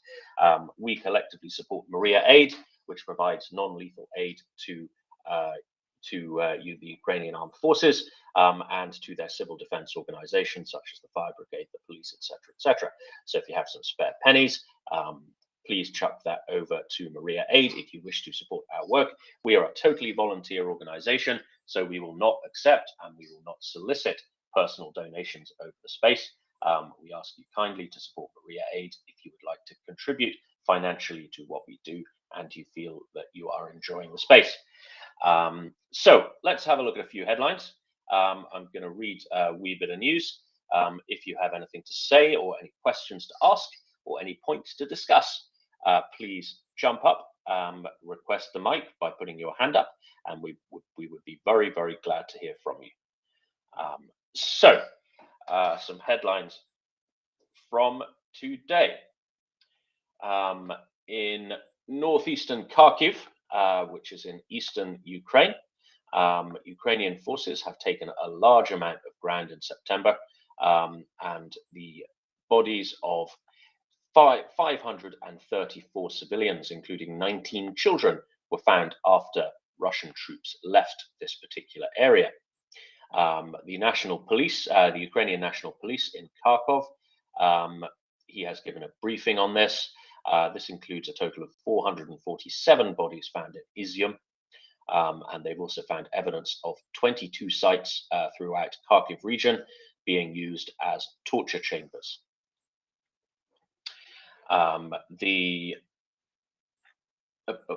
In other news,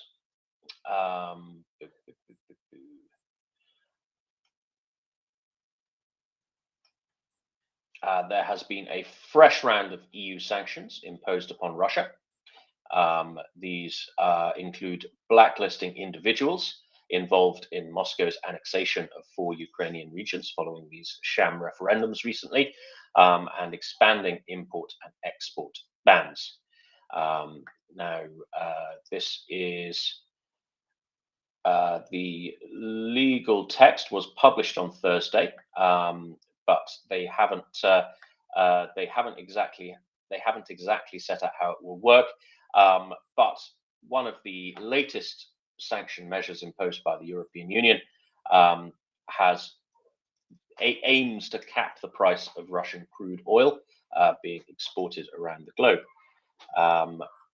Not quite sure how that's going to work. Does anybody know anything else? Know anything about the practicalities of the oil price cap? Finance, is this something you're aware of coming out of Brussels? I hate the oil price cap because I think it is totally impractical. Peter Duran has thoughts here too. It's currently quite a hot topic. I don't see how the oil price cap, if it's not going to stop the Latvian blend, I don't see how it's going to stop all the oil shipment, the Egyptian export to Saudi Arabia that's been super high lately. Egypt, that big crude producer that always exports to Saudi Arabia.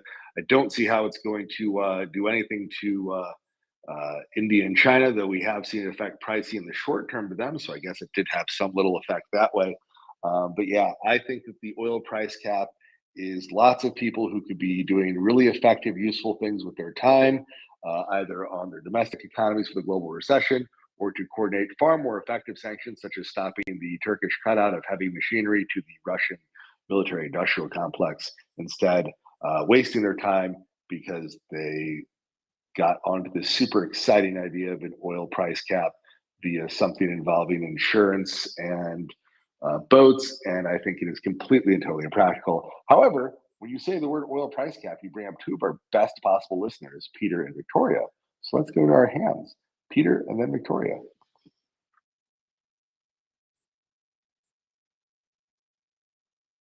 Peter, going once. Peter, going twice. Yeah, I'm having Twitter troubles. Can you hear me? Yes, good. I can hear you, and Twitter is always an adventure. I'll let Tori go first because I'll follow up after her. Absolutely, Oh, Victoria. no, Peter, you start first because I had a lot of All right. conversations today. I One would of you is rather American, listen to you the other is first. Ukrainian. None of this Canadian stuff where everyone says the other one goes first. So Victoria is Ukrainian by normal standards here. Victoria gets to go first unless she wants Peter to go first, but we're going to listen to her. So Victoria, I need you to talk for about 60 seconds so I can bring up my notes. That's why I'm being careful. Okay. All right. Okay, I'll start with just a general question. It's not an answer because I really don't understand practicality, really, like how that price cap could be imposed on the free market, more or less.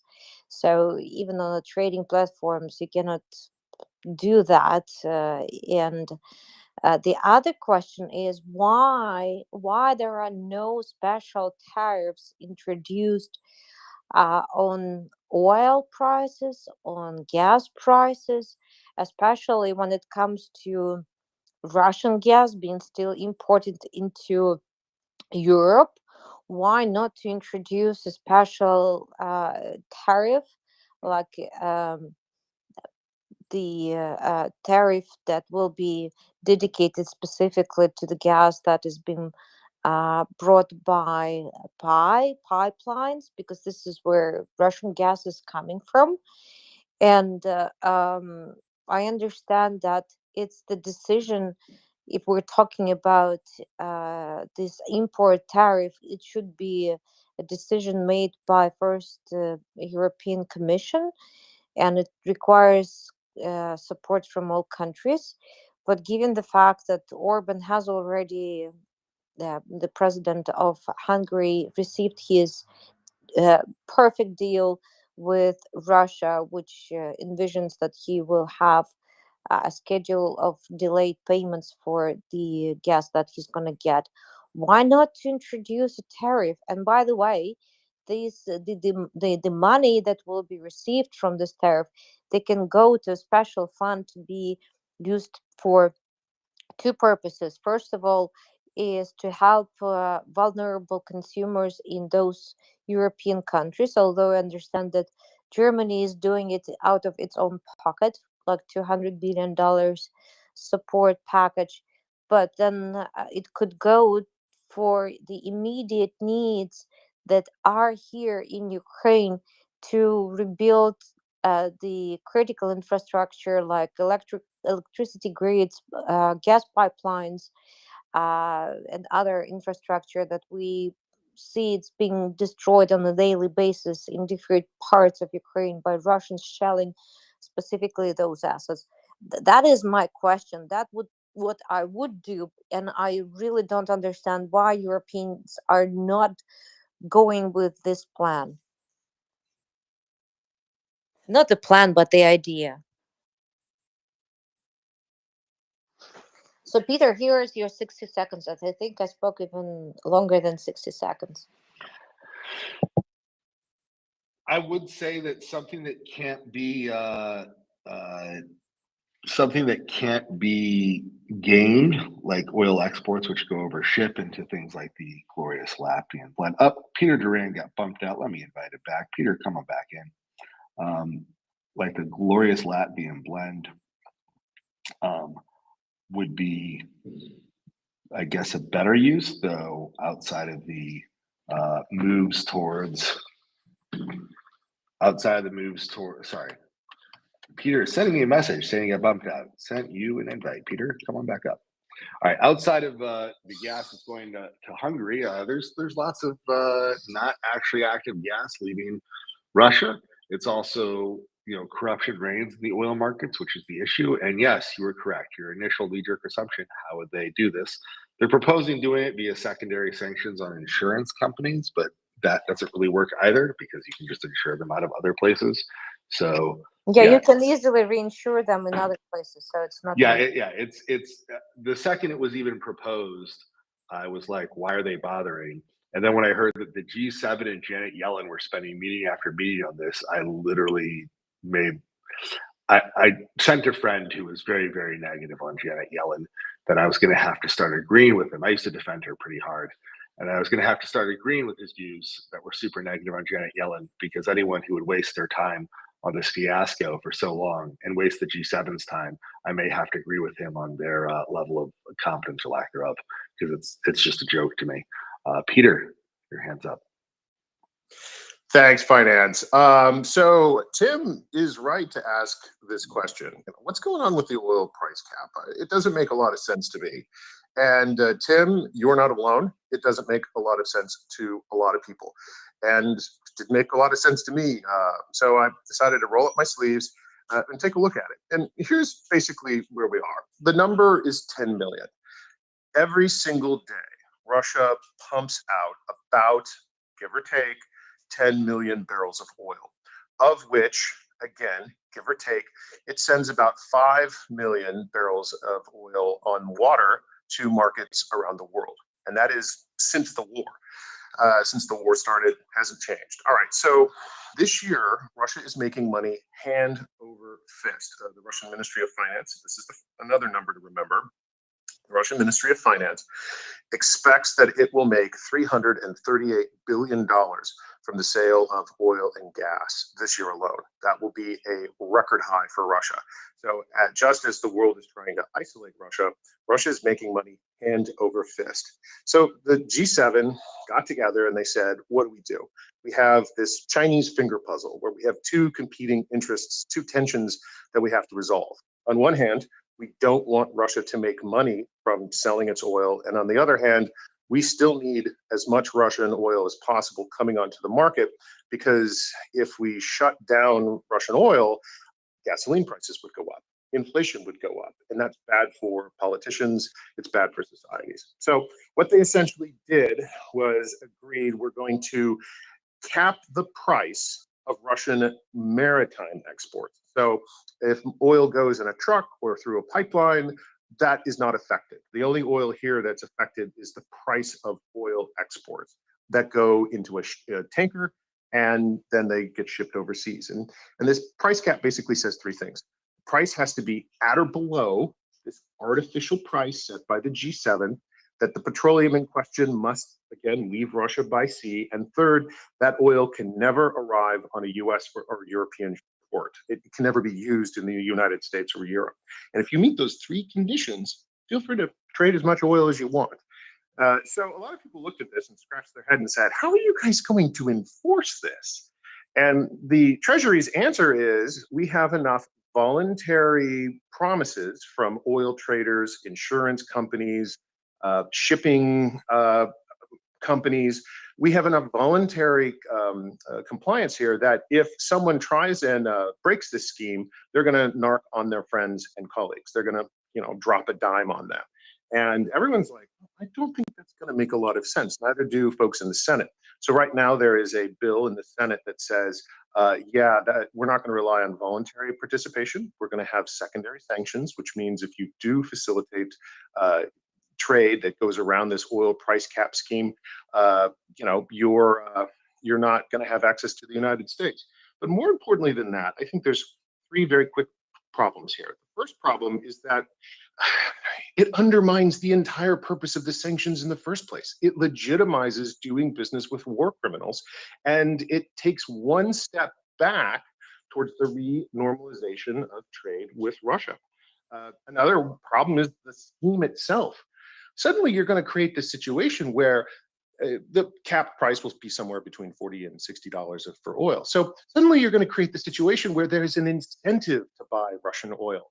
But the only people who can buy Russian oil are not Americans and not Europeans if they're bringing that oil into our country. So we're creating these advantages for our competitors and enemies, including Russia, China, or fence sitters like India.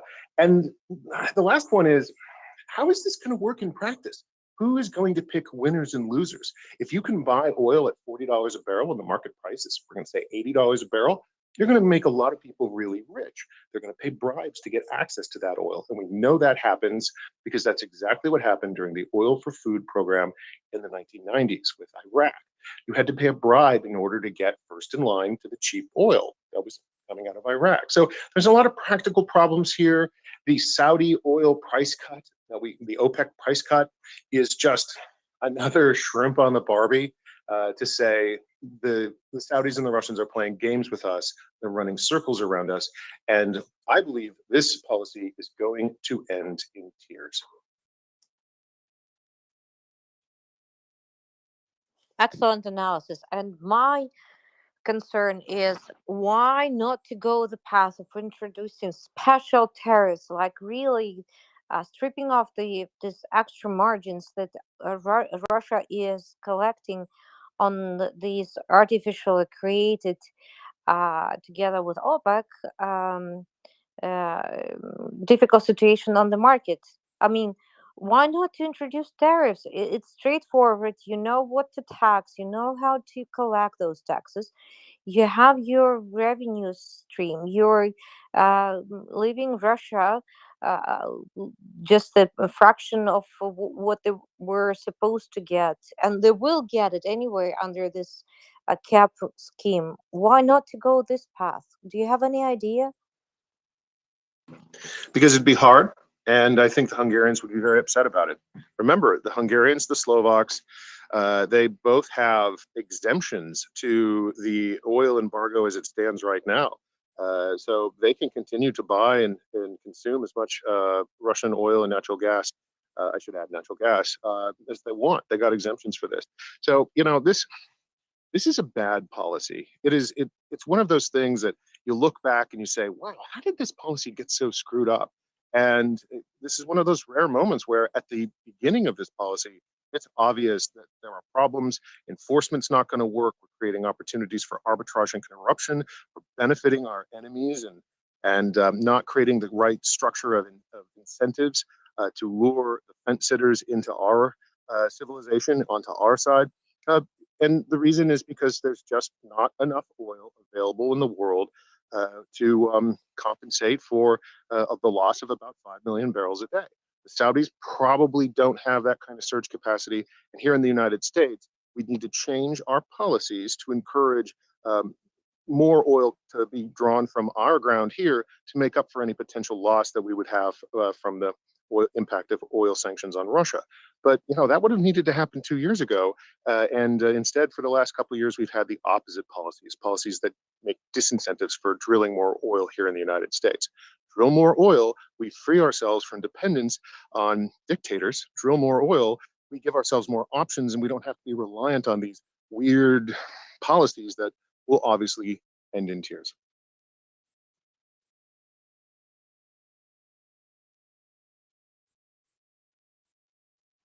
Thank you, Peter.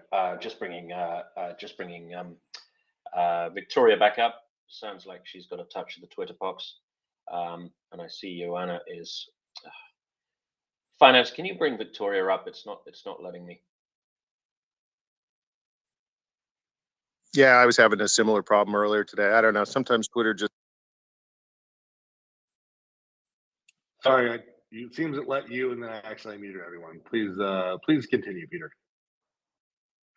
Oh no, I was just simply saying I was having Victoria's problem earlier Yes, today. I'm back, and I've lost almost everything that I haven't heard what Peter was saying, but I got the points. Can I ask Peter a question, or anyone who can answer? What, from your point of view, would be the best policy to address the issue of the oil prices, the extra margins that Putin is getting from today's crisis? And by the way, don't forget, we're talking about oil, and we should remember about oil, the products, gasoline and diesel, which represent right now, as far as I remember, just this year, 57 over 57% of diesel was diesel imported from Russia that was used in the European Union. So we're talking about the crude oil, but we also should think about the products such as diesel and gasoline, and we need to do something about it as well. But most importantly, what's from your perspective is the best policy to address this issue? Not the price cap, it's obvious, but what's the best issue? What's the best solution? Well, the best solution is probably what's going to happen, and that is to put the world economy into recession. That'll take care of our inflation problems. That'll take care of our oil pressure problems. I was talking with a colleague, and this was pre-OPEC cut, and over the back of a napkin, kind of calculated that, with recession in the United States and China, given how things were looking, we probably wouldn't need to worry about an additional 2 million barrels of oil. The decline in economic activity in the world would probably take about 2 million barrels of oil of demand off the table.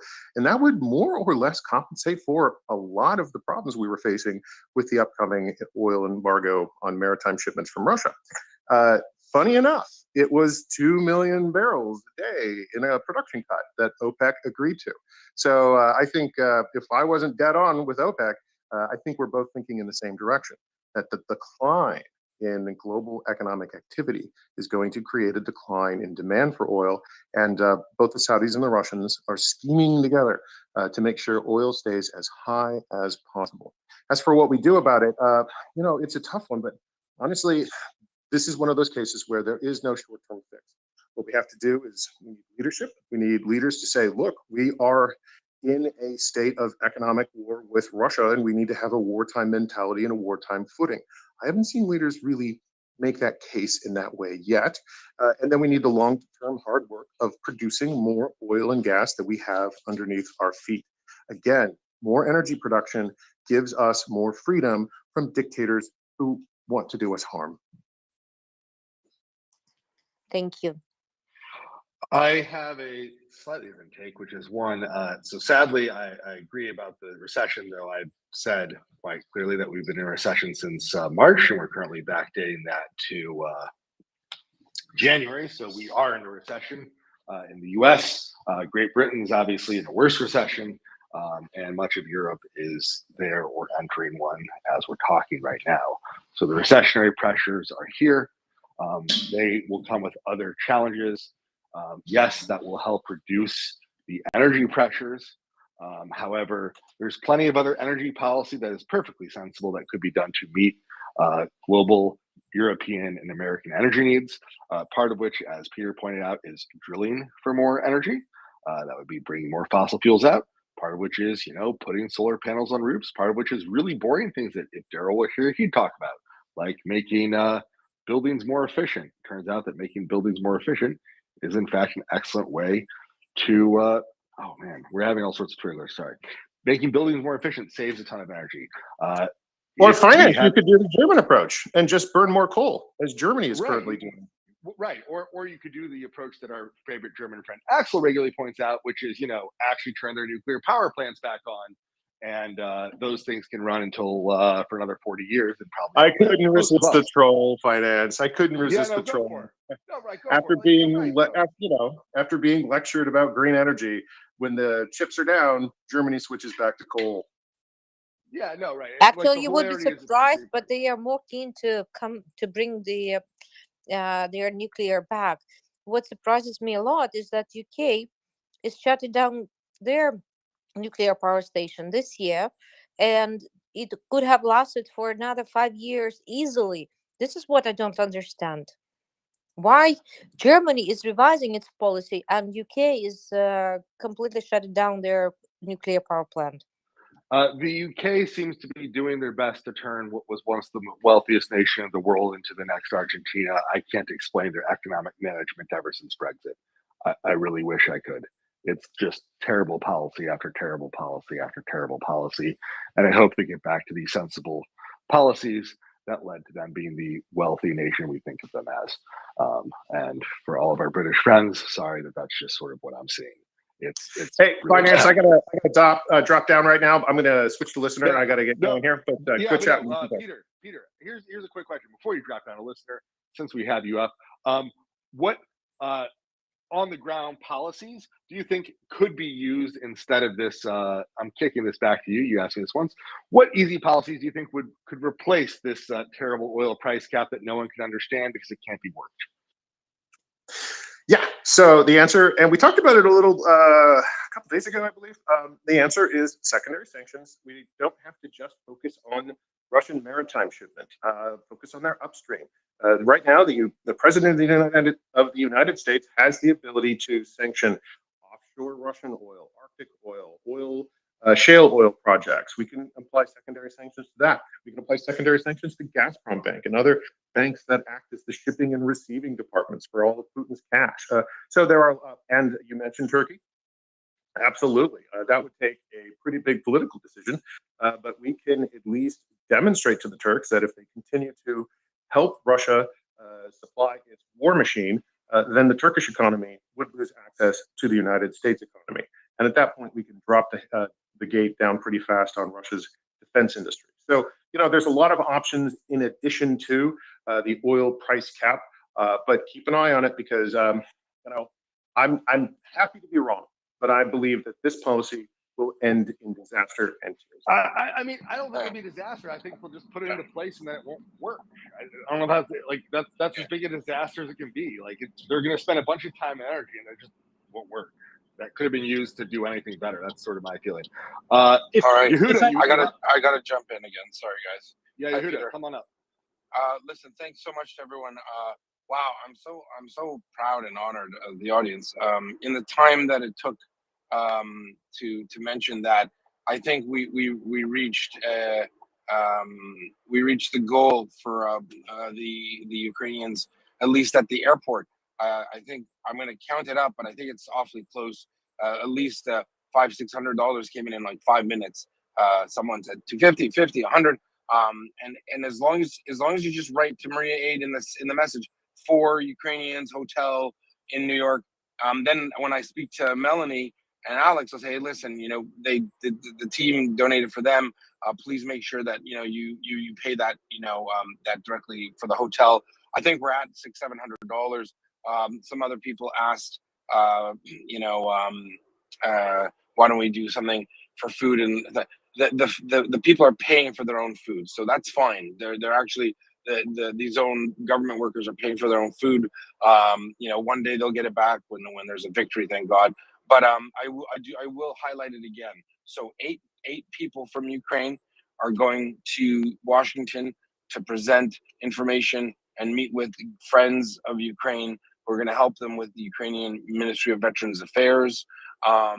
We did through this space raise money to and Maria subsidize the rest to fly them to the States. They're landing in New York in some smaller airport in north of New York called Stewart Airport. I'd never heard of, but they needed a hotel room because there was a very hard, probably not a chance they're going to have 8 people be able to stay at someone's house and wherever the Stewart Airport is. So I suspect by looking at what I've seen, we're at least at 500, if not 600-700.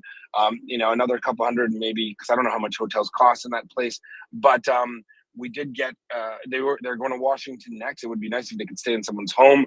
There was a generous offer of a person who lives in Delaware. Apparently it's 80 miles away. In Canada, you can drive 100 kilometers to work.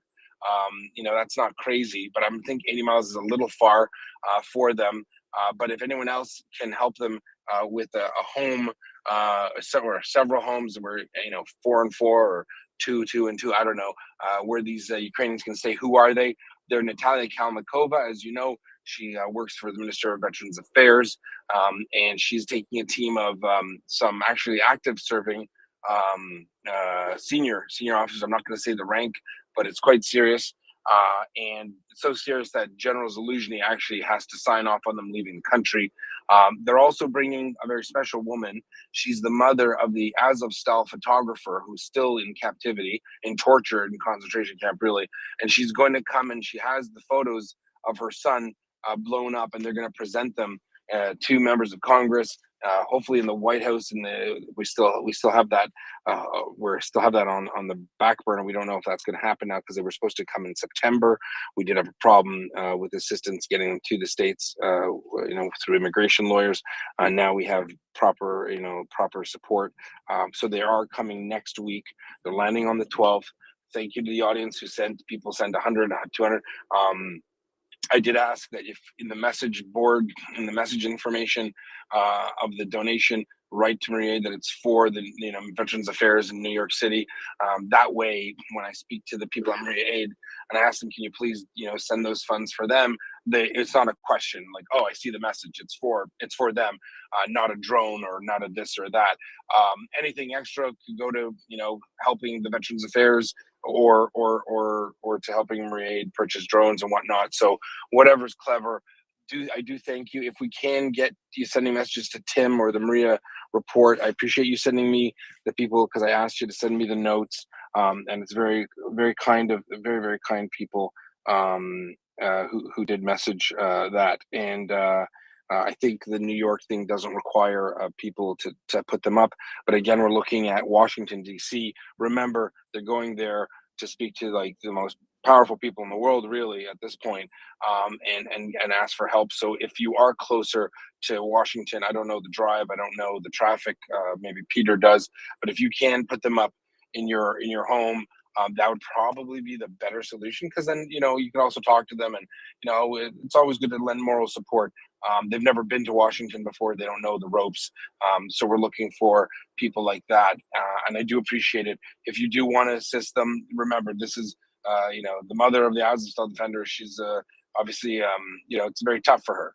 Her son isn't. She's seen the other Azovstal defenders come out, and they look like concentration camp victims, and her son's in that right now. So any love that our American friends can show, super appreciate it, and I really, really thank you. We're going to keep pushing, and finance, and Tim, you'll keep saying this over the next little bit and remind people, please. Of course. Thank you so much. Okay, wow, this is big. If you ever thought you'd log in to MriyaReport 8 months ago or 6 months ago and think, I'm just listening and getting news, you're part of a team that's like helping change the world. The Ministry of Veterans Affairs is a vital ministry in Ukraine. It's not some small portfolio. It's really important. The Minister of Veterans Affairs herself is actually going to be on this week. She was ill actually this past week. She was supposed to be on this past week, but she's feeling better. So she's promised to come on next week. You can ask her anything you want.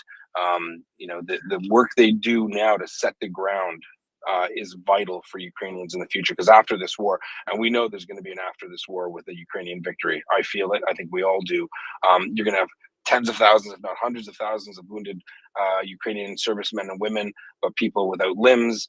They're going to need support, and Veterans Affairs is doing their job as if there is no war. They're doing their job, to make sure that their people can have a life after this. It's for anyone who's ever served, the cause of veterans is really important to us, and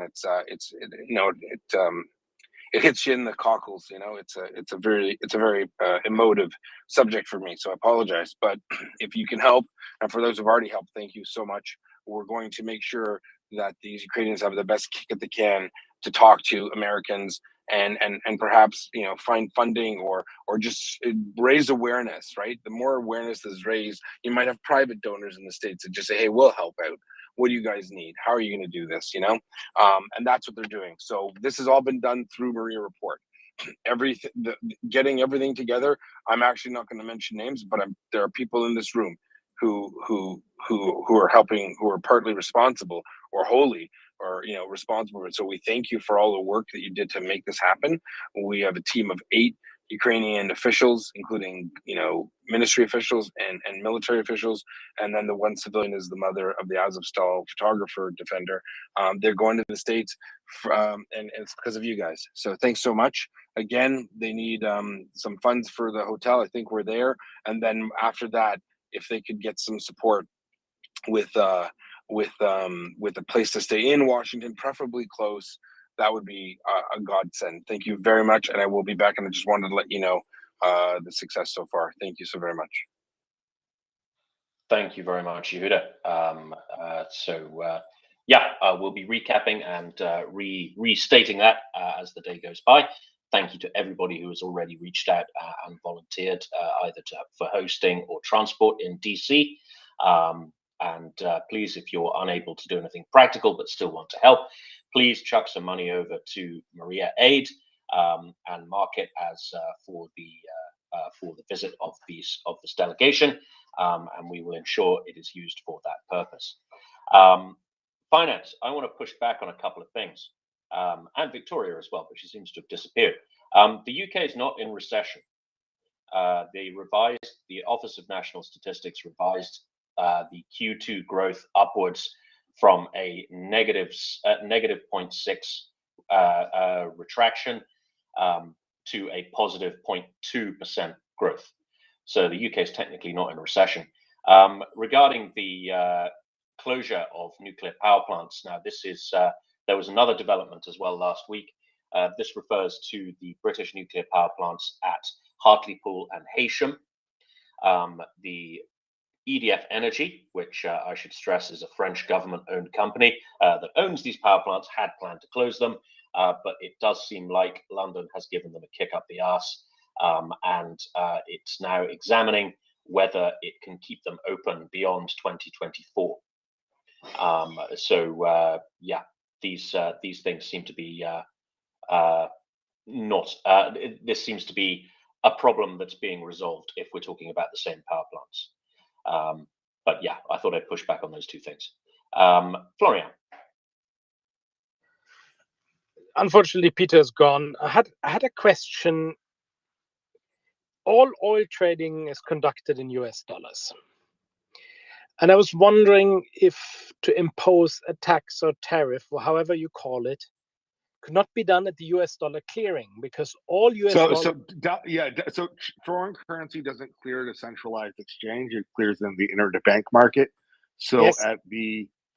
like even enemies of the US can acquire a bunch of US dollars in their banks, and they can trade them freely, just as we here in the West can trade rubles amongst ourselves, because we have acquired rubles for prior trade with Russia. And But even entities that are not trade with Russia whatsoever bill can form. trade rubles around freely. But The if you US have- has no. If the Kingdom of Saudi Arabia does a deal with China and they choose to exchange dollars held in one of their banks, the US has literally no ability to tax that because it never touches a US bank. If one of them starts with dollars and hands it to the other one, doesn't matter which direction it goes, it can literally do that without ever touching a US system whatsoever. There are no controls over currency once they're out in the world. But ask me one question. Maybe I'm unfamiliar how the US clearing works. I'm very familiar how the European Target 2 works. I had the impression if you have an electronic dollar account in a bank, this needs to be reflected in a central bank account, and this is how you would get hold of this. Nope. Nope, sorry. Usually people keep really huge sums of bonds or currency at central banks, especially other central banks. So you see things like the Russian central bank keeping $200 billion of currency at the US central bank. But Okay. one of the reasons I said that they were extraordinarily stupid at the start of the war, and in fact, I had a finance friend think that they would not start the war because they had 200 billion of US dollars. They could have just wired that back to Russia, and then we would not have custody over that. It would have taken them a weekend. Like, they literally could have just sent a wire in for all their cash and sent it to the Russian central bank, and they could have custodied that at their central bank, or if they wanted to custody at Gazprom in Moscow, they could have done that. The Gazprom bank, obviously, you need to have a bank custody it. They could have just done that, and then they would have custody over their own US dollars instead of us having custody over their US dollars, and there is nothing that our central bank can do about it. So custody matters, but once you have custody of the dollar, whether that's an electronic dollar or a physical dollar, you have the custody. It does not have to be reflected at the central bank. Okay, so this would not work. Thank you. Yep, sorry. I do appreciate it. I'm all up for things that would sanction foreign trade. I would also note that there's nothing that says you have to trade oil in dollars. It is totally acceptable to sell oil for any currency the other party wants to do it in the physical market. as opposed to the financial markets. So the physical markets are where the actual stuff actually moves and somebody sends you cash for them.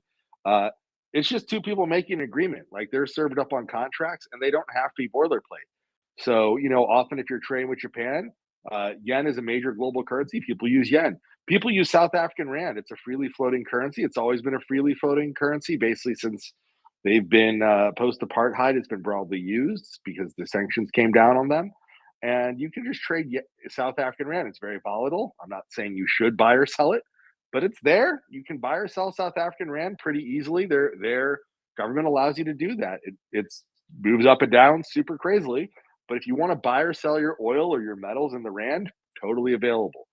So there's plenty of currencies that you can transact business in, and as long as both parties agree to it, currency moves, oil moves, everyone's happy, and most places can't interdict or stop that. You have to be able to get yourself into either physically stopping the flow of the oil or physically stopping the flow of the currency. It has to move through one of your banks, or it has to move through your territory or pipelines for you to be able to, apply a tariff or apply something to it. All right, I do not know the order of hands, so I'm just going the order I see them. Adam, followed by Scribe. Adam. Hi, how y'all doing? I was listening from the web and wanted to jump in. I guess in terms of cash flow or whatever currency you're using. Like for example, I live in Arizona, and Arizona has Saudi Arabia has a huge tap line to Nevada, California, and Arizona, and so that affects our water. So like there are different ways. Like there's gold, there's I don't want to get too much into this because I have certain clearances, but it's just this is the very very touchy subject, and I do appreciate you holding this site all the time, and it's a very newsworthy site. So Well, I thank guess you. I We, would we say appreciate your that support of Ukraine, sir. say that again. I said thank you. We appreciate your support of Ukraine. Oh yeah, no, I'm from Ukraine actually. Well, my let's see, my grandfather moved here in the 1890s, and was born here. So I have a lineage, but I would do it regardless. So I just want to see the most amount of lives not lost, one, and unfortunately we're seeing a total destruction of the country, and we have to stop this immediately. Amen. Yeah, and it's Ukraine, as we all know, is half Europe and half Asia, and what's I that know mean? that I can just say I was started naval school at age 10, a boarding school, and so I know my stuff, and I'd be happy to answer any questions that I can answer. All right. Well, Adam, we appreciate it. Scribe up, and thank you for your support. Scribe.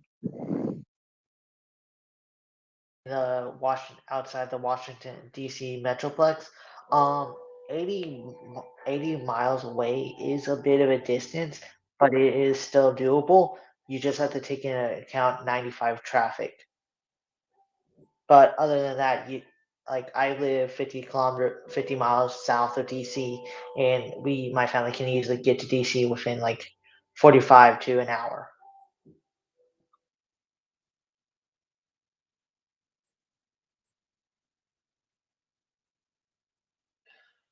Is this relating to the assistance on our Ukrainian guests? Yes. If they have proper transportation and they take into account the traffic of the said day, 80 kilometers or 80 miles is a doable thing. They just have to drive like maybe 2 hours. Right. And are you offering Let's all assistance walk. yourself? Let's talk over each other, Tim. Come on, talk over each other. Okay, I'll talk over you. You What, talk Tim? over me. What? Tim. Say that again. What?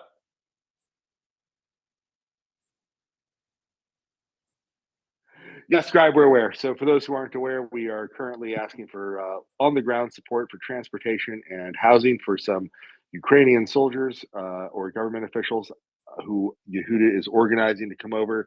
They're going to be flying into Orange County, Windsor, north of New York, then heading a night in New York, and then down to the DC area. This is being organized by Yehuda. That said, welcome up to Victoria and Frank Battle Tank, that is a fascinating name, is up next. Hi there. I got a question regarding the economic front, since I see we have expertise in that area. I heard it said in the space earlier that the Turks are not doing their part when it comes to helping with the sanctions or helping with the economic aspect of the war. Could you guys maybe expand a bit on that? What would you like to see the Turks do, etc.? Thank you. For a start, please send us what we've asked. It's the Ministry of Defense just made a statement. Please send us 500,000 warm clothing for our soldiers that Turkey refused to send, although there were discussions before and there were certain commitments made. And unfortunately, we received a no answer today. So it's just an example where Turkey can actually help.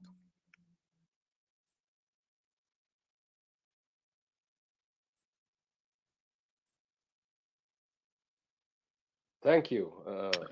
Yeah, Turkey could also, I would say that it would be great if Turkey would stop acting as a cutout to transport all those nice machine tools from Europe that are going straight to the Russian military industrial complex. It would also be great if the European companies that make all those high quality lathes and other machine parts that go to the Russian military industrial complex, if they would stop friggin' selling them to Russia via Turkish cutouts.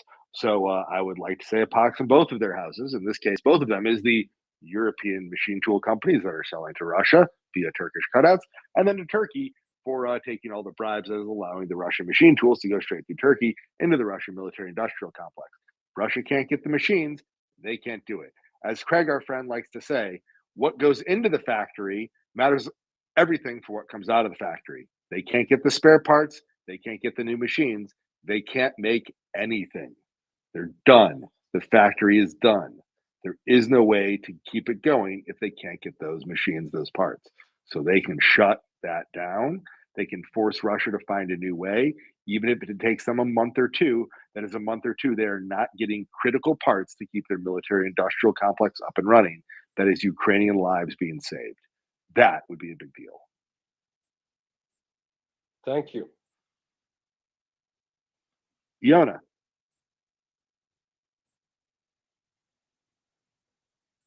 Yes, hello, thank you. I was waiting for such a long time and I have comments on many things and also I have a question. But my first thing, I heard the previous speaker saying that Ukraine is part Europe, part Asian. This is not true. Maybe This is ridiculous, actually. yes, it's ridiculous. Ukraine is the largest European country within the borders of European continent, so it is not part Asian. Maybe you are making a confusion with Russia. So I think this is important to state because maybe people here, well, it's maybe difficult to look on a map, but Ukraine is full European. My other comments were related to the oil cap, but I don't know if it's the moment right now to talk about this. Fire away. The silly oil cap is still under discussion. It's a little bit surreal because European Union is trying to install a price cap on oil it does not buy, because Europe is not concerned by this oil. Europe is, currently does not import oil from tankers, only via pipeline for certain countries. It is the Druzhba pipeline that went up to Germany, and it's used now by some Central European countries like Hungary and maybe Czech Republic and Slovakia. So Europe does not buy oil from tankers. This is instated from May, I believe, with the sanctions. So it's quite strange to try to impose a price cap on a merchandise you do not buy. Still, I believe they are basing on the fact that the West could agree on a price cap, and it might work. It's kind of difficult to see how it works, but it might work because of two things. One is that the number of ships capable of transporting oil is limited. In fact, it's very limited. So every transport of oil can be tracked in theory, because there are ways to hide this. The other thing is that the number of reinsurance company is very limited. I'm not talking about insurance, but reinsurance. And in order to insure the merchandise, you have to declare its value. So the price will be taking into account for insurance and for reinsurance. And reinsurance Iona, I hate to be super sad. Both China and India have insurance and reinsurance companies that are not directly beholden to European or American influence in the same fashion. Yes, I agree with you. But, and the last thing, the price of oil normally is established on market. There is spot and there is futures. You would say that the futures price does not matter for spot, but it does. And this is open in this is rather open. So you can see the price for futures. And I guess the G7 was based on this, trying to put this price cap, even if it's kind of surreal. But I'll stop here. And my question was directly related to what's happening on the front. I have seen some tweets about Nova Kakova, about explosions and fights. Do you know something about this? And also on the other front, Rubizhine Kremina. All right, hold on. All right, yeah, hold on. Victoria seems to want to speak. Let's go to Nova Kakovka, Rubizhine Kremina, and then I think Axel has an answer if Victoria doesn't. So Victoria, then Axel. I had just a quick question. Where does Austria get their oil from? It's not from the pipeline, but they have one of the biggest oil refineries. That's the first part. And it's Nova Kakhovka, yes. There are, and not just Nova Kakhovka. In Energodar, this is the city where Zaporizhzhia nuclear power plant is located. We see again getting news about the shellings. There is no water, electricity in the town, so the situation in the city is worsening. And it's worsening because of the obviously Russians targeting the city itself and the nuclear power station again.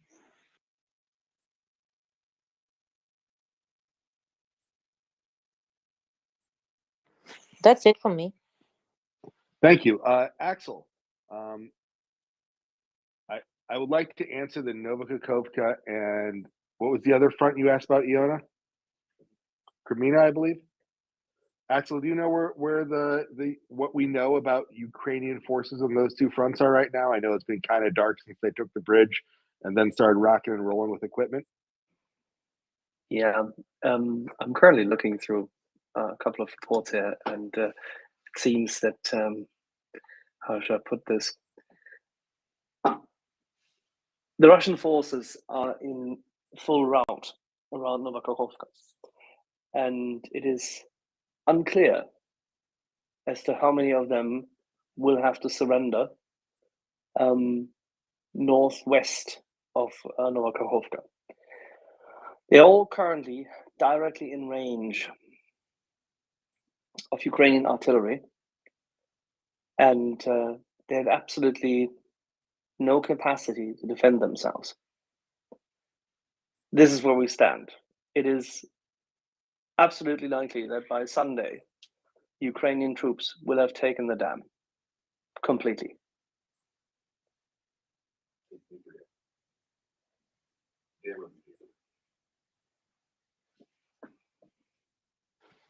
Axel, can you repeat that? You think the Ukrainian troops will by Sunday have a dam that crosses the Dnieper? That if they were to the artillery, get the yes, the troops are currently in artillery. The Russian troops are in artillery range. The M777s can hit them pretty much everywhere. With the Excalibur ammunition, the Ukrainians can take out every single motorized target quite easily, and they can prevent Russian troops from escaping, even if they are, in this case, on foot across that part of the dam which they've been using for that purpose. It is highly likely that with the use of HIMARS, any kind of supplemental pontooning will be completely interrupted. So the Russian troops have only one option: swim, surrender, or die. No. Swim means dying. surrenders living? That's two options then. Swim, surrender, dying. They can die in place, swim and die, or they can surrender. Two options. That's it. Both. One is life and surrender, and the other one is being destroyed. I should have made this clear. I see. Well, I would note that it is almost 5 o'clock here Kyiv time, and that means I'm going to have to head out. It is Friday evening for me, and I will be passing off the co-hosting to our dear friend Axel. I wish you all an excellent weekend. I will see you all later this weekend. Slava Ukraine to everyone. Heroям Slava. Thank you. Thank you, Finance, and Shabbat Shalom to you. Shabbat Shalom. Joanna. Sorry, actually inspired me to try to say a joke. Hope it doesn't bother you. But I think we should fear the Russian mobilized soldiers, because I've seen that in Buryatia. They are very well equipped, and also they are thinking about inclusion. So because they said they saw that the Ukrainians were very successful with the man-pads, now they give full packages of women pads for the soldiers to fight. So we should be afraid. Yeah, I saw that. There was a picture going around of the medical kit. They said it was a medical kit they had in one of their vehicles, and it was a packet of sanitary pads and a bar of chocolate. Are we thinking of the same one? Yes, and fully energized also with the chocolate. It's fantastic. It's fantastic. We did have some interesting video emerging about instructions on how to use female sanitary products in place of proper medical supplies. Now, when I was serving, when I did my combat medics course, we had basically two pieces of personal medical equipment that every soldier was expected to carry around. It was a type of bandage referred to as an Israeli, because the Israelis invented it, which was basically a kind of a big pad thing with a long bandage attached to it, so you could stick that on a wound and wind the bandage round and round. You also issued with a stuff called Celox, C-E-L-O-X, which is a bandage which has been impregnated with a dust that absorbs and coagulates blood very quickly. So a Celox bandage, the powder they put on it is derived from seashells. I think it's ground up seashells. It's super absorbent and it's a natural coagulant. I don't know if they still use that, but what we were taught was if somebody's got a hole in them, you stuff as much Celox in the hole as you can, stick an Israeli bandage around it, and then you wait for the helicopter. And if he's still alive when the helicopter arrives, he will wake up in Birmingham Selly Oak Hospital, which in many ways is worse than dying, but at least you aren't dead. Anne Frank's battle tank. Yes, I was just looking at the map of the front here and wondering about the bridge over Dudjani. I can read that the bridge has been destroyed. Does that limit the Ukrainian ability to push forward to Milov, or do you think they're just trying to make a new line there and slowly retreat the Russians and then push onwards? Thank you.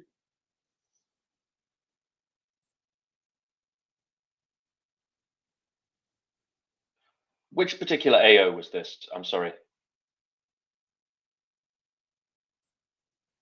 I'm talking about the bridge from Dudjani, the Kherson front.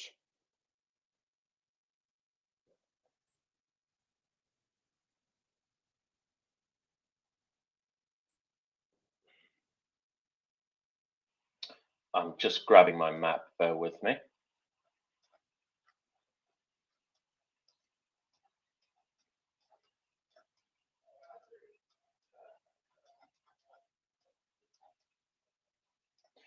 So this is over the inulets, or this is the Dnieper we're talking about here?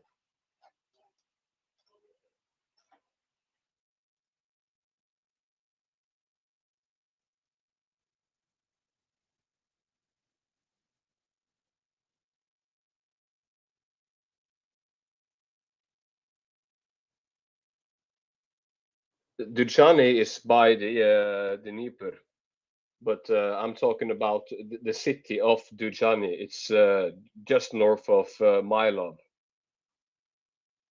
But there, I can see that they have blown up the bridge going across, not the river itself, but the small water running from the river in front of the city of Dudjani.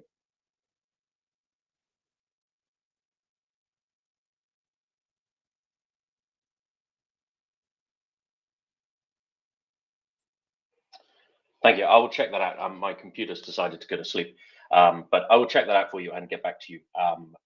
Edward, in the meantime. Yes, just on that bridge, there's a small tributary of the Dnipro that does form a slight obstacle in Dudjani, but in fact that bridge is a causeway, so it's not clear to what extent the Russians have been able to destroy that bridge. But even if they did, you can just sort of wander around the tributary. It gets rather small, you know, a few kilometers inland, and I think they're beyond that point anyway. Thank you.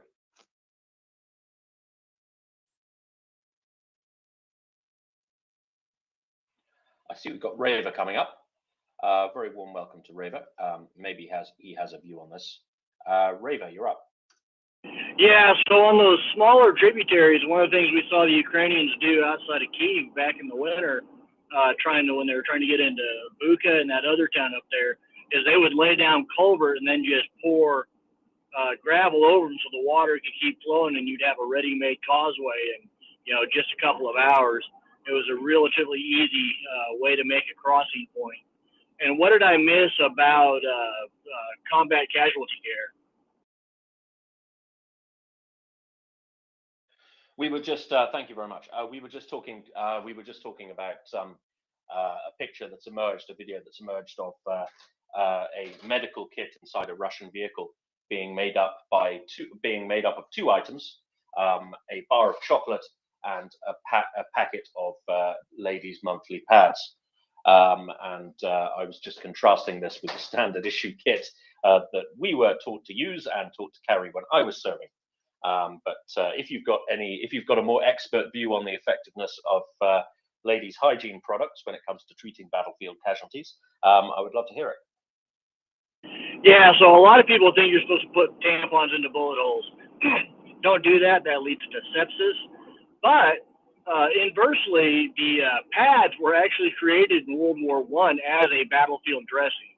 So they're just going back to their roots. Any type of sterile cotton gauze works for a wound dressing. I know modern, the idea is to get a tourniquet on the blade if it's a limb just as quick as possible, because of battlefield studies going back World War II, Vietnam, Korea, showing that so many of the dead died from non-life-threatening wounds. They bled out, shots to the leg or the arm, because of a lack of a tourniquet. So now the tourniquet is the go-to. If you've got a major bleed, you don't try to apply pressure, you don't try to elevate, you just immediately throw a tourniquet on it to stop that golden hour clock and then try to get them to definitive care. Plus, once the tourniquet's on, you don't have to have anybody there holding pressure. And if that soldier hasn't lost too much blood, he can get back in the fight.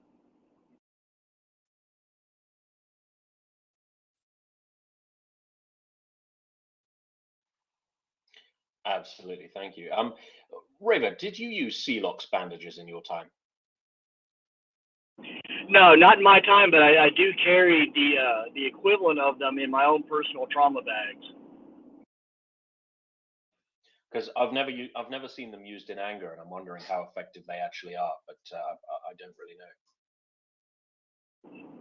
I mean, the hemostatic agent in it is going to cause a lot of quick clotting, and it will stop a bleed. Apparently, they're quite the nightmare to remove at the hospital, but it's a better problem for a doctor to have than a mortician.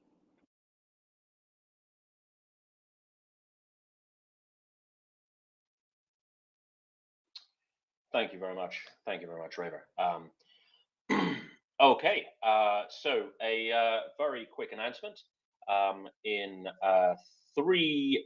just under 3 hours, we will be joined by Dr. Ian Garner, who is an academic, a specialist, a historian, a specialist in Russian media and propaganda, and a translator of the same.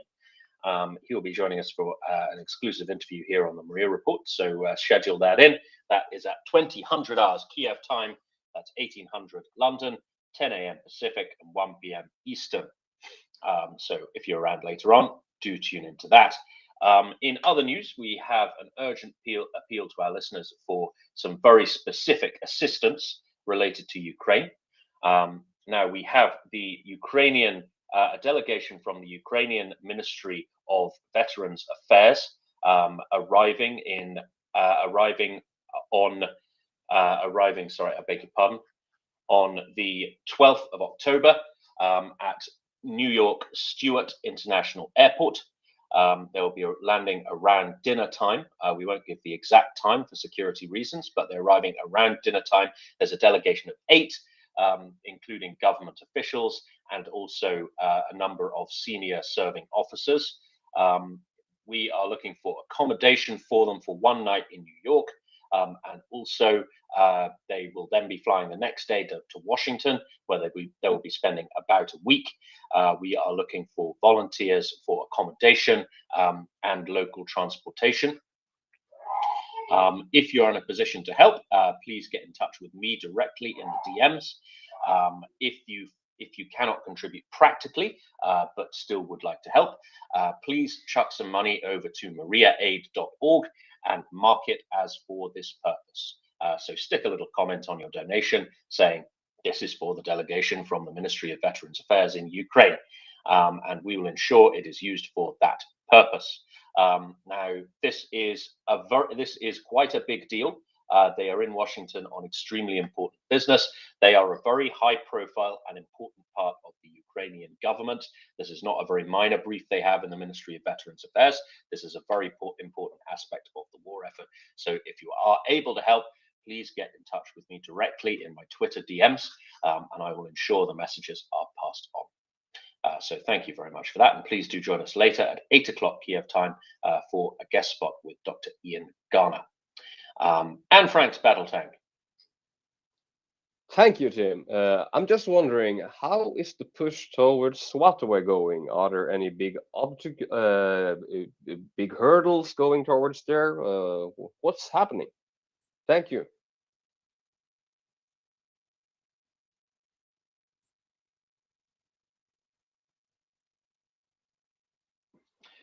Sure, just give me a second. I'm going to grab my little map.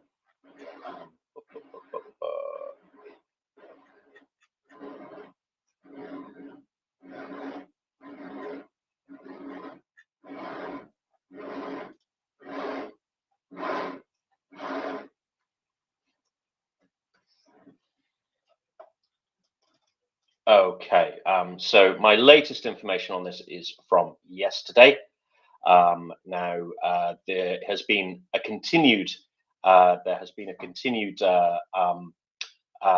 counteroffensive in the northeastern Kharkiv Oblast. This is around the Kupiansk area. Now these are this is Ukraine continuing to they're kind of threatening the Russian positions along the Kremenina Svatove road. This is in Luhansk as well. Yeah, I'm hoping Yehuda will be along a little later on for a more comprehensive military update. Yeah, the latest indications are that the offensive is continuing.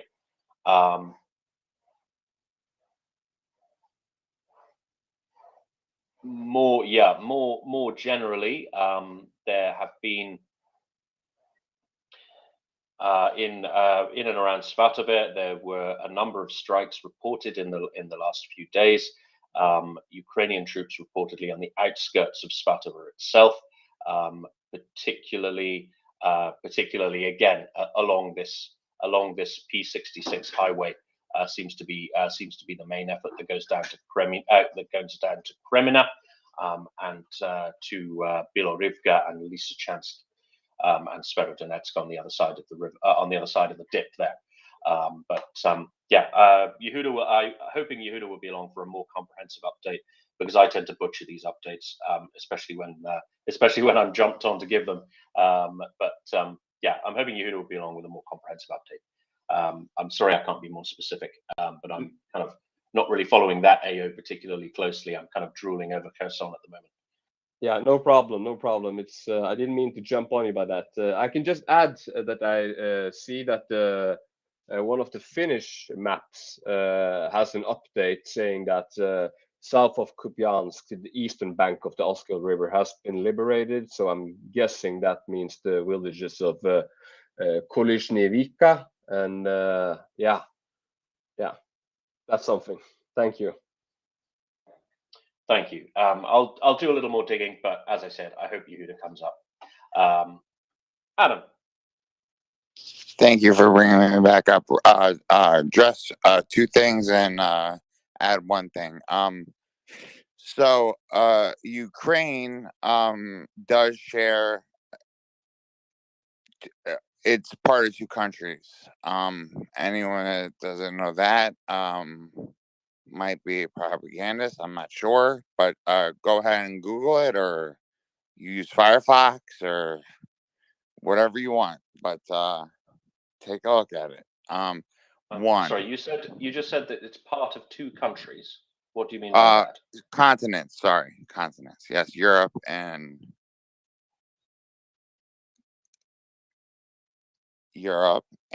Asia.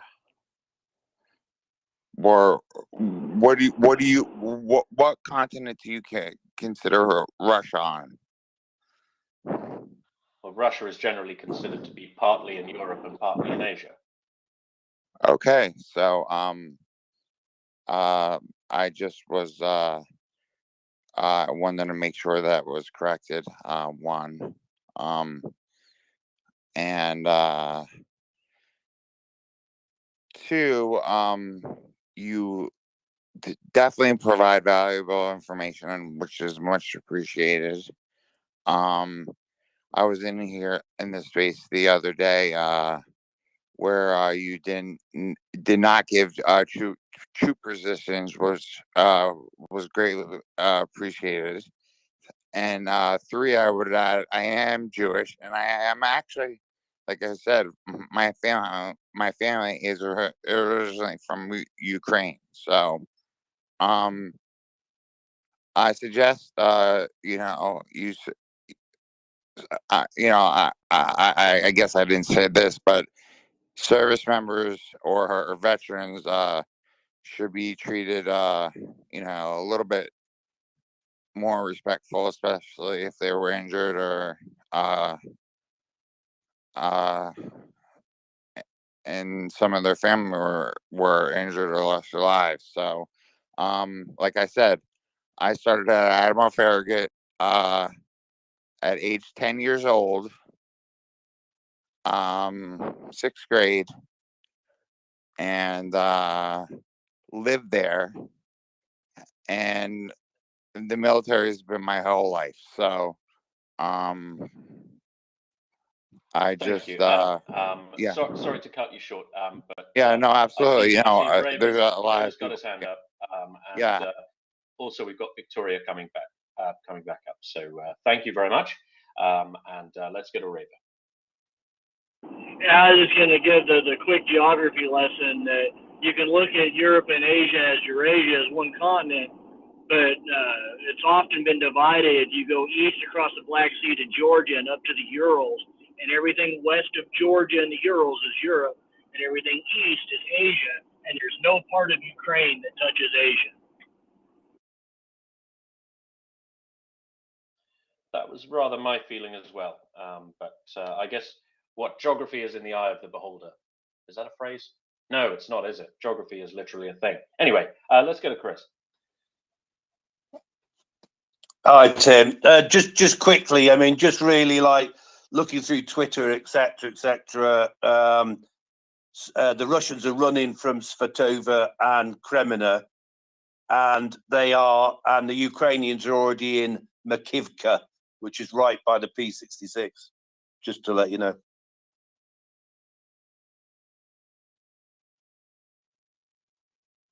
Thank you very much, Chris.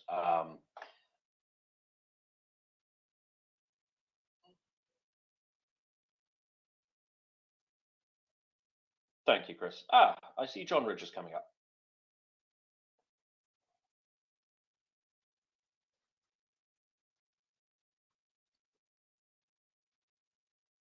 John, welcome up.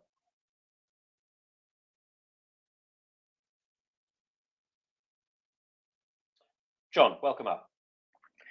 Good to see you, Tim. Good to see you, Axel. Good morning to y'all, or I suppose good afternoon or good evening.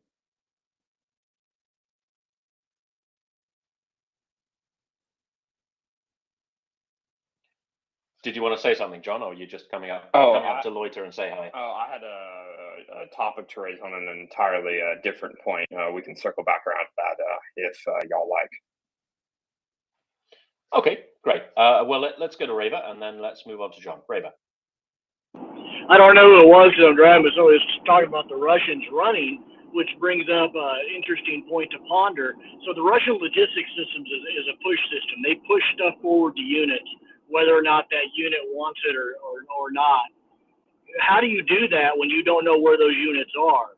I bet fuel and food is really becoming an issue for Russian units because the trucks don't know where to go because everything has gotten fluid and their system's just not set up to be very flexible and adaptable.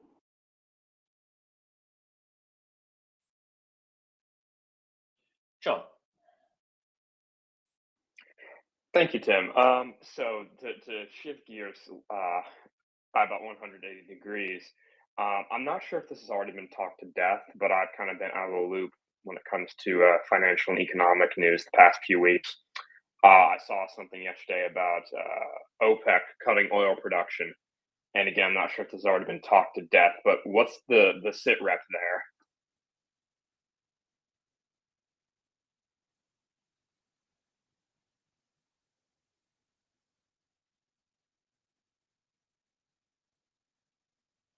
Sure. I mean, oil's not something I'm totally fluent on. So it's a great shame that that finance has departed the space.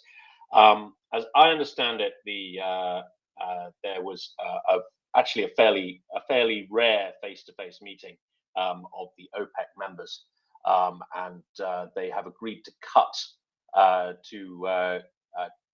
production on August levels by 2 million barrels per day, and they're cutting it to less than 42. So this is effectively a 2% drop in the supply of oil. Now, the effect of this will be obviously to bump up the oil prices slightly.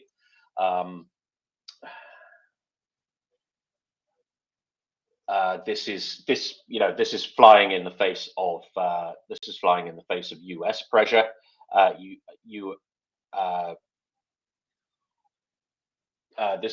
This is flying in the face of U.S. pressure, obviously because oil is a fungible commodity, and therefore the oil price going up benefits all producers of oil at the expense of consumers of oil, right? So this is something that if OPEC acts to push the price of oil up, this is something that will directly benefit Russia in terms of their oil revenues.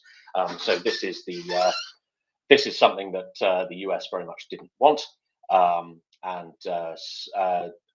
also the UK was was rather miffed about this. Boris Johnson, former Prime Minister, attempted to intervene with the Saudis and the United Arab Emirates personally, but his requests fell on deaf ears.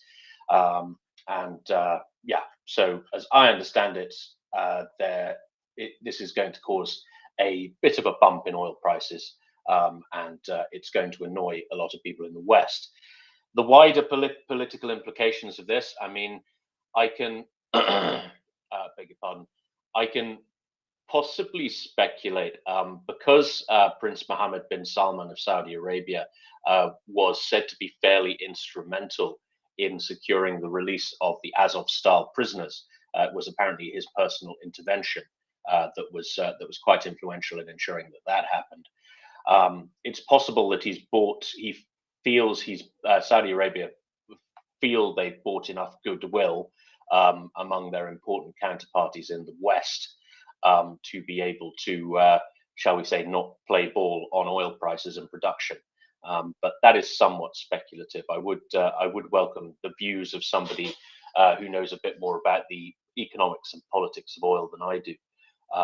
I see Masilias is coming up, and also Anne Frank's Battle Tank has his hand up. Yeah, as I said, John, I'm not an oil guy, so this is not something I'm particularly fluent on. But Anne Frank's Battle Tank. Thank you, Tim. This is not the first time the Saudis has been using OPEC or oil as a type of weapon or a tool, if you will, against the West. I think they're quite overplaying their hand here if they think that the leeway they got with the Azov-style prisoner is going to be enough to make us ignore what they're doing right now when they're not playing ball or actually sabotaging what we're doing here. So yeah, that's my comment. Thank you.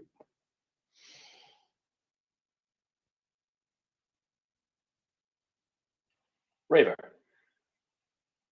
Yeah, so there's a lot of different factors in play here. One, as the global economy slows, the demand for oil is going to drop, so the price is naturally going to drop. And so OPEC wants to cut production to keep prices up. Remember that a lot of oil-rich countries are food poor, and food prices are going up. So they need that oil revenue for a lot of mundane things like, wheat and grain. But if the prices stay up, then you've got things like the U.S. shale industry, which is going to be on pace to produce, 14 million barrels per day next year. So it kind of has been talked to death, but I don't think there's anything necessarily nefarious about it. Oil prices were dropping because demand was dropping, which is directly impacting all of the OPEC countries' revenues. And so a cutback was pretty much going to be in line, war or no war anyway, as they tried to stabilize prices.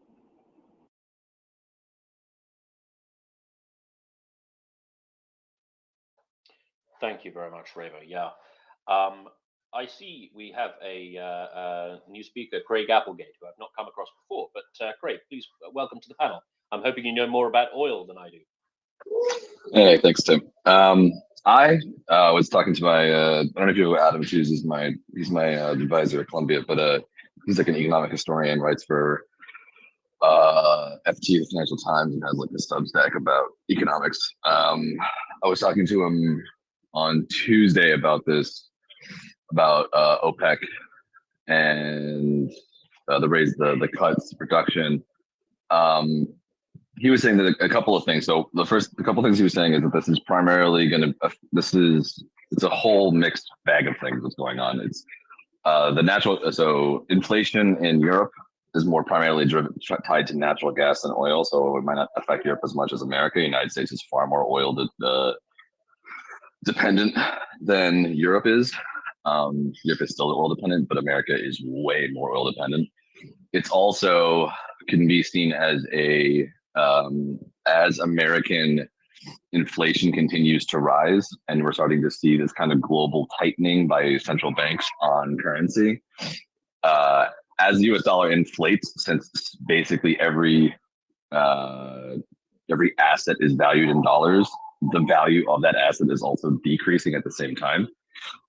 You also have foreign companies, foreign countries, foreign investors who tons of whom own things, investments, bonds, all that sorts of stuff that are valued in dollars. So American inflation really hits like basically the whole world, and it can cause a cycle thing. So there's a bit of what he was saying is that there's probably a component of the inflation in the United States and global inflation that is pushing OPEC to try to drive oil prices up as a way of potentially countering, acting as a counter to global inflation, because it's a deflationary increase. Oil prices are a deflationary pressure because it decreases economic activity and purchasing just in general, makes things more expensive, which is deflationary. It's also a way to recoup losses that they're gaining because their money, the value of oil is literally decreasing month by month because the US dollar is decreasing in value because it's inflating. Then you also have, there's probably a bit of also geopolitics going on. United States midterm elections are in a month.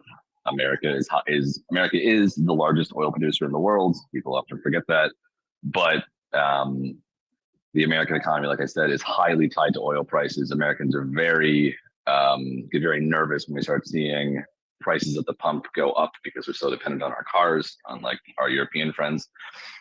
So there could also be a bit of pressure coming from OPEC towards the United States to perhaps not necessarily like change what we're doing with Russia, but it could also just be a U.S. OPEC or U.S. Middle East international relations things going on too, where maybe the Saudis, the Qataris are wanting more U.S. support, more U.S. financing. I know the Biden administration was having there was a period, I'm not quite sure if this has gone away yet, but there's Biden administration and the Saudis and Mohammed bin Salman were not getting along that well over a couple of different issues. So the OPEC rising could literally have nothing to do with Russia. It could be a whole other host of issues. Of course, it affects the war with Russia, and it's going to affect Russia because Russia is a major oil producer. But it's a far. I think the one thing to think about is that it's a far more sweeping and complex issue than simply Ukraine, Russia, U.S., Russia, Europe, Russia. It's a whole host of different things that are feeding into it.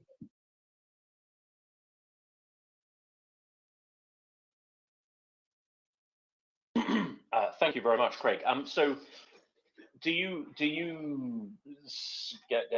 kind of agree with my assessment that perhaps the Saudis have got themselves a certain amount of goodwill because of their intervention over the Azov-style prisoners, or is that just wildly speculative on my part? I noticed a couple of people did push back on it.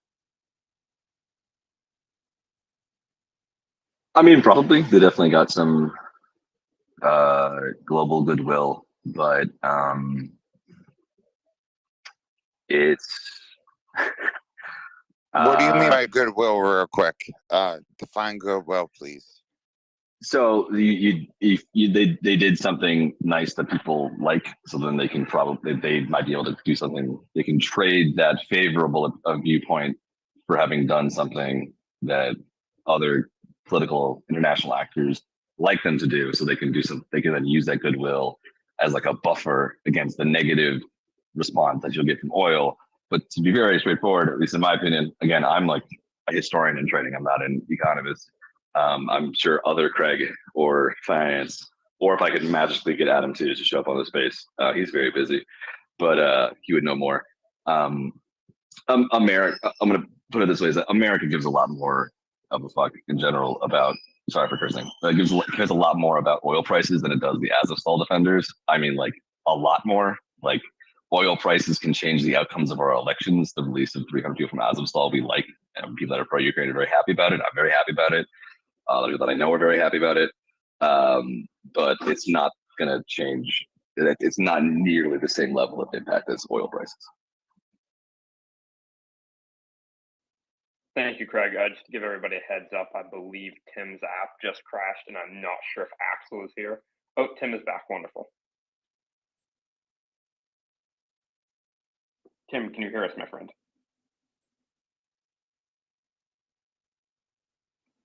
Well, while we're waiting for Tim, one thing I will say to that point, Craig, is that I'll hand it over to Raver. It definitely has provoked some wrath here in the States. I saw a bunch of letters being released by various senators and representatives here in our Congress, more or less demanding that U.S. troops be withdrawn from Saudi Arabia in response. There is an extremely wrathful response in Congress at the moment. I don't know if it will actually result in any material changes to U.S. foreign policy, vis-a-vis Saudi Arabia or any of the other Middle Eastern states, but there is definitely quite a bit of rage going around up on Capitol Hill. Oh yeah, I've seen that too. Just really quick, that would be really bad. For all the things that are going on in the world right now, I don't think America wants to pick. We definitely don't want to fight with OPEC right now. That's what I would say. Is that the best move is to probably try to stabilize relations, increase domestic production, alternative resources and stuff like that. But a fight with OPEC right now would be a freaking disaster. So yeah. So my son is yelling at me, so I gotta step away real quick. Oh, okay. Let me know when you're back. Because I've got a question. I can hear you. I just didn't want you guys to hear a scream, baby. Ah, right. Okay. So my question is, sorry, I had to drop because my audio went funny. What does OPEC want?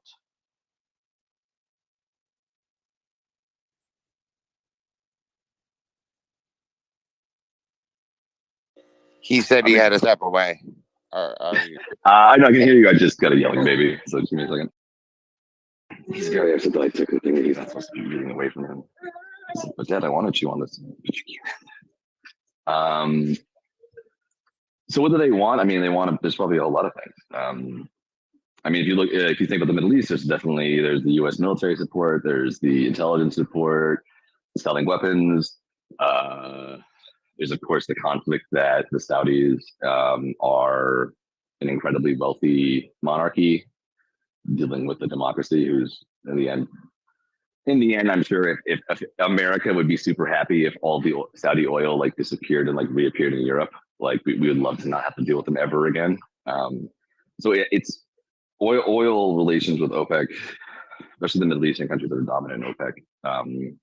It's a lot of geopolitical jousting between typically them, the United States, and then the EU.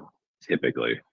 So this isn't kind of what I was getting at here is that if you're going to cut oil production by 2% at a time when at a time when it's really going to piss people off, surely there's something quite specific that you want out of this.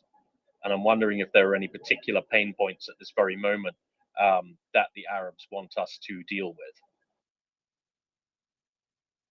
I mean, I'm not sure. I will do some reading and I will come back to you on that one.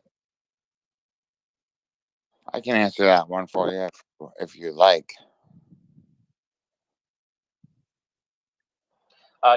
Please stick your hand up and we'll get to you. In the meantime, Michael Weir. Michael, welcome up.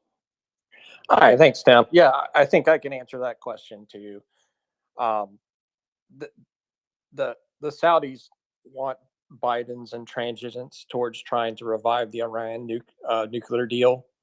They basically want him to back off. If you look at the breakdown in relations between Saudi Arabia and the Biden administration, it's very much that. Biden wants to revive the 2015 deal. A lot of the drafts that have come out have had it to where it is even more generous than the Obama administration deal, which the Trump administration pulled out. The one thing I think you'll notice is as soon as the Trump administration pulled out of that deal, Saudi-United States relations were much, much better.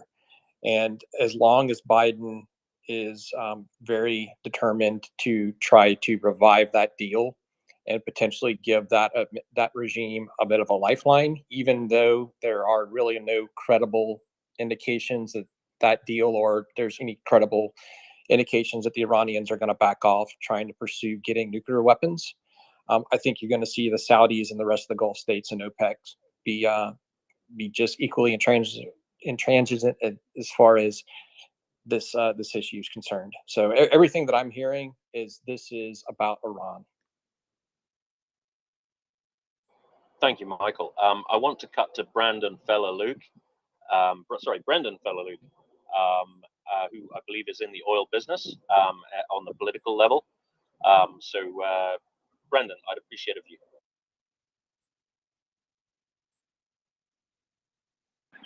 Okay, cool. Can you hear me?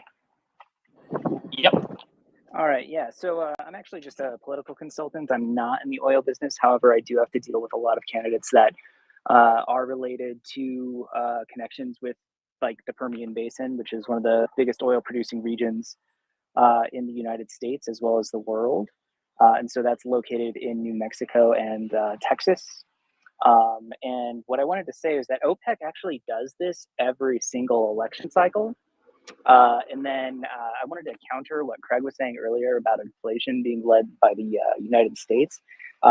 What we're seeing is it's actually connected to the Chinese real estate market faltering. And that's kind of spilled over into everywhere throughout the world. Another thing I wanted to touch on was modern monetary economics, I guess you could call it. And it's where states can handle as much inflation as long as they have the resources to support it. And so the United States, sure, we can run up a huge deficit because we have a ton of resources as well as labor to support it. What we're seeing with China was that a lot of it was completely faulty. And it's such a high number over such a long period of time that now it's dropping over into markets all over the world, especially since Wall Street had a lot invested into the Chinese market.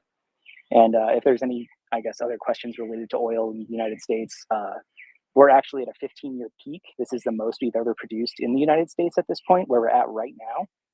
And I mean, the United States is completely self-sufficient on oil and has much, much more if it needed to. So OPEC playing this is completely politics. They do this every election cycle. And it's why you'll see like mailers that are related to the cost of gasoline, even though it's actually dropped quite a bit. But yeah, any questions? I'll be here for a little bit. Thanks. It's real quick. Can I just jump in just as he responded to me? Yeah, Brendan, I was just saying that it could be a possibility that U.S. inflation is because U.S. inflation decreases the value of commodities and foreign held assets because of the deflationary pressure on the U.S. dollar. That could be one of many reasons. I agree with you. It's probably the least important reason. It could just be one component of wanting to increase oil prices because the value of the dollar that oil is valued in is decreasing. But it's probably, you're right. It's the usual OPEC games of the United States, typically around election seasons primarily. But I was saying that could be a small part of it too. Gotcha. Thank you very much.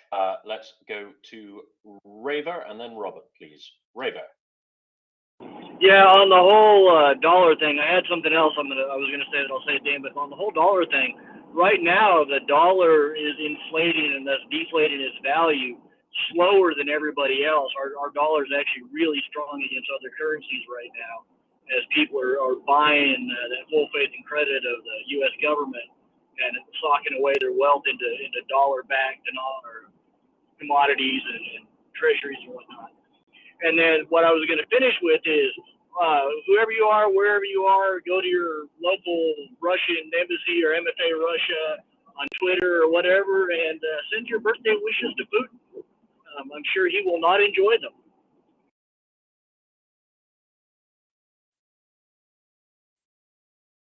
Thank you, Raver.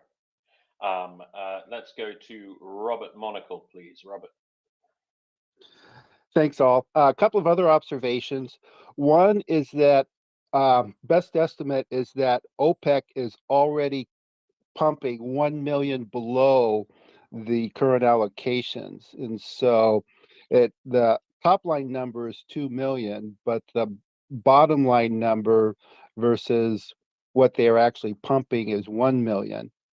And we are going into a recession. And I'll put that in quotes. Maybe we're going into a recession. Lots and lots of people who look at the oil market thinks that demand will continue to go down, and so they are preparing for the future when they'll be naturally organically pumping $2 million down anyway. I mean 2 million barrels down. Then consider that Biden is pumping out of the Strategic Petroleum Reserve and exporting that oil because we cannot refine it in the United States. So he's gone into strategic competition with OPEC for non-strategic reasons, which is basically the price of oil. And then the big bear in the room, as I think Michael mentioned, is Iran. The Gulf states are incensed with Biden's Iran policy, and they want him to back off. The counter to that, of course, is that the getting Iran back into the world oil markets will also suppress prices, and maybe we can just rely on Israel to handle the Iranian nuclear problem, because we know they're not going to stop.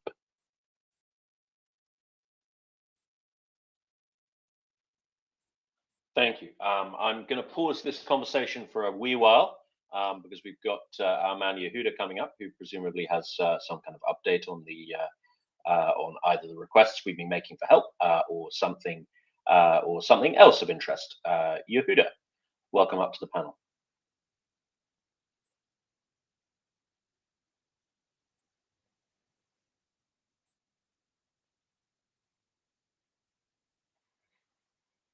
And he's gone again. Okay, who had their hand up? I think Latam, you had your hand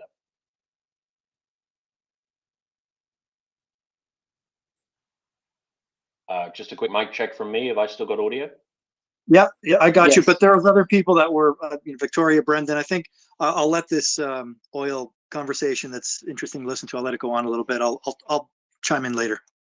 Fantastic. Okay, let's go Brendan, then Victoria, please. Thank you, Latam. Brendan, Victoria. Brendan. Yeah, so the United States actually does process oil completely from start to finish within the United States. I mean, even Canada, since they have certain environmental regulations, they'll ship some of their oil to the United States for processing. And then another thing regarding expecting oil or gas to decrease in demand, it's actually increasing in demand, especially now with the Nord Stream 2 going out of commission. And you can see that by Cheniere Energy, the stock ticker LNG. They have actually increased something like 10% within the past, week. And so the demand for American oil is definitely increasing.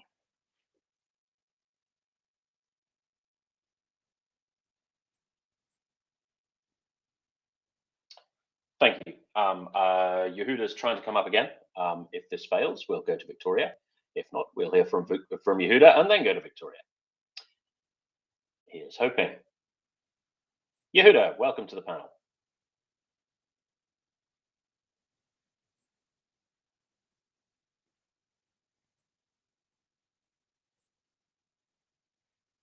So, Yehuda? I'm here now. Thanks. I had a problem, obviously. All right, so I'm having Natalia Kalmakova from the Ministry of Veterans Affairs. She's popping up, explaining a bit of what they're doing. I think I haven't spoken to anyone at MriyaAid, but I suspect. Do you want to close? Say again? Yes, sure. Well, let's get it closed. Okay, I'll drop. Thank you. So, oh, that's great. Wow, that's so nice of everyone. When did I come in and do that? At 9 o'clock? That was about an hour ago, yeah.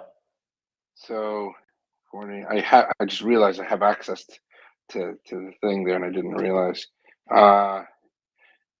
Get a calculator, someone.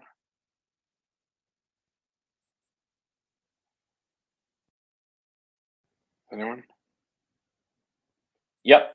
Okay, 42, 20,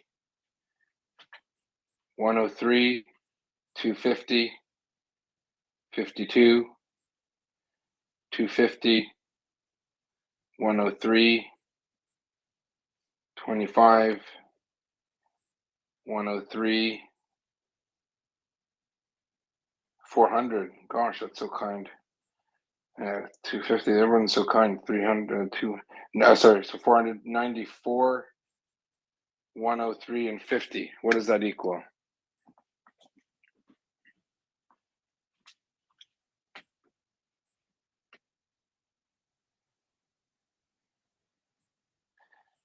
$50. Sorry, I was muted. 2,145.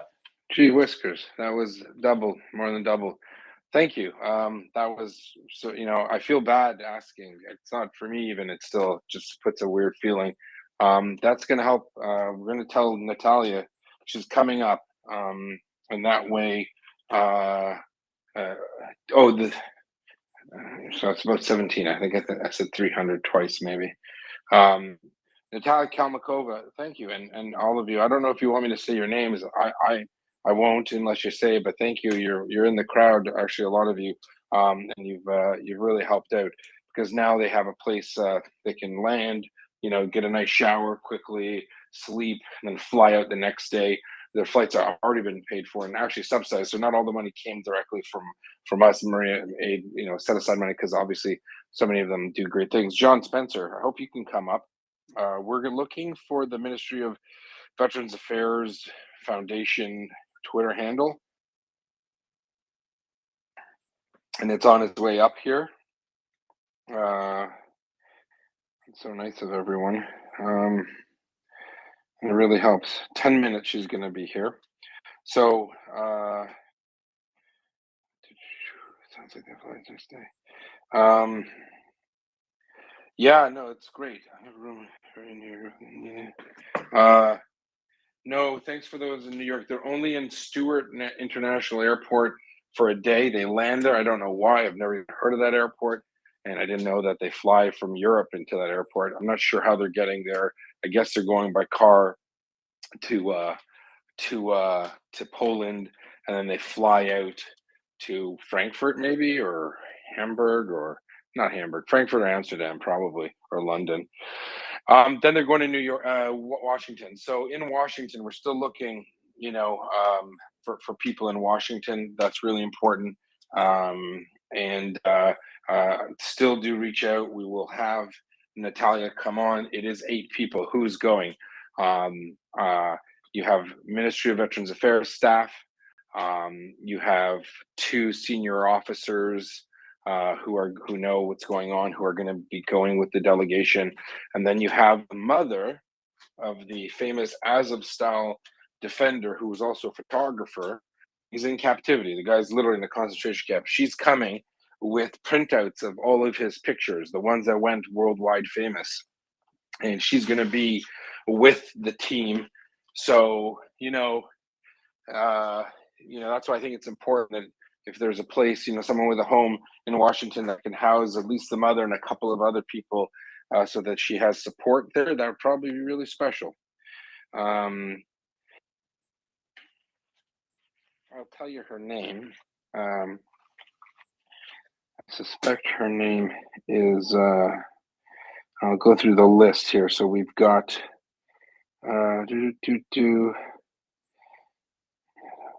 so we have, I'll give you the titles. We've got, we have 1, 2, 3 veterans who are, injured veterans. We have Irina Yurchenko. She's the mother of Dmytro Kozatsky. He's the photographer at Azovstal. So she's going with the delegation. Then you have Natalia, who's the executive director of the Veterans Foundation for Ministry of Veterans Affairs. You have the director general of the director of digital development, digital transformation of the Ministry of Veterans Affairs, and then you had the head of the event sector of the Ukrainian Veterans Ministry. And then you have first category specialists of Ukrainian veterans. So basically you have a bunch of Veterans Affairs officials from Ukraine. You've got 3 veterans who are actually very senior. They're not general officers, but they're just one step down. And then you've got the mother of the Azovstal defender. So for everyone who contributed, that's who you're supporting. So on behalf of them, thank you. Nice. Yehuda, a quick question from a listener. Are we still soliciting donations for this purpose, or do we have enough now?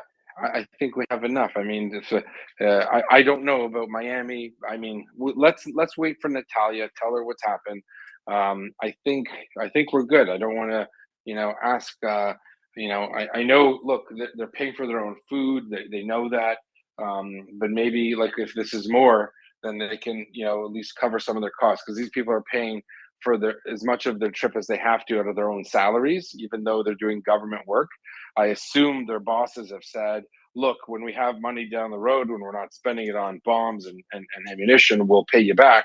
And so none of them even argue. They're like 100%. Well, we would have had to eat in Ukraine, so we'll use our money and eat on the trip. However, obviously it might be more expensive to eat in the United States, or I don't know the prices in Washington, but either way, it's a good thing. So thank you. I think we're good. I think we asked for a certain amount and it's gone over, and we'll there might be other expenses I didn't consider. Someone said, what about taxis? And I never thought of that. Someone said Amtrak and trains. I don't know. I don't know if any of the veterans are disabled or not either. But either way, I'm sure they'll make it. They've gone this far. This is just a courtesy from our audience to see if we could help give them a bit something extra, so they can offset those costs. Ideally, again, I got a lot of messages in my inbox about people who live. Oh, is the photographer released? I didn't know. I thought the photographer was still in custody. Grey Wolf, is that true? I hope it's true.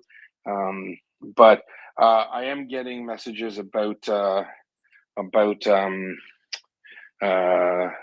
people who live close to Washington, but 75 minutes or 80 minutes or 60 miles. I'm not sure that's doable. Again, I don't live in Washington. I wouldn't think it's a good drive. Maybe someone knows more. But if you ideally, my gosh, if you had a big house in Washington, D.C., close to going to where legislators go, like whether it's Capitol Hill or the surrounding environs, if you live within like 30 minutes of that or 20 or whatever, and you could house all 8, wow, that would be the biggest kindness that we could ask for. If you live further, or if you live in the area, you can only take 2 or 4 or 3. It would be a week. Maybe some of the money raised today can go to give money to buy food for whoever's hosting them, right? Maybe they could chip in a couple $100, and they could have so it's not a stress on the person